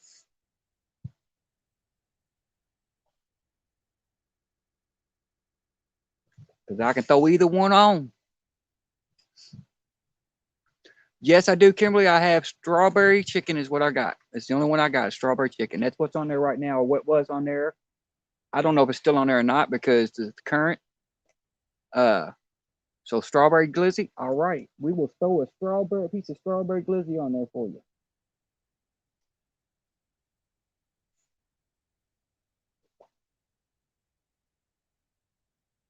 Start a fire, cook the bacon. I was going to start a fire, John. I honestly was. I even got a fire log down here to start one. Uh,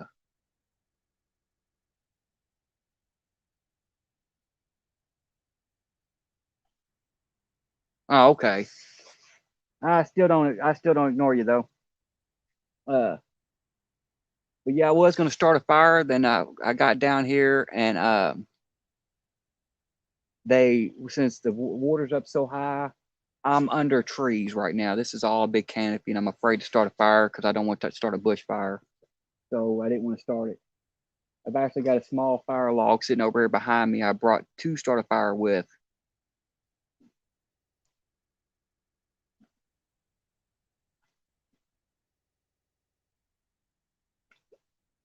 All right, Kimberly, give me a second. Let me go ahead and go out here and pull this rod in. And it's going to take me a second. I'm going to have to change out the rig, which is only going to take a second. But I'm going to change out the rig. And I think while I'm changing out the rig, oh, you got 5 minutes. You turn 25. Turn it 25.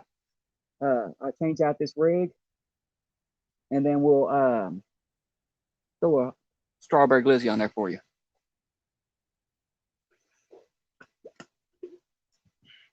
Give me just a second. Rico, how's it going, brother?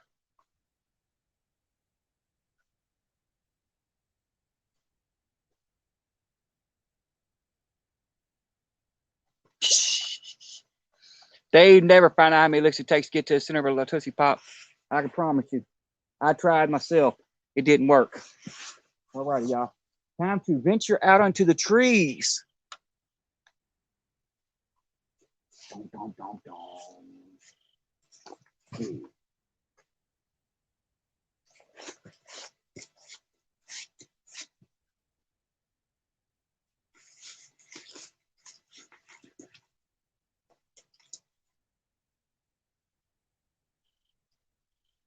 So much debris out here, I think I'll snag into the debris again, dragging me downstream.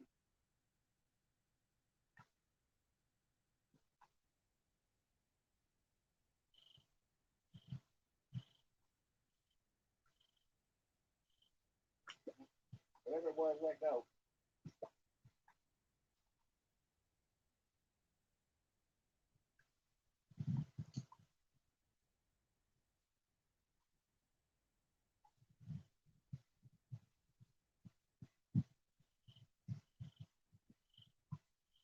We got leaves.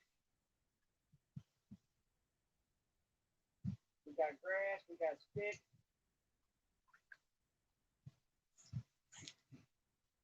Got my strawberry chicken still on there, y'all.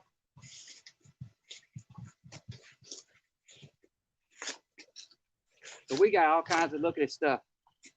This is stuff we dealing with right here, y'all. Just stuff like that, just dragging it down the river, making it impossible to catch a fish. My strawberry chicken was still on there though. So that's a good thing. We get some of this stuff off here so don't drag anymore. The current does look like it's slowly slowing down. Yeah, it went down about a mile an hour maybe. Still 20 mile an hour. It's probably about 19 now. Get some of the craziness off here. And we're going to throw a piece of glizzy on here for you.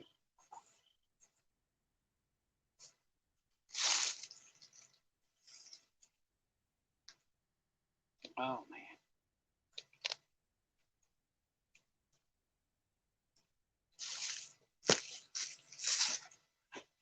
Yeah, because that strawberry chicken is no more longer strawberry. I don't see no strawberry on there at all. Throw some glizzy on there. And I might not have to change rigs. Because I forgot I put a bigger hook on here. So it might actually go. Because I am using a... Oh, drop my rod. I am using the 8-aught circle hook on here. So give me just a second, y'all. I'm trying not to shine my light into the stream. Because you know it happens. But I'm going to try to see if I can get a strawberry glizzy on here for you.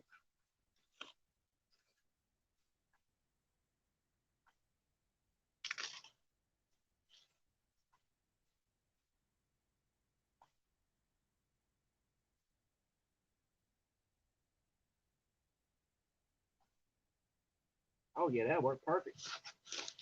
That should work perfect. You need to change out the rig, y'all. It went on there perfectly. All righty. Let me show y'all what we're working with here. Turn my light off for a second so y'all can see. All right, here's what we're working with, y'all. Strawberry glizzy. It's all strawberry. And she's on the hook real good. Got the hook hanging out the side. So we're going to get it back out there and see if we can catch a fish for Miss Kimberly Euler, who in 1 minute turns 25.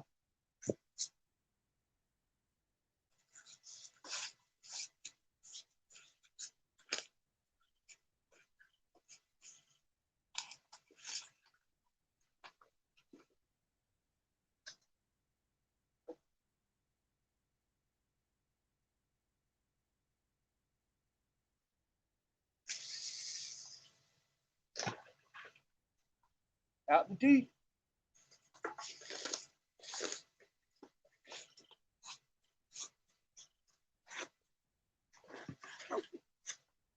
Sliding downhill here.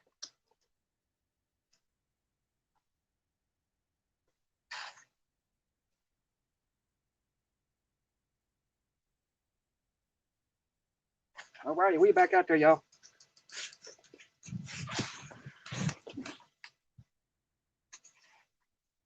Oh, let me turn my camera again. Kane, what is up? All right, if everybody in the chat don't mind, I know y'all said it earlier, but can y'all wish Kimberly Euler a happy birthday? She is now 25 years old. It is 12 o'clock here, which means it's the next day. She is now 25 years old, y'all.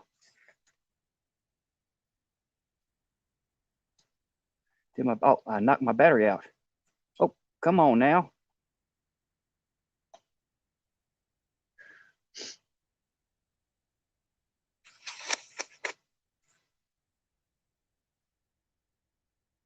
Oh, what's that orange rod doing, y'all? Yeah, it's spinning an awful lot. I know y'all can't even see that, can you? Let me see if I can shine a light over there on that thing. Let's see if we can. Duh, if I had my headlamp on, y'all. That rod's moving around quite a bit, y'all. It was just bouncing a real lot more than that. Maybe we get ready to hook up. Hook up.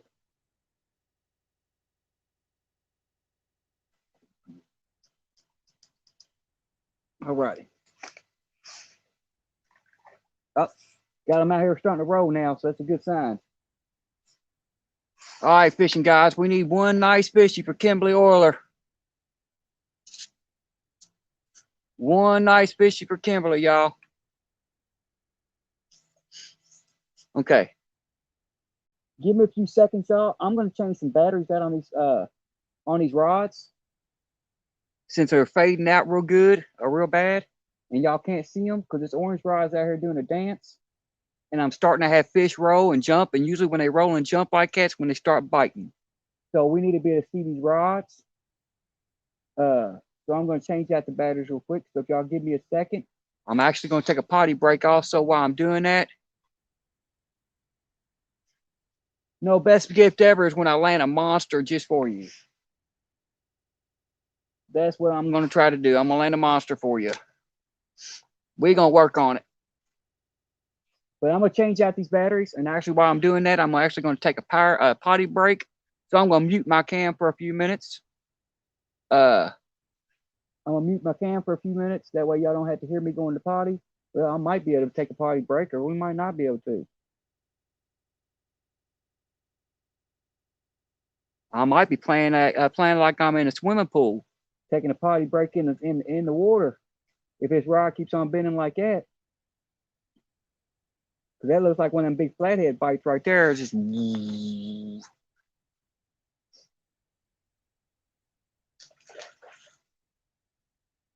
Please tell me y'all heard that splash. That splash is a fish out there jumping. Duggar, thank you for coming in, brother. Now we're going to catch a fish, y'all. Duggar's in the house. That's my good luck charm. We got fish rolling. I got a rod bobbing, and then Duggar come in. It don't get no better than that. You did hear that, John? Yeah, that was less than 25 yards out in front of me. They're starting to roll now. Usually when they start to roll is when we start getting bites. Usually the water's calmer than this when they start rolling, but they're starting to move now. So with any luck, we'll start getting some bites. We did just put a fresh piece of strawberry glizzy on this blue rod. That's still an old bluegill on there on the orange rod, but it did look good when I brought it in last time.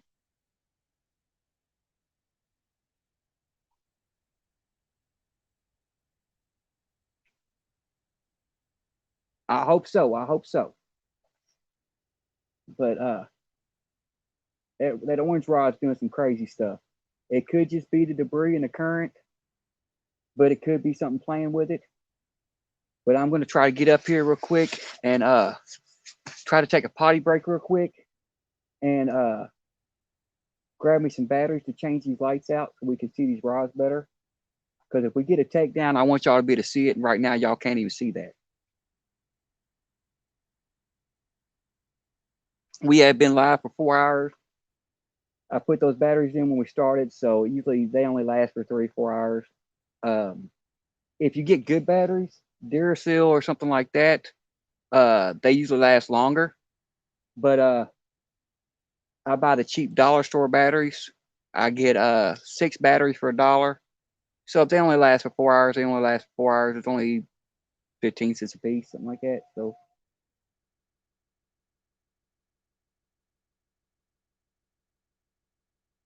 all right, so I'm gonna mute my mic, y'all. Take my potty break real quick. Um, let y'all watch the rods. Well, what little bit y'all can see. Yeah, I get everything. Kane, I get. Oh. Did anybody see what rod that was? I just heard a thump, and that was a rod hit. That's that sound of the plastic smacking the rod smacking that plastic rod holder.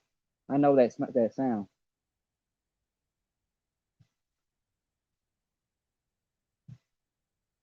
Yeah, I go to the place called Dollar Tree, and I get all kinds of cool stuff. I got some blue lights now that glow, that light up everything bright. It's awesome.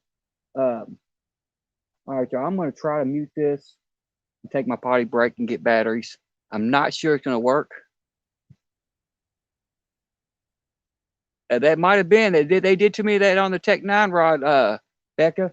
I didn't know he was on there, and I said, "Did y'all hear that splash out there?" And about that time, I looked back, and my Tech Nine rod was bent in half and almost went down the bank. But no, I just heard one of these rods jerk. Probably this orange rod because it's still doing this number. I need to check it here in a minute. But let me get everything set up, get the lights changed off so y'all can see. Faster I get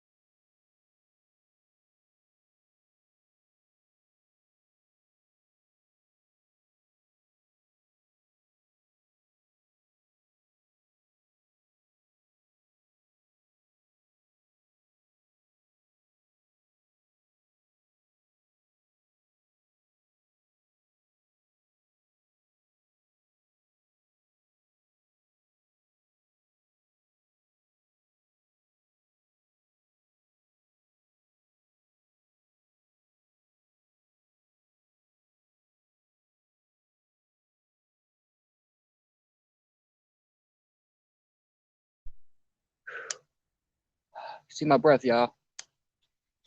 All right, I had to change out the batteries on these two rods. And if anybody's wondering, no, I do not throw them on the ground. I actually throw them up here on the, I got a bank up, the rod's bouncing again. I've actually got a bucket up here I'm throwing everything in. So I'm not throwing them on the ground and leaving them, y'all. Changed out the batteries on here, and I forgot I had to change out the plug for my phone. My power bank was almost dead. Well, my power bank was dead, and I'm at 46% because I didn't pay attention to it, so I had to change it out real quick. I think I do need to check the bait on this orange rod. I think I'm stuck in some kind of debris or something, but I'm going to give it a few seconds, and then I'm going to check the purple rod also. And I've got glizzy on it right now, but I'm not glizzy, but hot dogs on it right now. I have nightcrawler on it right now. Van, what is up? No, I'm over by my house, Van. I am almost flooded out, brother. When I said something to you the other day about when you come down, bring your rods, let me show you what I'm doing with.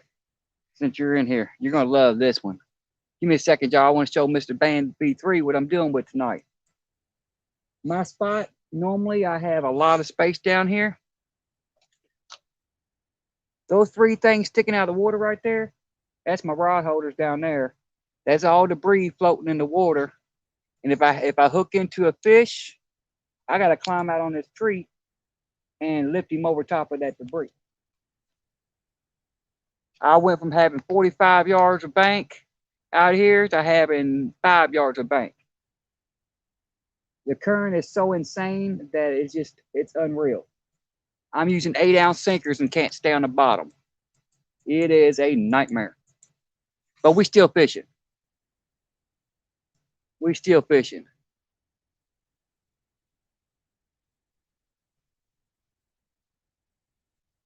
I did just change the bait. We got strawberry glizzy on this rod for Miss Kimberly Euler for her birthday. Hopefully we catch a monster on there. We got a barge coming through right now, so we might get a barge bite. On this orange rod, I got a bluegill, which I think is tangled up in debris because it's doing all kinds of stupid stuff. And then on this purple rod, I got nightcrawler, and it's stuck in a tree. I'm thinking it's stuck in this tree out here.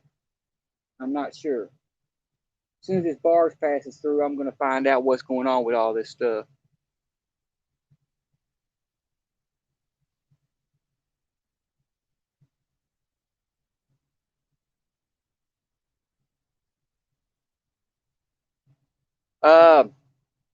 Man, I can send you a message if you want to come down here. There ain't much bait. I mean, much space, but if you want to come down, we can do it. I can send you all the information. And right now, Mike Lennings is closed. You know, if you know where Mike Lennings is at, it's closed. You park in their parking lot. And I can meet you at the top of the hill. It's up to you.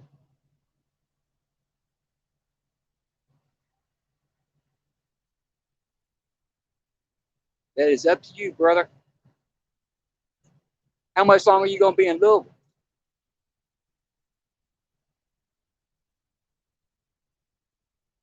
Oh, yeah, bait for me? Cool, cool, cool. You going to come down here and try to go fishing for a little bit? It's a nightmare, but you're more than welcome.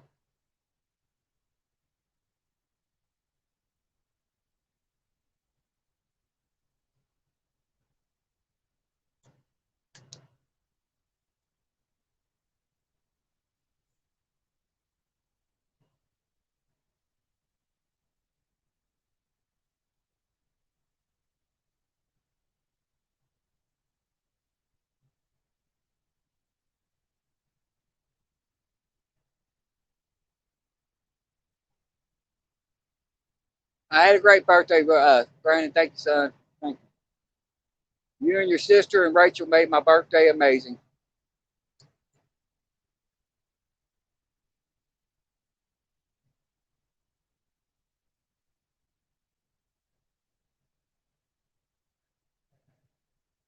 Okay, see you next guy.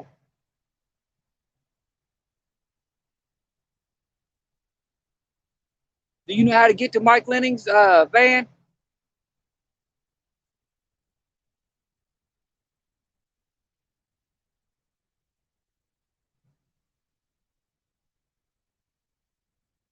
Because if you know how to get to Mike Lenning's, it'd be the easy way.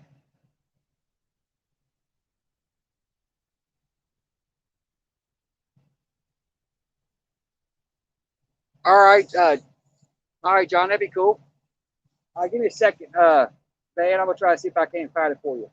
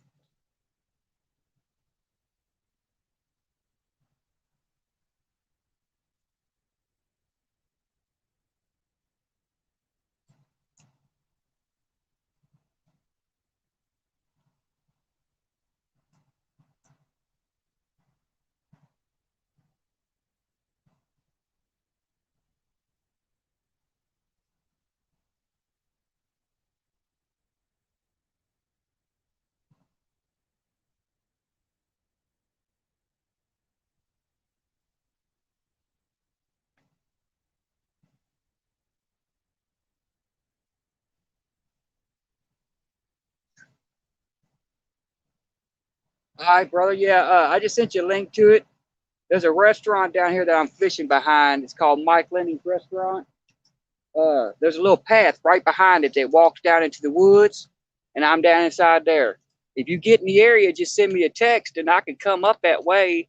I'll anchor my rods down or something, and I can run up that way with my light. That way you can see exactly where I'm at.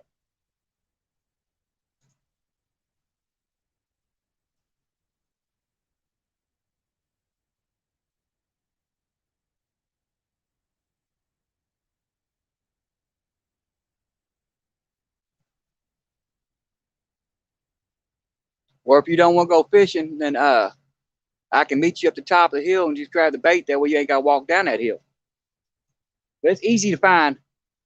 If you pull to the back of the restaurant, to the very back, there's a little like gazebo looking thing out there. That gazebo thing, there's steps that go up. You can see the steps, and it crosses the tracks and comes straight back down. A big wide path looks the size of a truck, goes all the way down to the river. I'm actually to the right side of it, about 25 yards.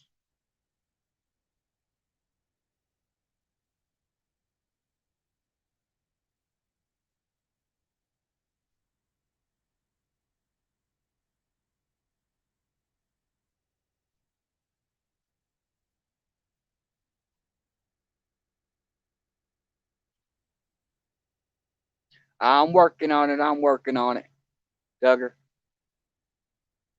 I do need to freshen up this orange rod. And I thought about, since the fish are starting to jump out here in front of me, I might try to. It's kind of a crazy thought because I know it's going to cause me an issue. But I thought about taking this purple rod right here, pulling it in if I can get it in without breaking it off, and throw some strawberry chicken on it and put it right back out here where these fish are jumping. It's going to leave me tangled in the woods probably. But then again, if I put it up in this tree to where it's sitting high, it'll keep it off of this. Keep it off of this. So I might be okay to do that.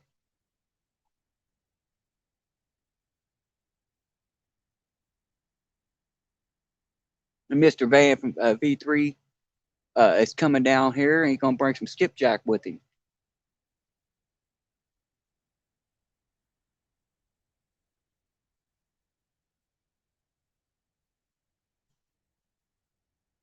So we're gonna see what happens, y'all.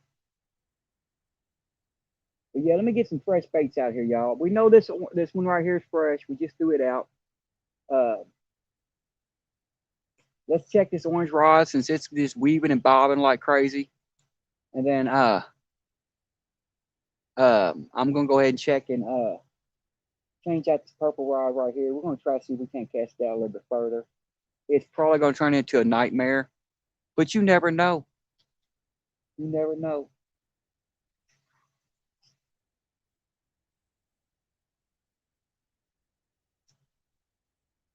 It's still early, so we still got some time.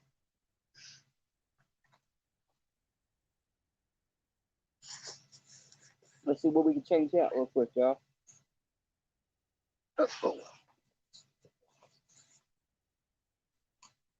We gotta catch some more fish because one fish ain't enough fishes. One fish, two fish, three fish, four fish. I need them all, give me them all, need them all, call me selfish. That's what it is. Yeah. All right. See if I can go out here rescue a rod.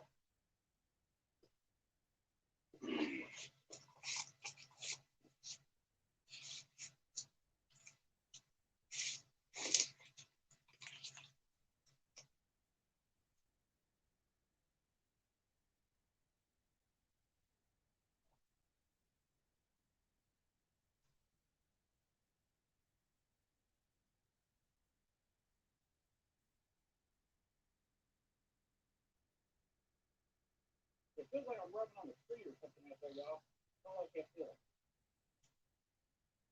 Now it stopped. I don't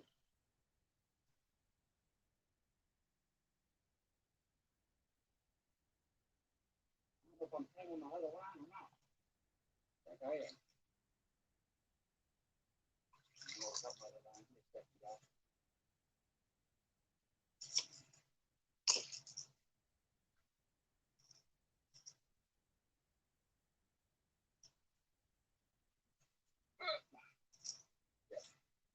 That's why we swing, y'all. That's why we swing. Ew, what is that? Guessing that's some nasty mud and I don't know what that is. Yeah, this is why we swing, y'all. This is the issue we're having tonight. Look at that beautiful stuff on that line. Now, I don't know what this nasty slimy stuff is, but it ain't fish slime, I know that. It is not fish slime.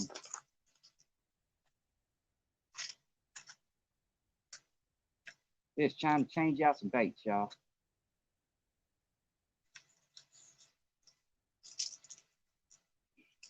I'm gonna throw me a fresh piece of bluegill on here. That just don't even look.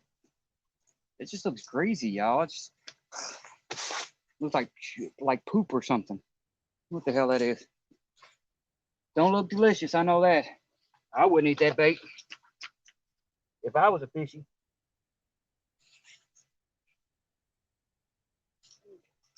Trying to get a bluegill head. Give me a real good bluegill head here.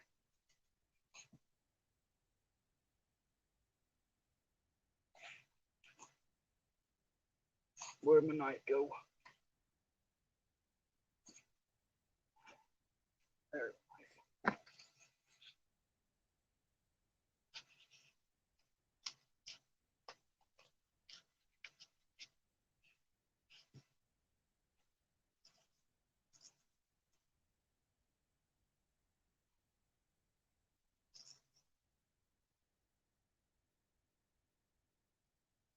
All right. We have us a fresh bluegill head on there now. And I'm not going too big tonight. I'm throwing smaller baits. And I'm gonna cast this one.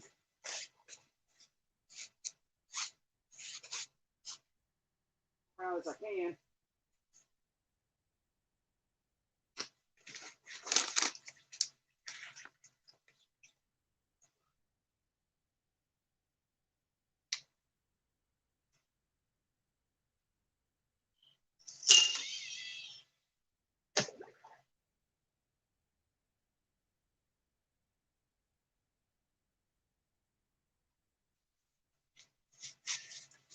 Actually looks like it sunk there, y'all. I don't know how, but look like it stopped.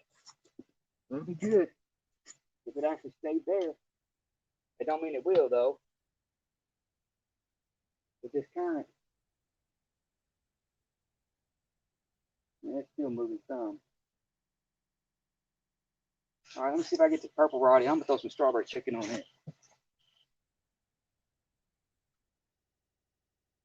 I know I'm not getting it back. Oh, yeah, I ain't getting this back.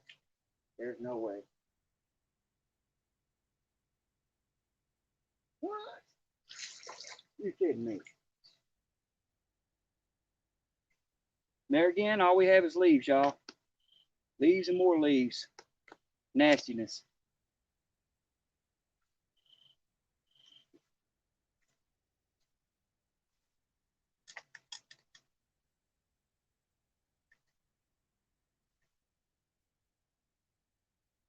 Okay.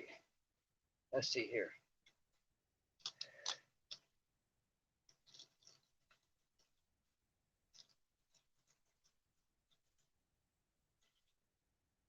Throw me a big old chunk of strawberry chicken on her.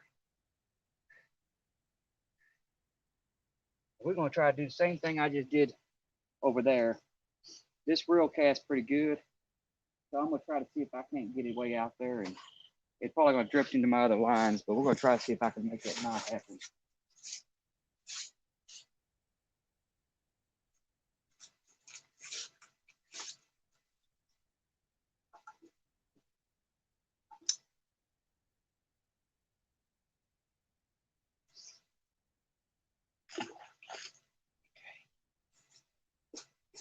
It's about where I wanted it at. If it stay there, I doubt it will.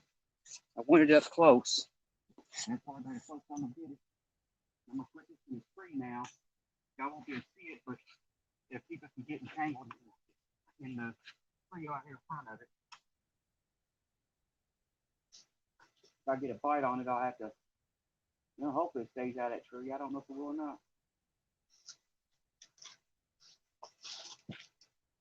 I've got it literally launched out about, Randall, how's it going? Stephen, Curly, how's it going? Relaxing Frustrations, how's it going? Thanks everybody for stopping in. Make sure I didn't miss anybody else. Alrighty. We was out here freshening up the baits. And my purple rod's not lighting up for some reason. I turned it off or what? Check my light. No, it's on. Y'all just think it's just that dull.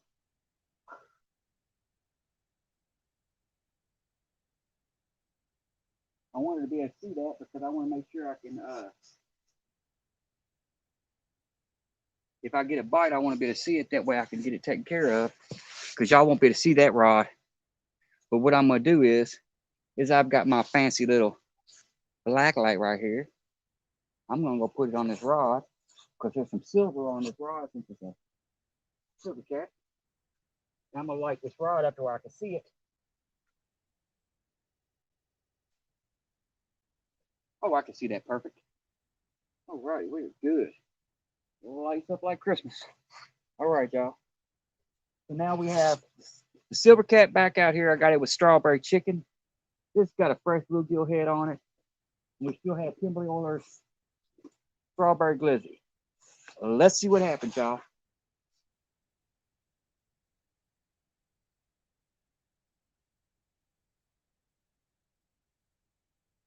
It has gotten a lot better out here since the temperature it stopped dropping. You can already see my breath, but temperature did stop dropping as soon as that wind stopped blowing. That was the hard part, getting through that wind. It's dead calm out here right now. It'll probably change any minute now since I'm saying something about it.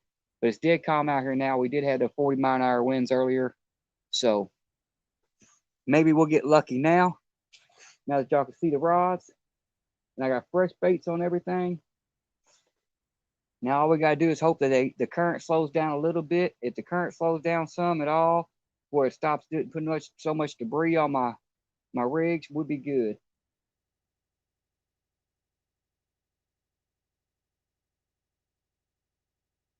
That's what we're waiting to find out, y'all. Waiting to find out.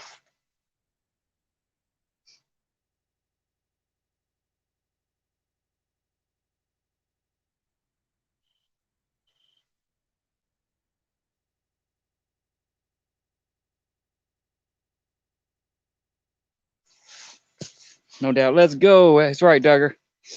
And if anybody don't know, we mom always joking around with Duggar like that. Is every time that man's come in my stream, I've caught a fish just about.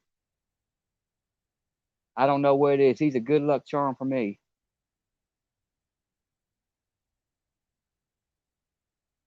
I mean, as soon as he showed up, I mean the bite changed. Well, the bite didn't change, but the water situation changed. We started having fish breaking the surface, and everything else. So yeah, I'd say he's a good luck charm.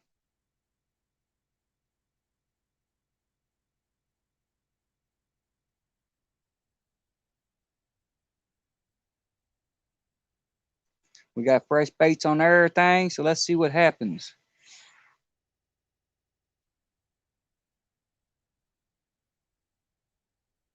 All right, Kim, get you some sleep. Don't work too hard tomorrow.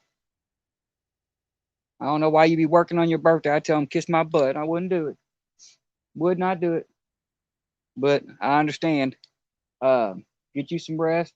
Have a happy birthday today, and hopefully I catch a monster for you.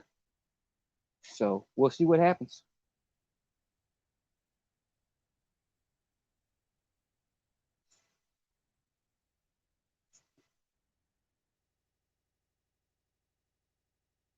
We just waiting for one of these rods to go blah, blah, blah, blah.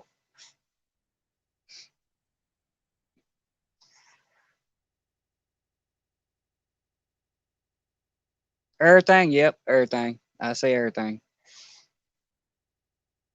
I'm sorry, Dan. I grew up in the projects. I've tried to get out of my slang, but sometimes it just don't work. And now that my niece is living there and she talks with slang every day, it kind of makes it impossible to get out of the slang. I wish we could, but it just don't work that way sometimes.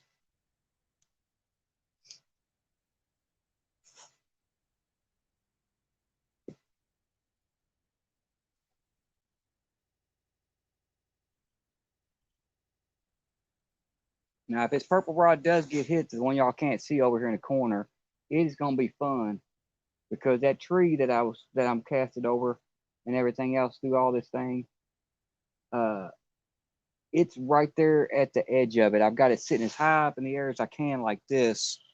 Y'all can't see what my hands doing. I got it sitting up as high as I can, try to go across it where it don't rub it. But if it gets a bite, then I'll probably be fighting that tree to get it in. But we're gonna get it in one way or another.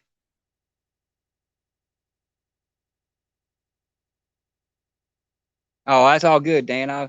It don't bother me. I'll let you joke around all you want. I got tough skin, thick skin. Speak, Becca. That's kind of hard to do, Duggar.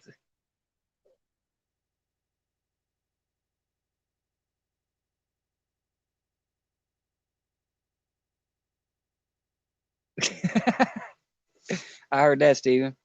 Yeah, it's kind of hard to talk Becca. My accent don't work that great. I wish it did.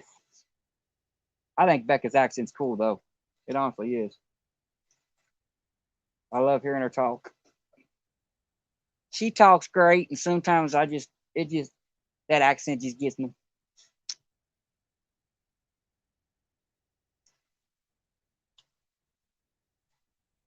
Makes my day sometimes. It's funny.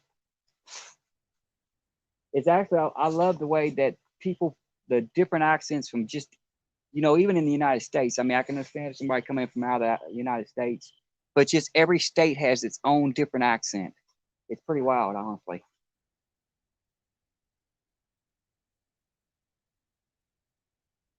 Oh, you probably do, Randall. You probably do. Every state's got its own accent. Even if you don't understand, even if you don't believe you got an accent, you got an accent. Sometimes it varies from city to city.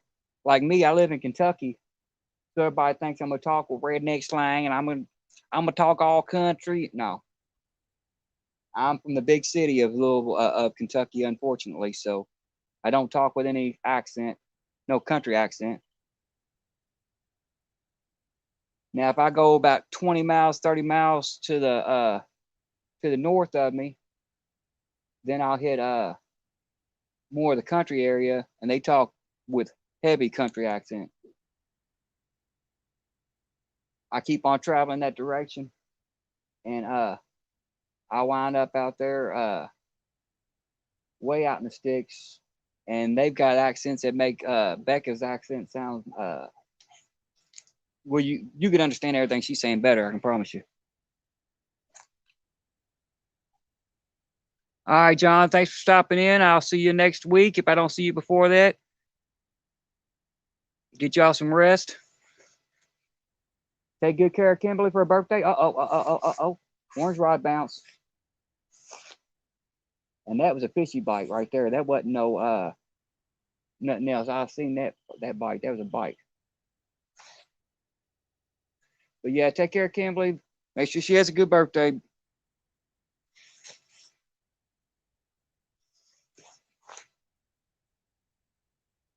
He hit it and quit it, y'all. He's just a prankster. He is a prankster, prankster, prankster.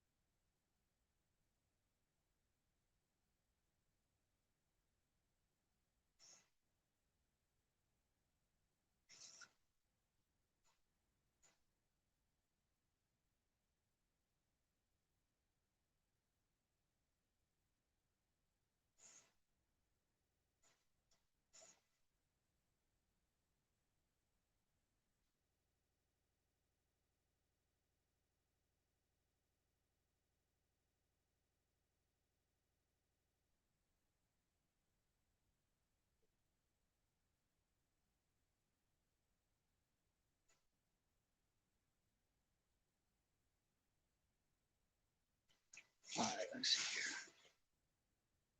I'm gonna go ahead and turn my notifications up. Van said he's gonna come out this way, so I want to make sure I can hear if he shows up. If he sends me a message or anything, let me know he's here. I'm gonna turn my notifications back up. And then I'll probably run up the hill real quick so he can see where I'm at, because it's kind of hard to see to get down here. If you don't know the path to walk down here, it gets dangerous. So I'm gonna go up and light up the way for sure. Make sure you can see me.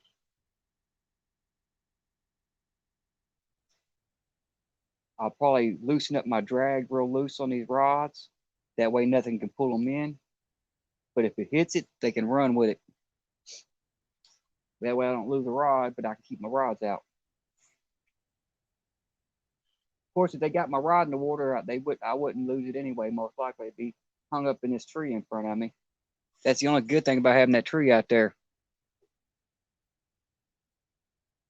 Losing a rod is kind of hard to do. And unless I catch jaws,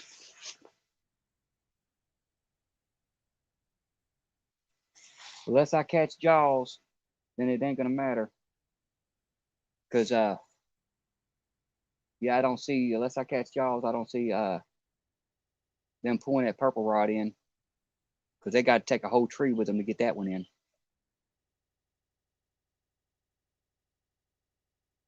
Alrighty, he's here, so I'm gonna let y'all watch the rods. I'm gonna step out for a few minutes and run up the hill to get this man. I don't want him getting lost or anything.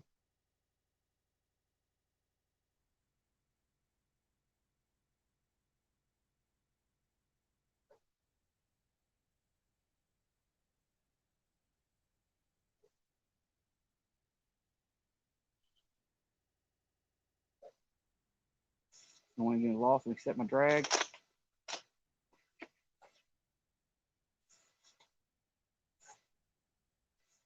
I would put my clicker on, but clicker ain't gonna do no good down here.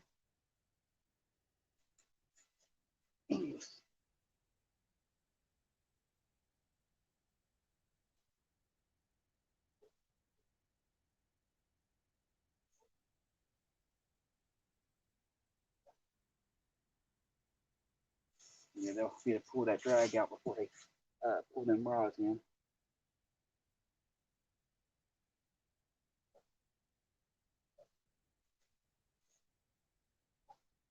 That's way too loose right there.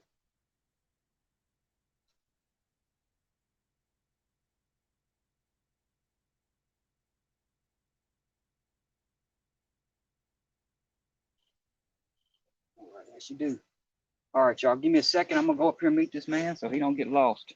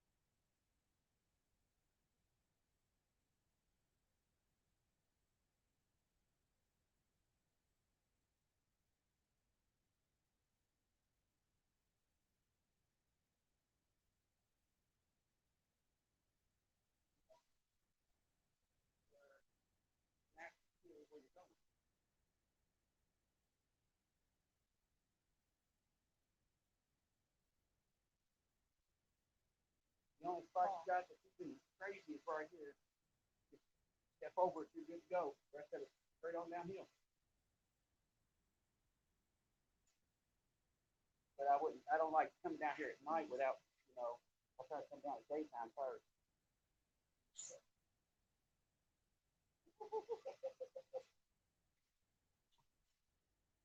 My life's not as good as yours. Yeah, I try to explain to them it's not that bad because my wife's disabled and she can make it down here. I'm like, it's not that bad, y'all. It really ain't. Let me move this out of the way so you don't trip over this, right? Let me take you straight on down.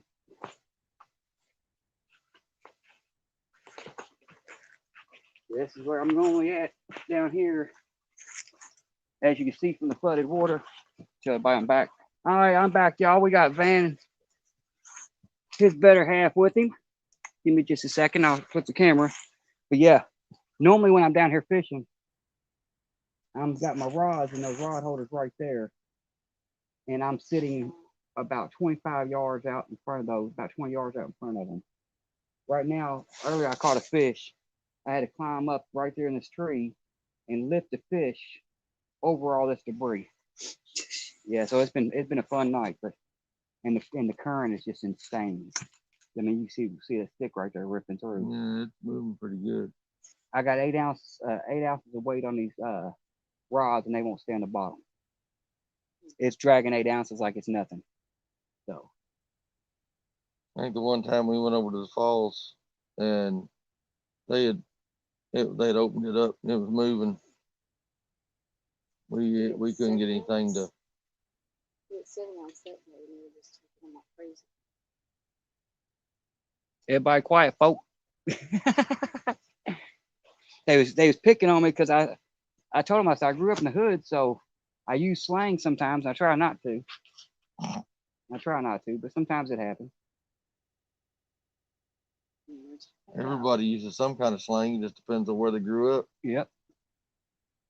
It's pretty awesome though. Like I was telling them, it's pretty awesome that you can go from one state, heck, sometimes in the same city, and it changes. The accent changes so much. If I head down towards Brandenburg and everything else, once you start getting down there, the accent just starts getting thicker and thicker, and the further you go, it's thicker and thicker. I'm like, that's pretty cool. That's pretty good. Like you go up San Francisco, New York, they've all got like China. Every one of the big cities got what they call Chinatown. Yep.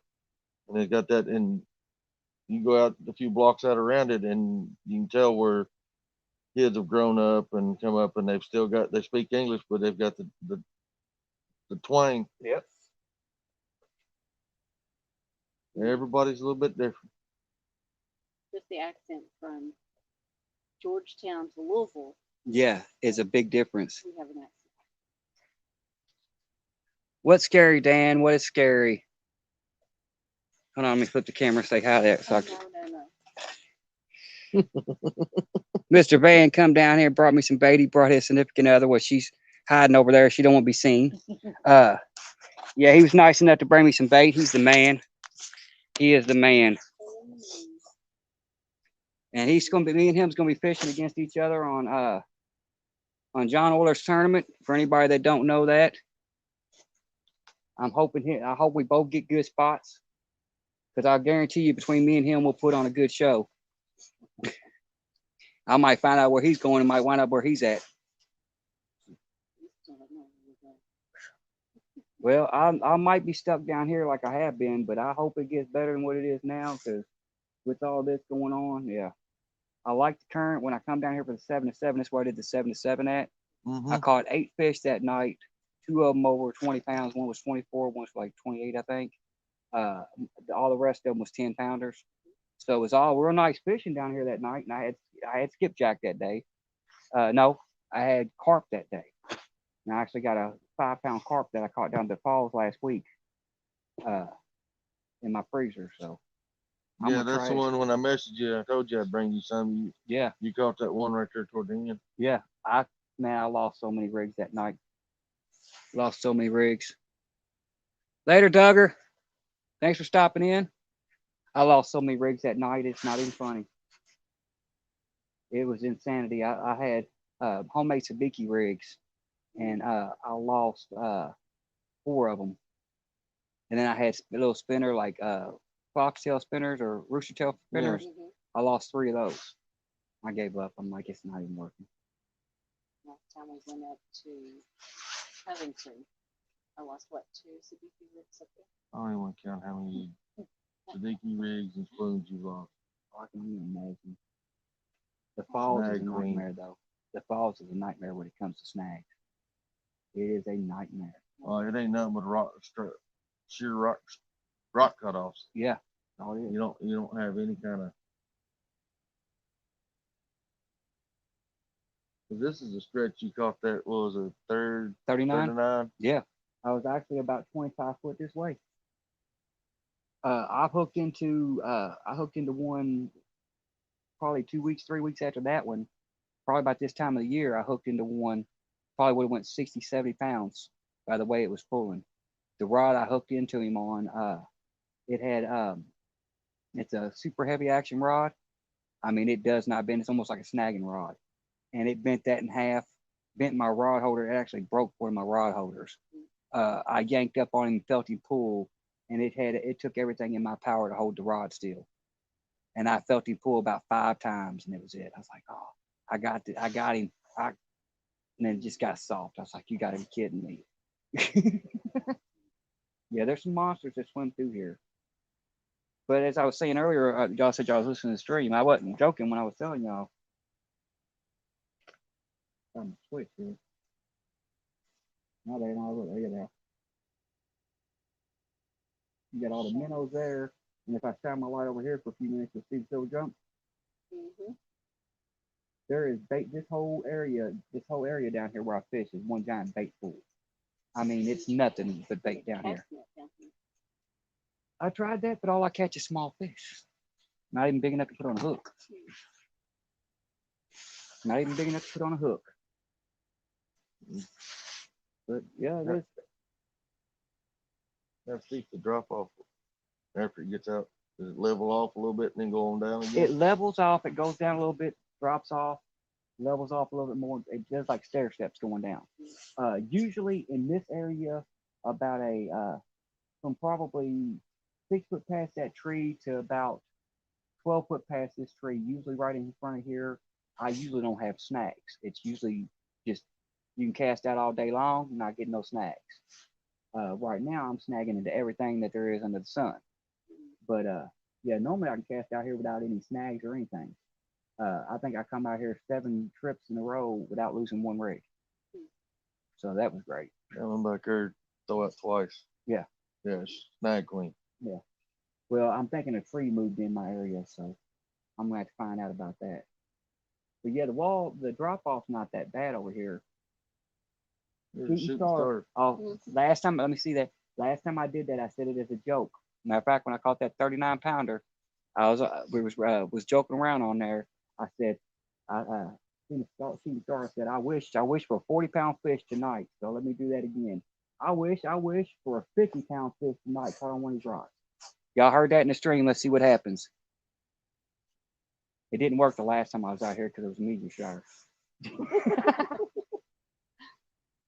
What kind of lights you got on your pole? These are actually eel wire lights. I picked them up at Amazon for like $7, $8.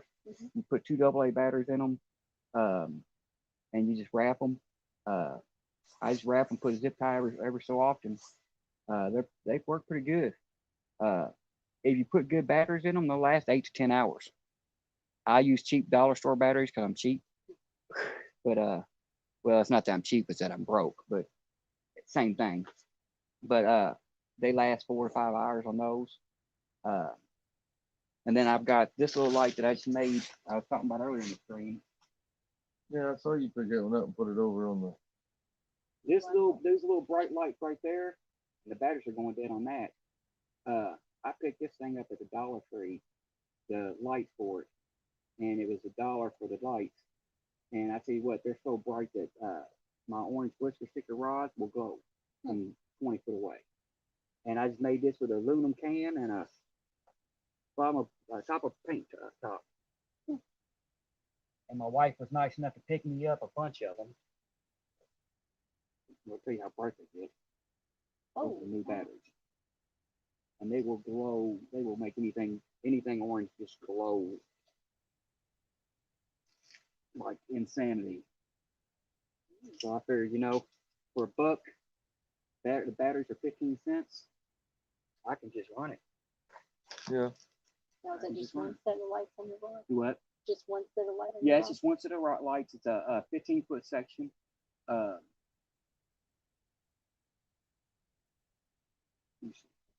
I can't remember what else I was gonna say. Yeah, it's just one set on each one. bar? Both of those are the Muddy River Flathead rods. This is a little silver cat, and for some reason the purple ones don't work that great. So if you're a fan of purple like I am, don't waste your time. No, everything's I got either black, orange, or red. Yeah. Well, the orange will show up good under these lights right here. Mine are blue and white. Yeah, they'll show up real good under those. Y'all have a Dollar Tree out y'all's area? Yes. I would check it Dollar over Tree by the clean. Christmas items. They'll be in a little package and they'll be uncovered. Don't get the ones that's got the things that cover them up. Just the uncovered ones. And I got the blue ones, and that's what they do. Like I said, we couldn't find none, and my wife wound up finding like 12 of them. She's like, "Happy birthday!" I'm like, "All right." I'm gonna make me a big light strip that covers the whole bank. We haven't done a lot of night fishing probably in the last couple of years. Oh, I love night fishing. That's the only time I get out is We at night. used to. That's the only time I get out. Let me check everybody, make sure everybody's still in here. Made it home safe. All right, Dan. Steven, you said you'd be back. All right. Yeah. I'll probably be calling it here in about an hour so I can get home and eat. The only thing I've eaten today was a pack of ramen noodles because I was trying to get the kids ready to go out. Yeah, they wanted to go out. So they decided at the last minute they wanted to go out and didn't have costumes. So I had to help make costumes. Yeah, this is the first Halloween we haven't went and done anything with the grandkids. But Well, that's the only reason why I told them I was going to go live, because normally if my daughter's going trick or treating, or if my son wants to go trick or treating, I mean, they're getting older now, but if they want to go trick or treating, I would rather like I told them, I'd rather sacrifice my birthday and take y'all trick or treating than I do anything. It's, time spent with family. So I'd rather have that time. And it's like, "Oh, I'm not going. And then after I set up this trip and started trying to get everything together, they changed their mind. I want to go.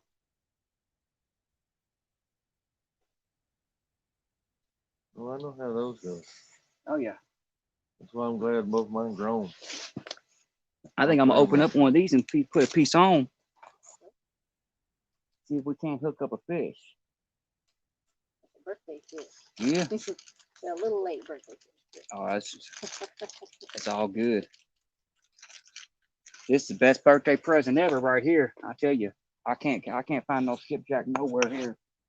Like I said, I went to the falls trying to catch it. I went to the store to try to buy it, and I can't get skipjack nowhere.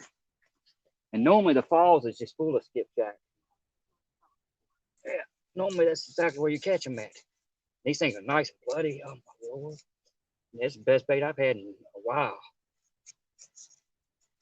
Now watch, I'll cast it out there and land one in 25 minutes because I got good bait. Let's see here. Here comes the fun part. Trying to get it in. Yep. I could see myself. What, falling in? Well, falling in and probably You scare all the fish off. Usually it's not that bad out here. tree and Oh yeah, I can tell you where she's gonna be. She'll be over here making tree decorations. All right, looks like it died down some.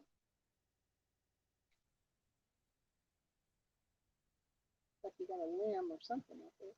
Yep. Come on, reel it on in. They're not that far.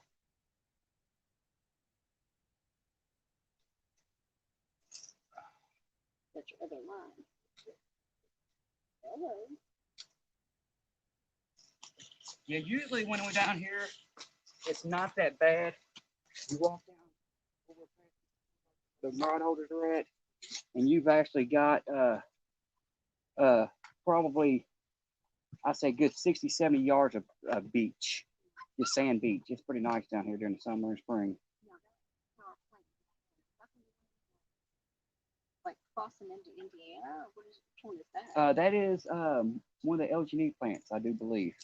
I've been trying to get down there, but I cannot find a way to get down there to save my life. All right, so y'all know I'm ignoring everybody in the chat, but I had to get this taken care of. I didn't want them getting lost or getting hurt going down the path. And they just brought me some fresh bait. So anybody that's still in here, we're gonna try some skipjack. If I can get it go through the hook.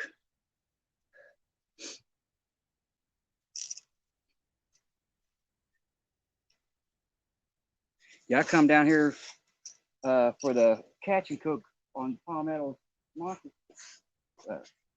Was it not Monster? Iron Cat catch and cook. And the only thing I caught was a skipjack. And I went live that night. And I was gonna wait an hour to go live.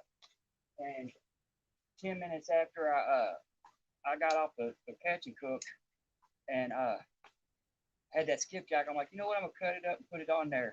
I almost lost 2 rods. Oh no. Yeah, it was insanity.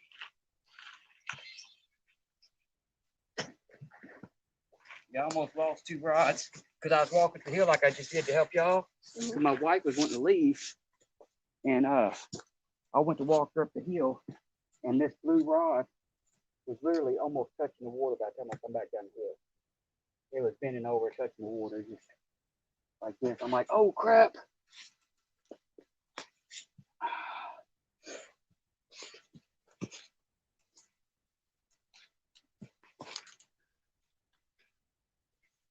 I'm gonna have to go out and get us some bait on Wednesday. Just do some bait. Now, do you still got skipjack and stuff at home? Okay. Yeah, that's the one thing. My little bait shop I've got it back in Georgetown. Yeah. They don't have a whole lot of catfishing stuff except for frozen bait. They've got somebody that let's see, he just called me Saturday. I've got 4 more skipjack and 3 packages of shad that I got to go pick up tomorrow. That's even better.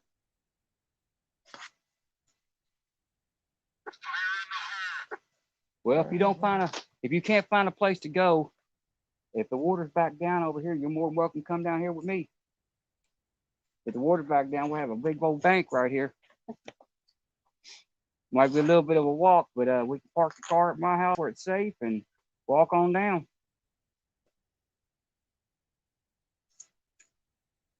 Yeah, I've had 2 or 3 things. There's a little lake up around northern Kentucky that I've had some friends tell me about, but we haven't had a chance to look at. The falls down here. That's where I was thinking about going. Depends on how the water was doing. But they're calling for rain Thursday. Yep. The front coming through Thursday. Well, last time I checked in this area on my map, on my thing, because I have it set the Louisville area, which you usually go to Kentucky or Louisville and Indiana by the fall since we're so close. Last time I checked, it's supposed to rain down here for 3 or 4 days straight. So it's not going to be too lovely, but I'm hoping it don't do too bad down here. It's supposed to be cold next weekend. Yeah. Tonight. Well, actually, tonight was supposed to be colder according to what I was looking at on the extended forecast. Tonight's supposed to get down to 40 here, and it's only supposed to be 46 that night. So The last time I looked at it, they were calling for 38. Yeah, I wouldn't doubt that either. Come on, Bill Mack, pull her up. 37 Saturday night. But that's also That's for here. No, that's for here. Yeah. That's AccuWeather, isn't it? What were they saying now for active weather? 37. 37, yeah. 35 for Georgetown. Yeah, it's gonna get chilly. Every The time day to we break the did buddy the heater out. Yeah. the day Yes, we did the couples tournament, when we got on the water, it was 38. yeah, it's gonna be cold. See, the only good thing about this spot. That's why I don't like the idea of leaving my spot. I know there's monster fish here. I've caught them and I've hooked into them. Also, Kentucky state law says that as long as you're hunting or fishing or camping, you can start a fire. Mm-hmm. Uh, the only regulations against that is I can't start one tonight like I wanted to because I'm under the trees. If the bank, if the water's back down and I'm out on the bank right there, I can Yeah. start a fire. I even brought my fire log with me to start one. Yeah, nothing went right when I come down here tonight. I had planned on coming down and having a good night of fishing. I was gonna show off and joke around, jump around in my costume a lot. I get down here and I literally walk down here. It's like I'm going home. I almost turned I almost turned around and went home. And she was saying when we went and did the couples tournament, my boat, I had the water pump. I wasn't gonna trust it. I was afraid I was gonna burn the motor up. We went on J Dog's boat and we put in at the Licking River, and it was literally you could stand on top of the boat ramp and look out and see over the fog, and there was 3 foot of fog from the top of the water, 3 foot up.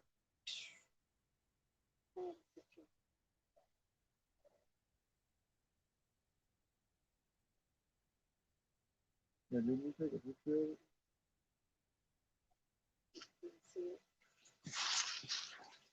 Oh Lord, that looks nice though. It looks like the perfect. That's how the stories go though.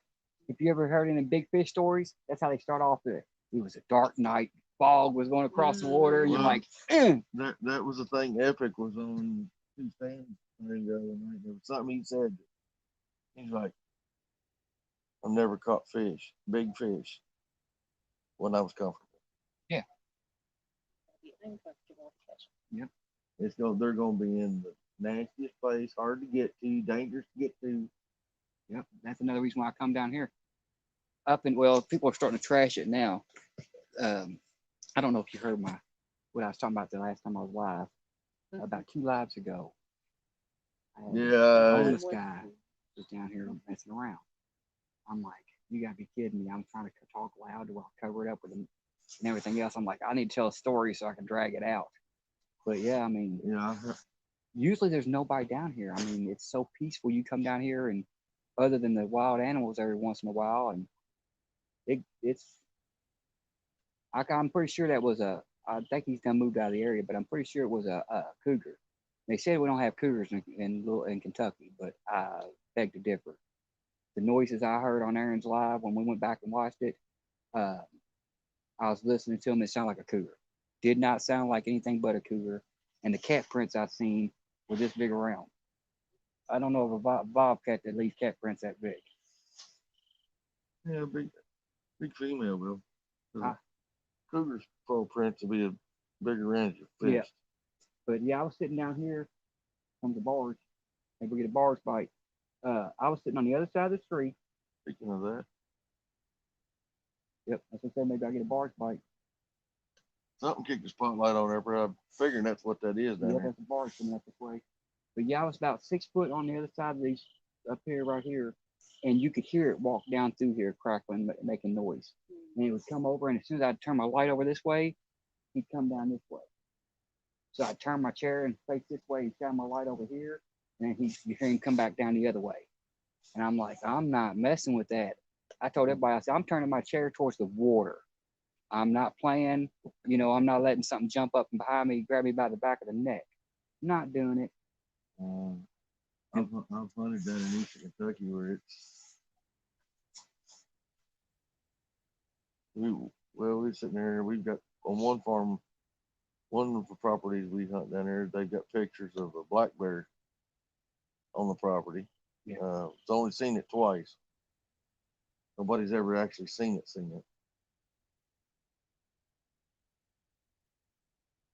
And we've all been itching that every one of us buys the out of zone elk tag. We're just waiting for them to travel up Wolf County's right on the border of the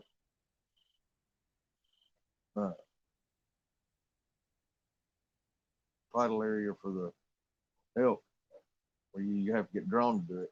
Yeah. But you can get an out of zone tag, and if Wolf County, if it comes up in Wolf County on our farm places, as long as you got an out of zone tag during deer season, it's legal. It's legal to harvest one. Really? That's good then. That's real good. Would you like to have a seat? You can have my chair. No, I'm good, thank you. You're more than welcome to have my chair. Yeah, I've seen some weird stuff. But did it get bite? Uh-huh. This is There's really, something funny with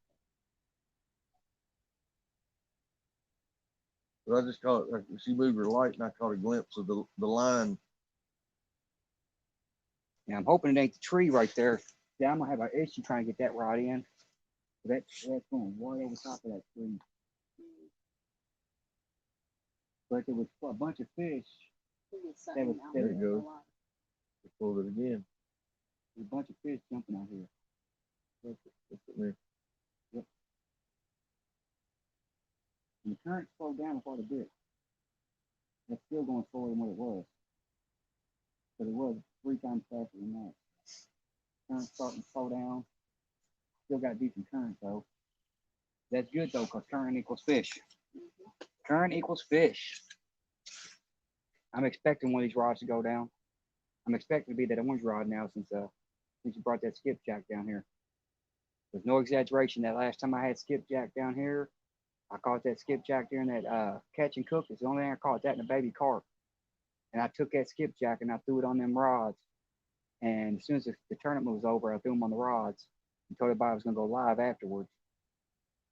And when I did, I went to walk my wife up the hill like I did to meet y'all. And I come down, and no exaggeration, I almost lost that rod. It was touching the water. I'm like, I'm going live now. By the time she got back to the house, she goes, you're already live? I'm like, yeah. I said, my rod wouldn't sit still. I think 20 minutes into it, I landed a 20 pounder, like 24 or 26 pounds.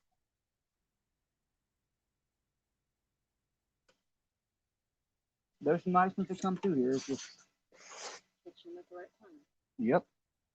Right now should be prime time. With all the baits back in the area. You see all the bait fish in the area, so they're back in the area. So they should be hitting right now. Can you see? No, The water temperatures dropped quite a bit, so they should be biting. I think what the problem is right now is the fact of the fluctuation of the water temperature. It's going hot, cold, hot, cold, hot, cold, hot, cold, hot, cold. Up. It's got a motor. The orange rod just tugged a little bit.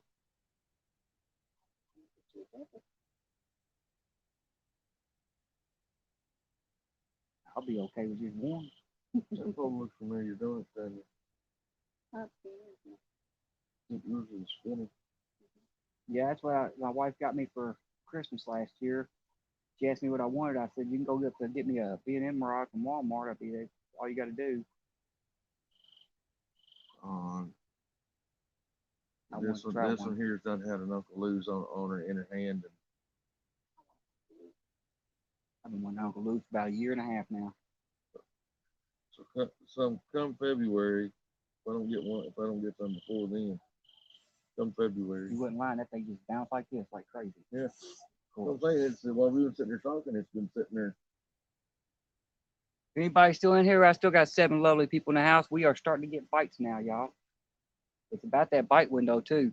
Was it 1:30? Yeah, 1:20. It's about that bite window. Plus, we got a barge getting ready to go through, so we'll able to get a barge bite. But yeah, Van just pointed out to me that the purple rod over here that's not lit up no more was just getting a hit. And sure enough, I looked over and it's bouncing like this. So something's bouncing on it. Maybe it's one of them flatheads out there. I do catch a lot of flatheads in this area. The first patch that we went down, I think you got a little one on there. it might be on that. It might be on there. Is it just sitting there, think, think, think, think?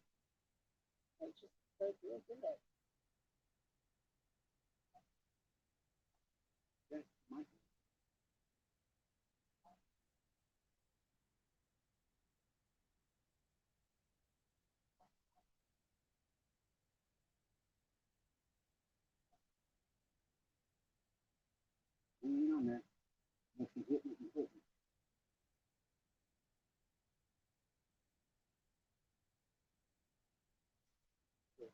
Right there, let him get it. He wants it, he'll get it. It's that strawberry chicken. I haven't had no luck on strawberry chicken in years down here. And then all of a sudden, I brought some out tonight. First, he's back already. Yeah, he doesn't need to get. Yeah, he's back already. That looks awful familiar. I did Josh's Tactic Cats, which it was last minute. It like a Friday night or something like that. He said he had some people cancel for Sunday, and I was like, I'm game. I had nothing ready, nothing set up, so I grabbed some stuff. I just took everything out. She had to work, so I went down to Taylorsville.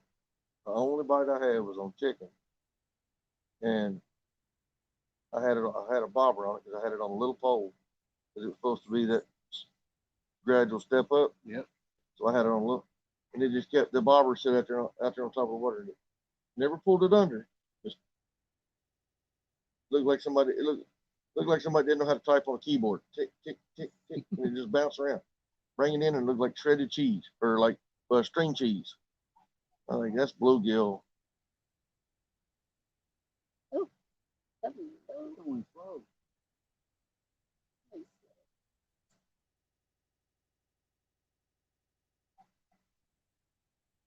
Now, a lot of the poles are starting to move a little bit. The orange one just bounced a little bit, and then the blue one just did a little wiggle.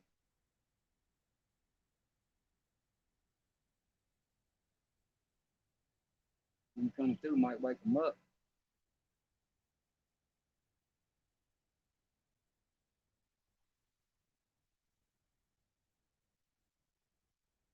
I tell you what, you get out here at 1 or 2 o'clock in the morning like this right now, and it's so peaceful out here. And when the water's down where it's a normal level, uh, it's so beautiful. You're sitting on a sandy beach. That's what I'm saying. Peace. Yeah, we've Peaceful. seen your videos. We watched the one. We were watching the one because we were trying to figure out where that was. Fire plant down there. Yeah. Because I knew there was one up this way that had 2 stacks, but I Yeah. was like, I don't know of one that's got 3 stacks. Yeah. And then I finally found it, and I because right here was you were the first person I'd seen that had fished up here around the Louisville area. I had a video that actually had it wasn't a solid rock. Yeah. Because anywhere you go down there by the falls, it ain't. That's No, why it's so snaky. You ain't got no place to put anything, any rod holders, unless you've got one that you can just set up. Yeah. Yeah, that's like I said, that's a great place to come out. If y'all ever get back to Louisville this spring or fall, y'all ought to come out here and go fishing with me one night. I'll tell you what, y'all have a good time. Y'all will have a great time. It's nice. We're gonna be back in Louisville. But it's real nice down here. Like I said, when the water's down a little bit more, when we can actually get down here where I normally go at, as you see, the rod holders are on this tree. I've got 6 of them that line up on that tree that it's bolted to that tree. Because it don't go nowhere. The roots of that tree are still in the ground, and it just lays down. Yeah, it makes it so much easier because these rod holders are, even though they're just PVC, they get heavy. You put 5 or 6 of them in your backpack or whatever, they get heavy. So I actually store these down here. I just put them up in the trees and let them sit there. That way, in case I need them, I've got them. Which luckily I did because today I needed them. And then I just got these boats on here. Yeah, it's peaceful down here, and I usually catch some decent fish down here. Especially spring. Spring is the best time down here. I mean, they move through here like crazy.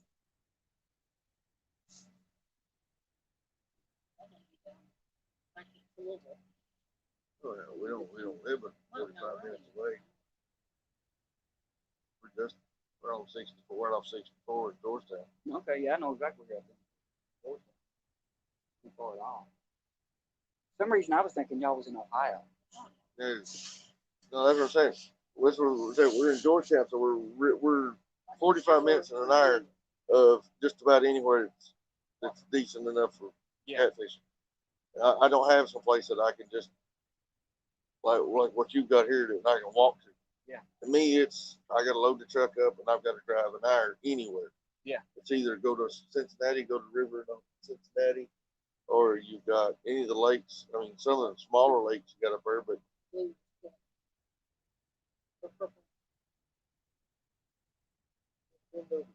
Yeah. He ain't getting it right, I can promise you that now. Unless he wants to take that tree with him. I got 30-pound main line and 40-pound leader on all these rods, so he ain't getting nowhere. that's the thing I got to start setting up for is I got to start setting up weights with like a 15-pound leader for the sinker. Break off. Yeah, you do the break off ones. Yeah. See,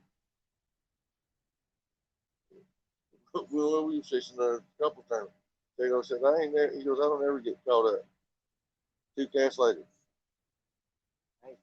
Matter of fact, the one I reeled in on that tournament that day, that's what I was standing there doing, was tying another leader on her pole.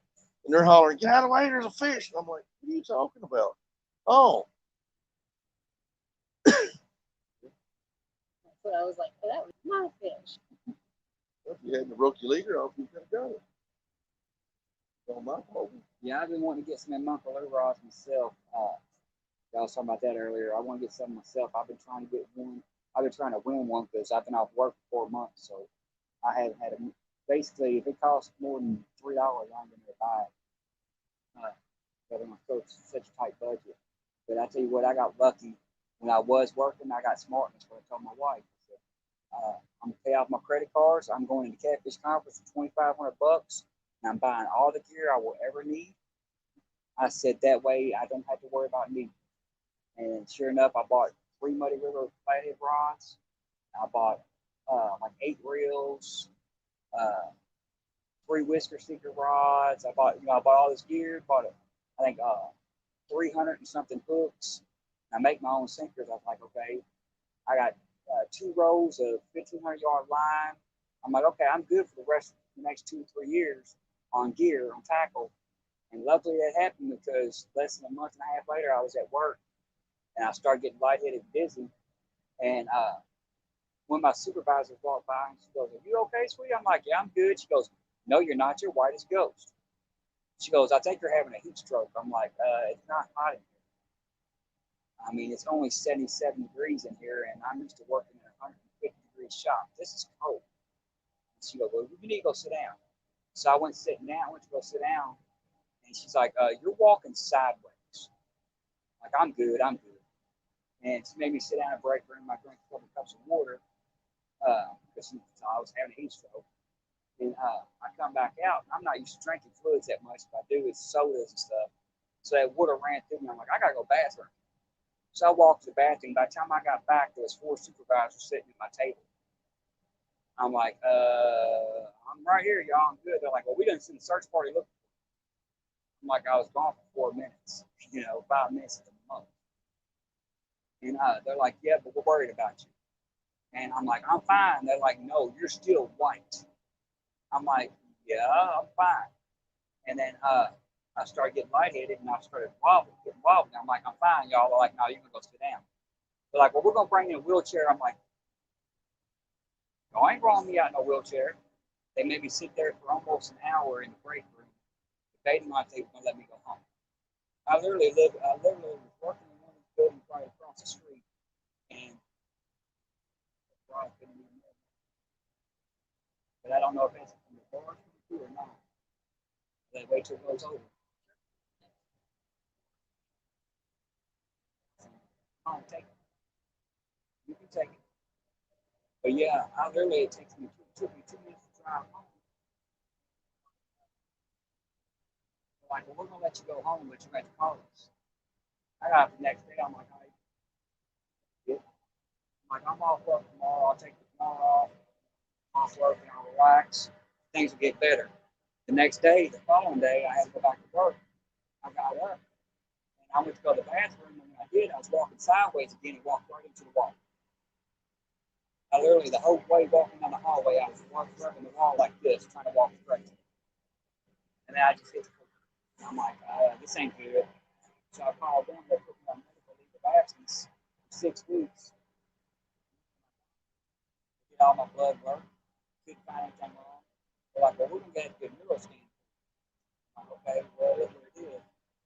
They set me up for a neuro scan. And sure enough, a week after I went to see my doctor, and they said, got it in shakes. So when I was sitting there like this, and I feel my cough, trying to hold my cough. They feel me. So my first month off, I was on short-term disability, and then my place of business decided they was going to fire me. I lost my short-term disability, and then they turned around and said, "You're not fired." I'm like, "I'm not fired." They're like, "No, you still got a job." I'm like, "Okay." They said, "Our insurance company won't let you return back to work until they find out what's wrong with you. So if you're off for 6 months, you're off for 6 months, but we can't let you come back to work." I'm like, "Why did y'all leave it alone? It's always just a mess up in the office." I'm like, "Well,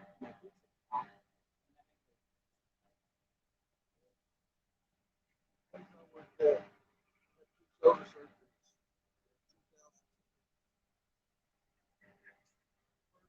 February. sorry, y'all, I'm not being too talkative."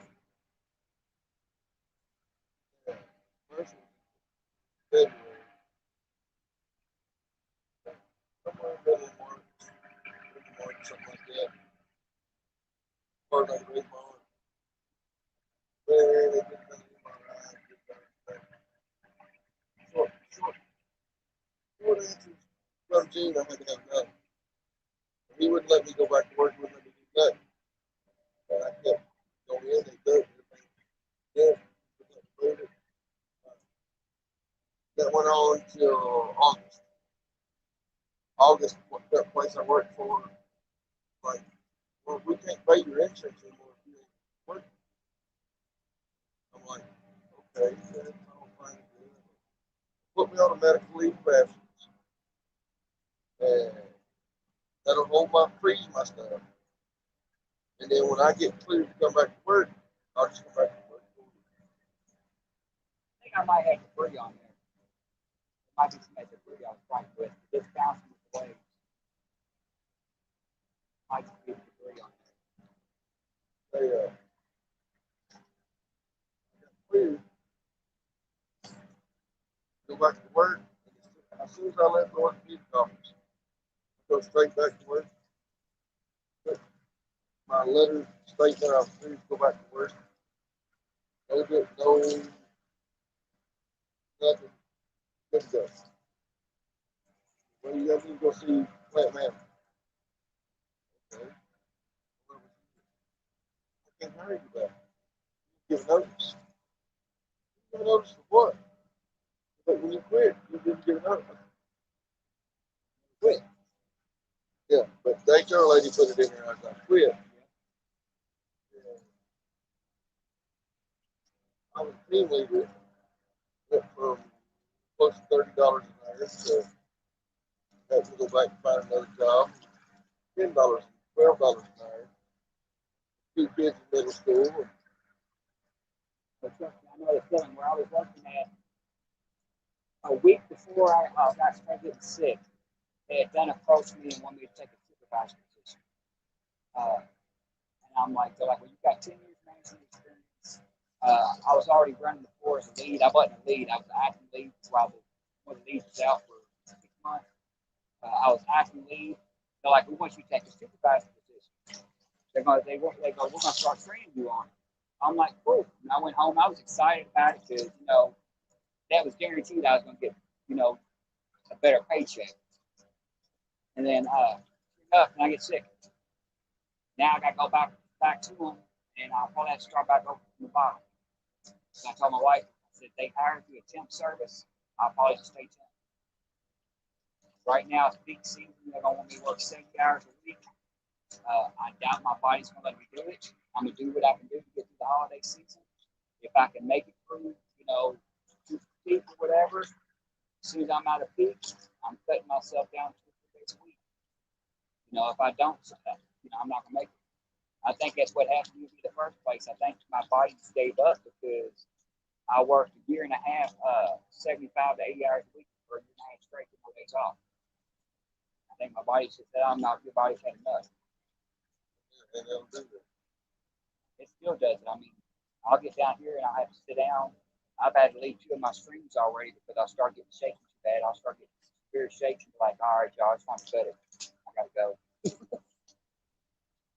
This is not the place to collapse and fall out at. No.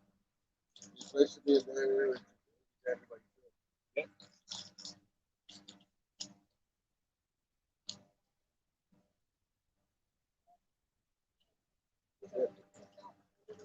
Yeah.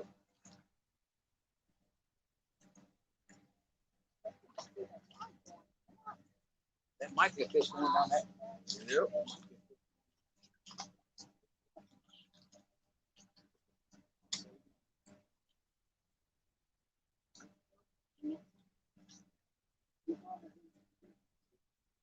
Thank you for a second.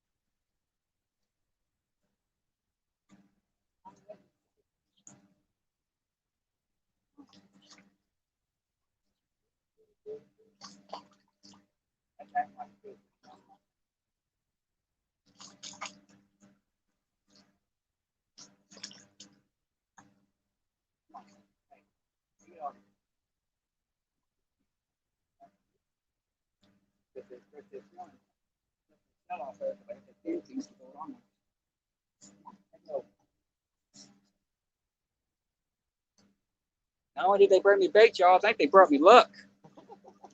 Starting to get some bites down here, y'all. Just had one where I go over and I missed him. Now the orange rod's doing some stuff, so we're gonna try some stuff. I'm gonna take this skipjack, put it back on the purple rod, and cast it back out there, see what happens.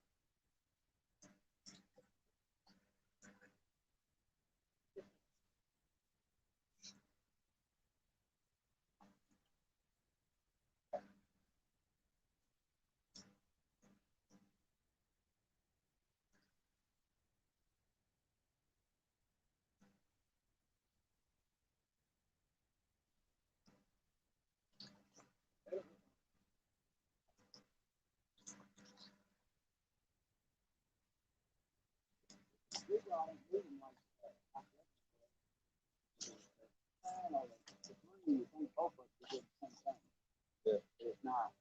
Yeah, I've only got 4 ounce on this one. I'm running 4 ounce on this one, 4 ounce in the blue one. The orange has got 8 ounces, and it won't sit still with 8 ounces. That's how much strong it's doing it right now. Starting to sit still better now.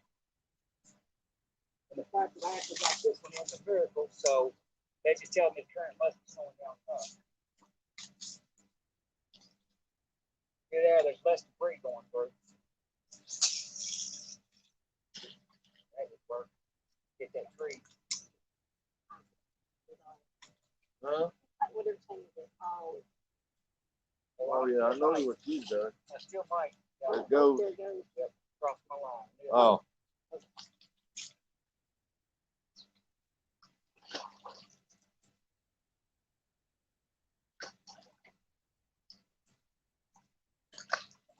Yeah, I hit that tree when I went to cast.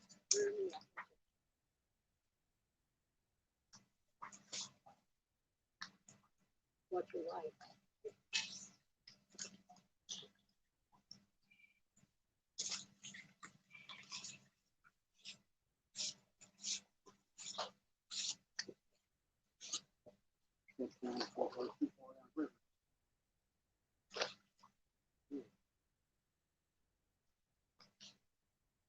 Good to go now. Y'all, thank y'all for staying in here for so long, especially with me out talking. I'm actually going to go ahead and cut this in this stream. I'll probably keep my camera out ready to go just in case I catch a fish. But I'm probably going to kick out of here in about 25, 30 minutes anyway. So I'm going to go ahead and end the stream. Thanks everybody for coming in and all the birthday wishes and everything. Y'all made it a great night. And I will catch y'all on the next one.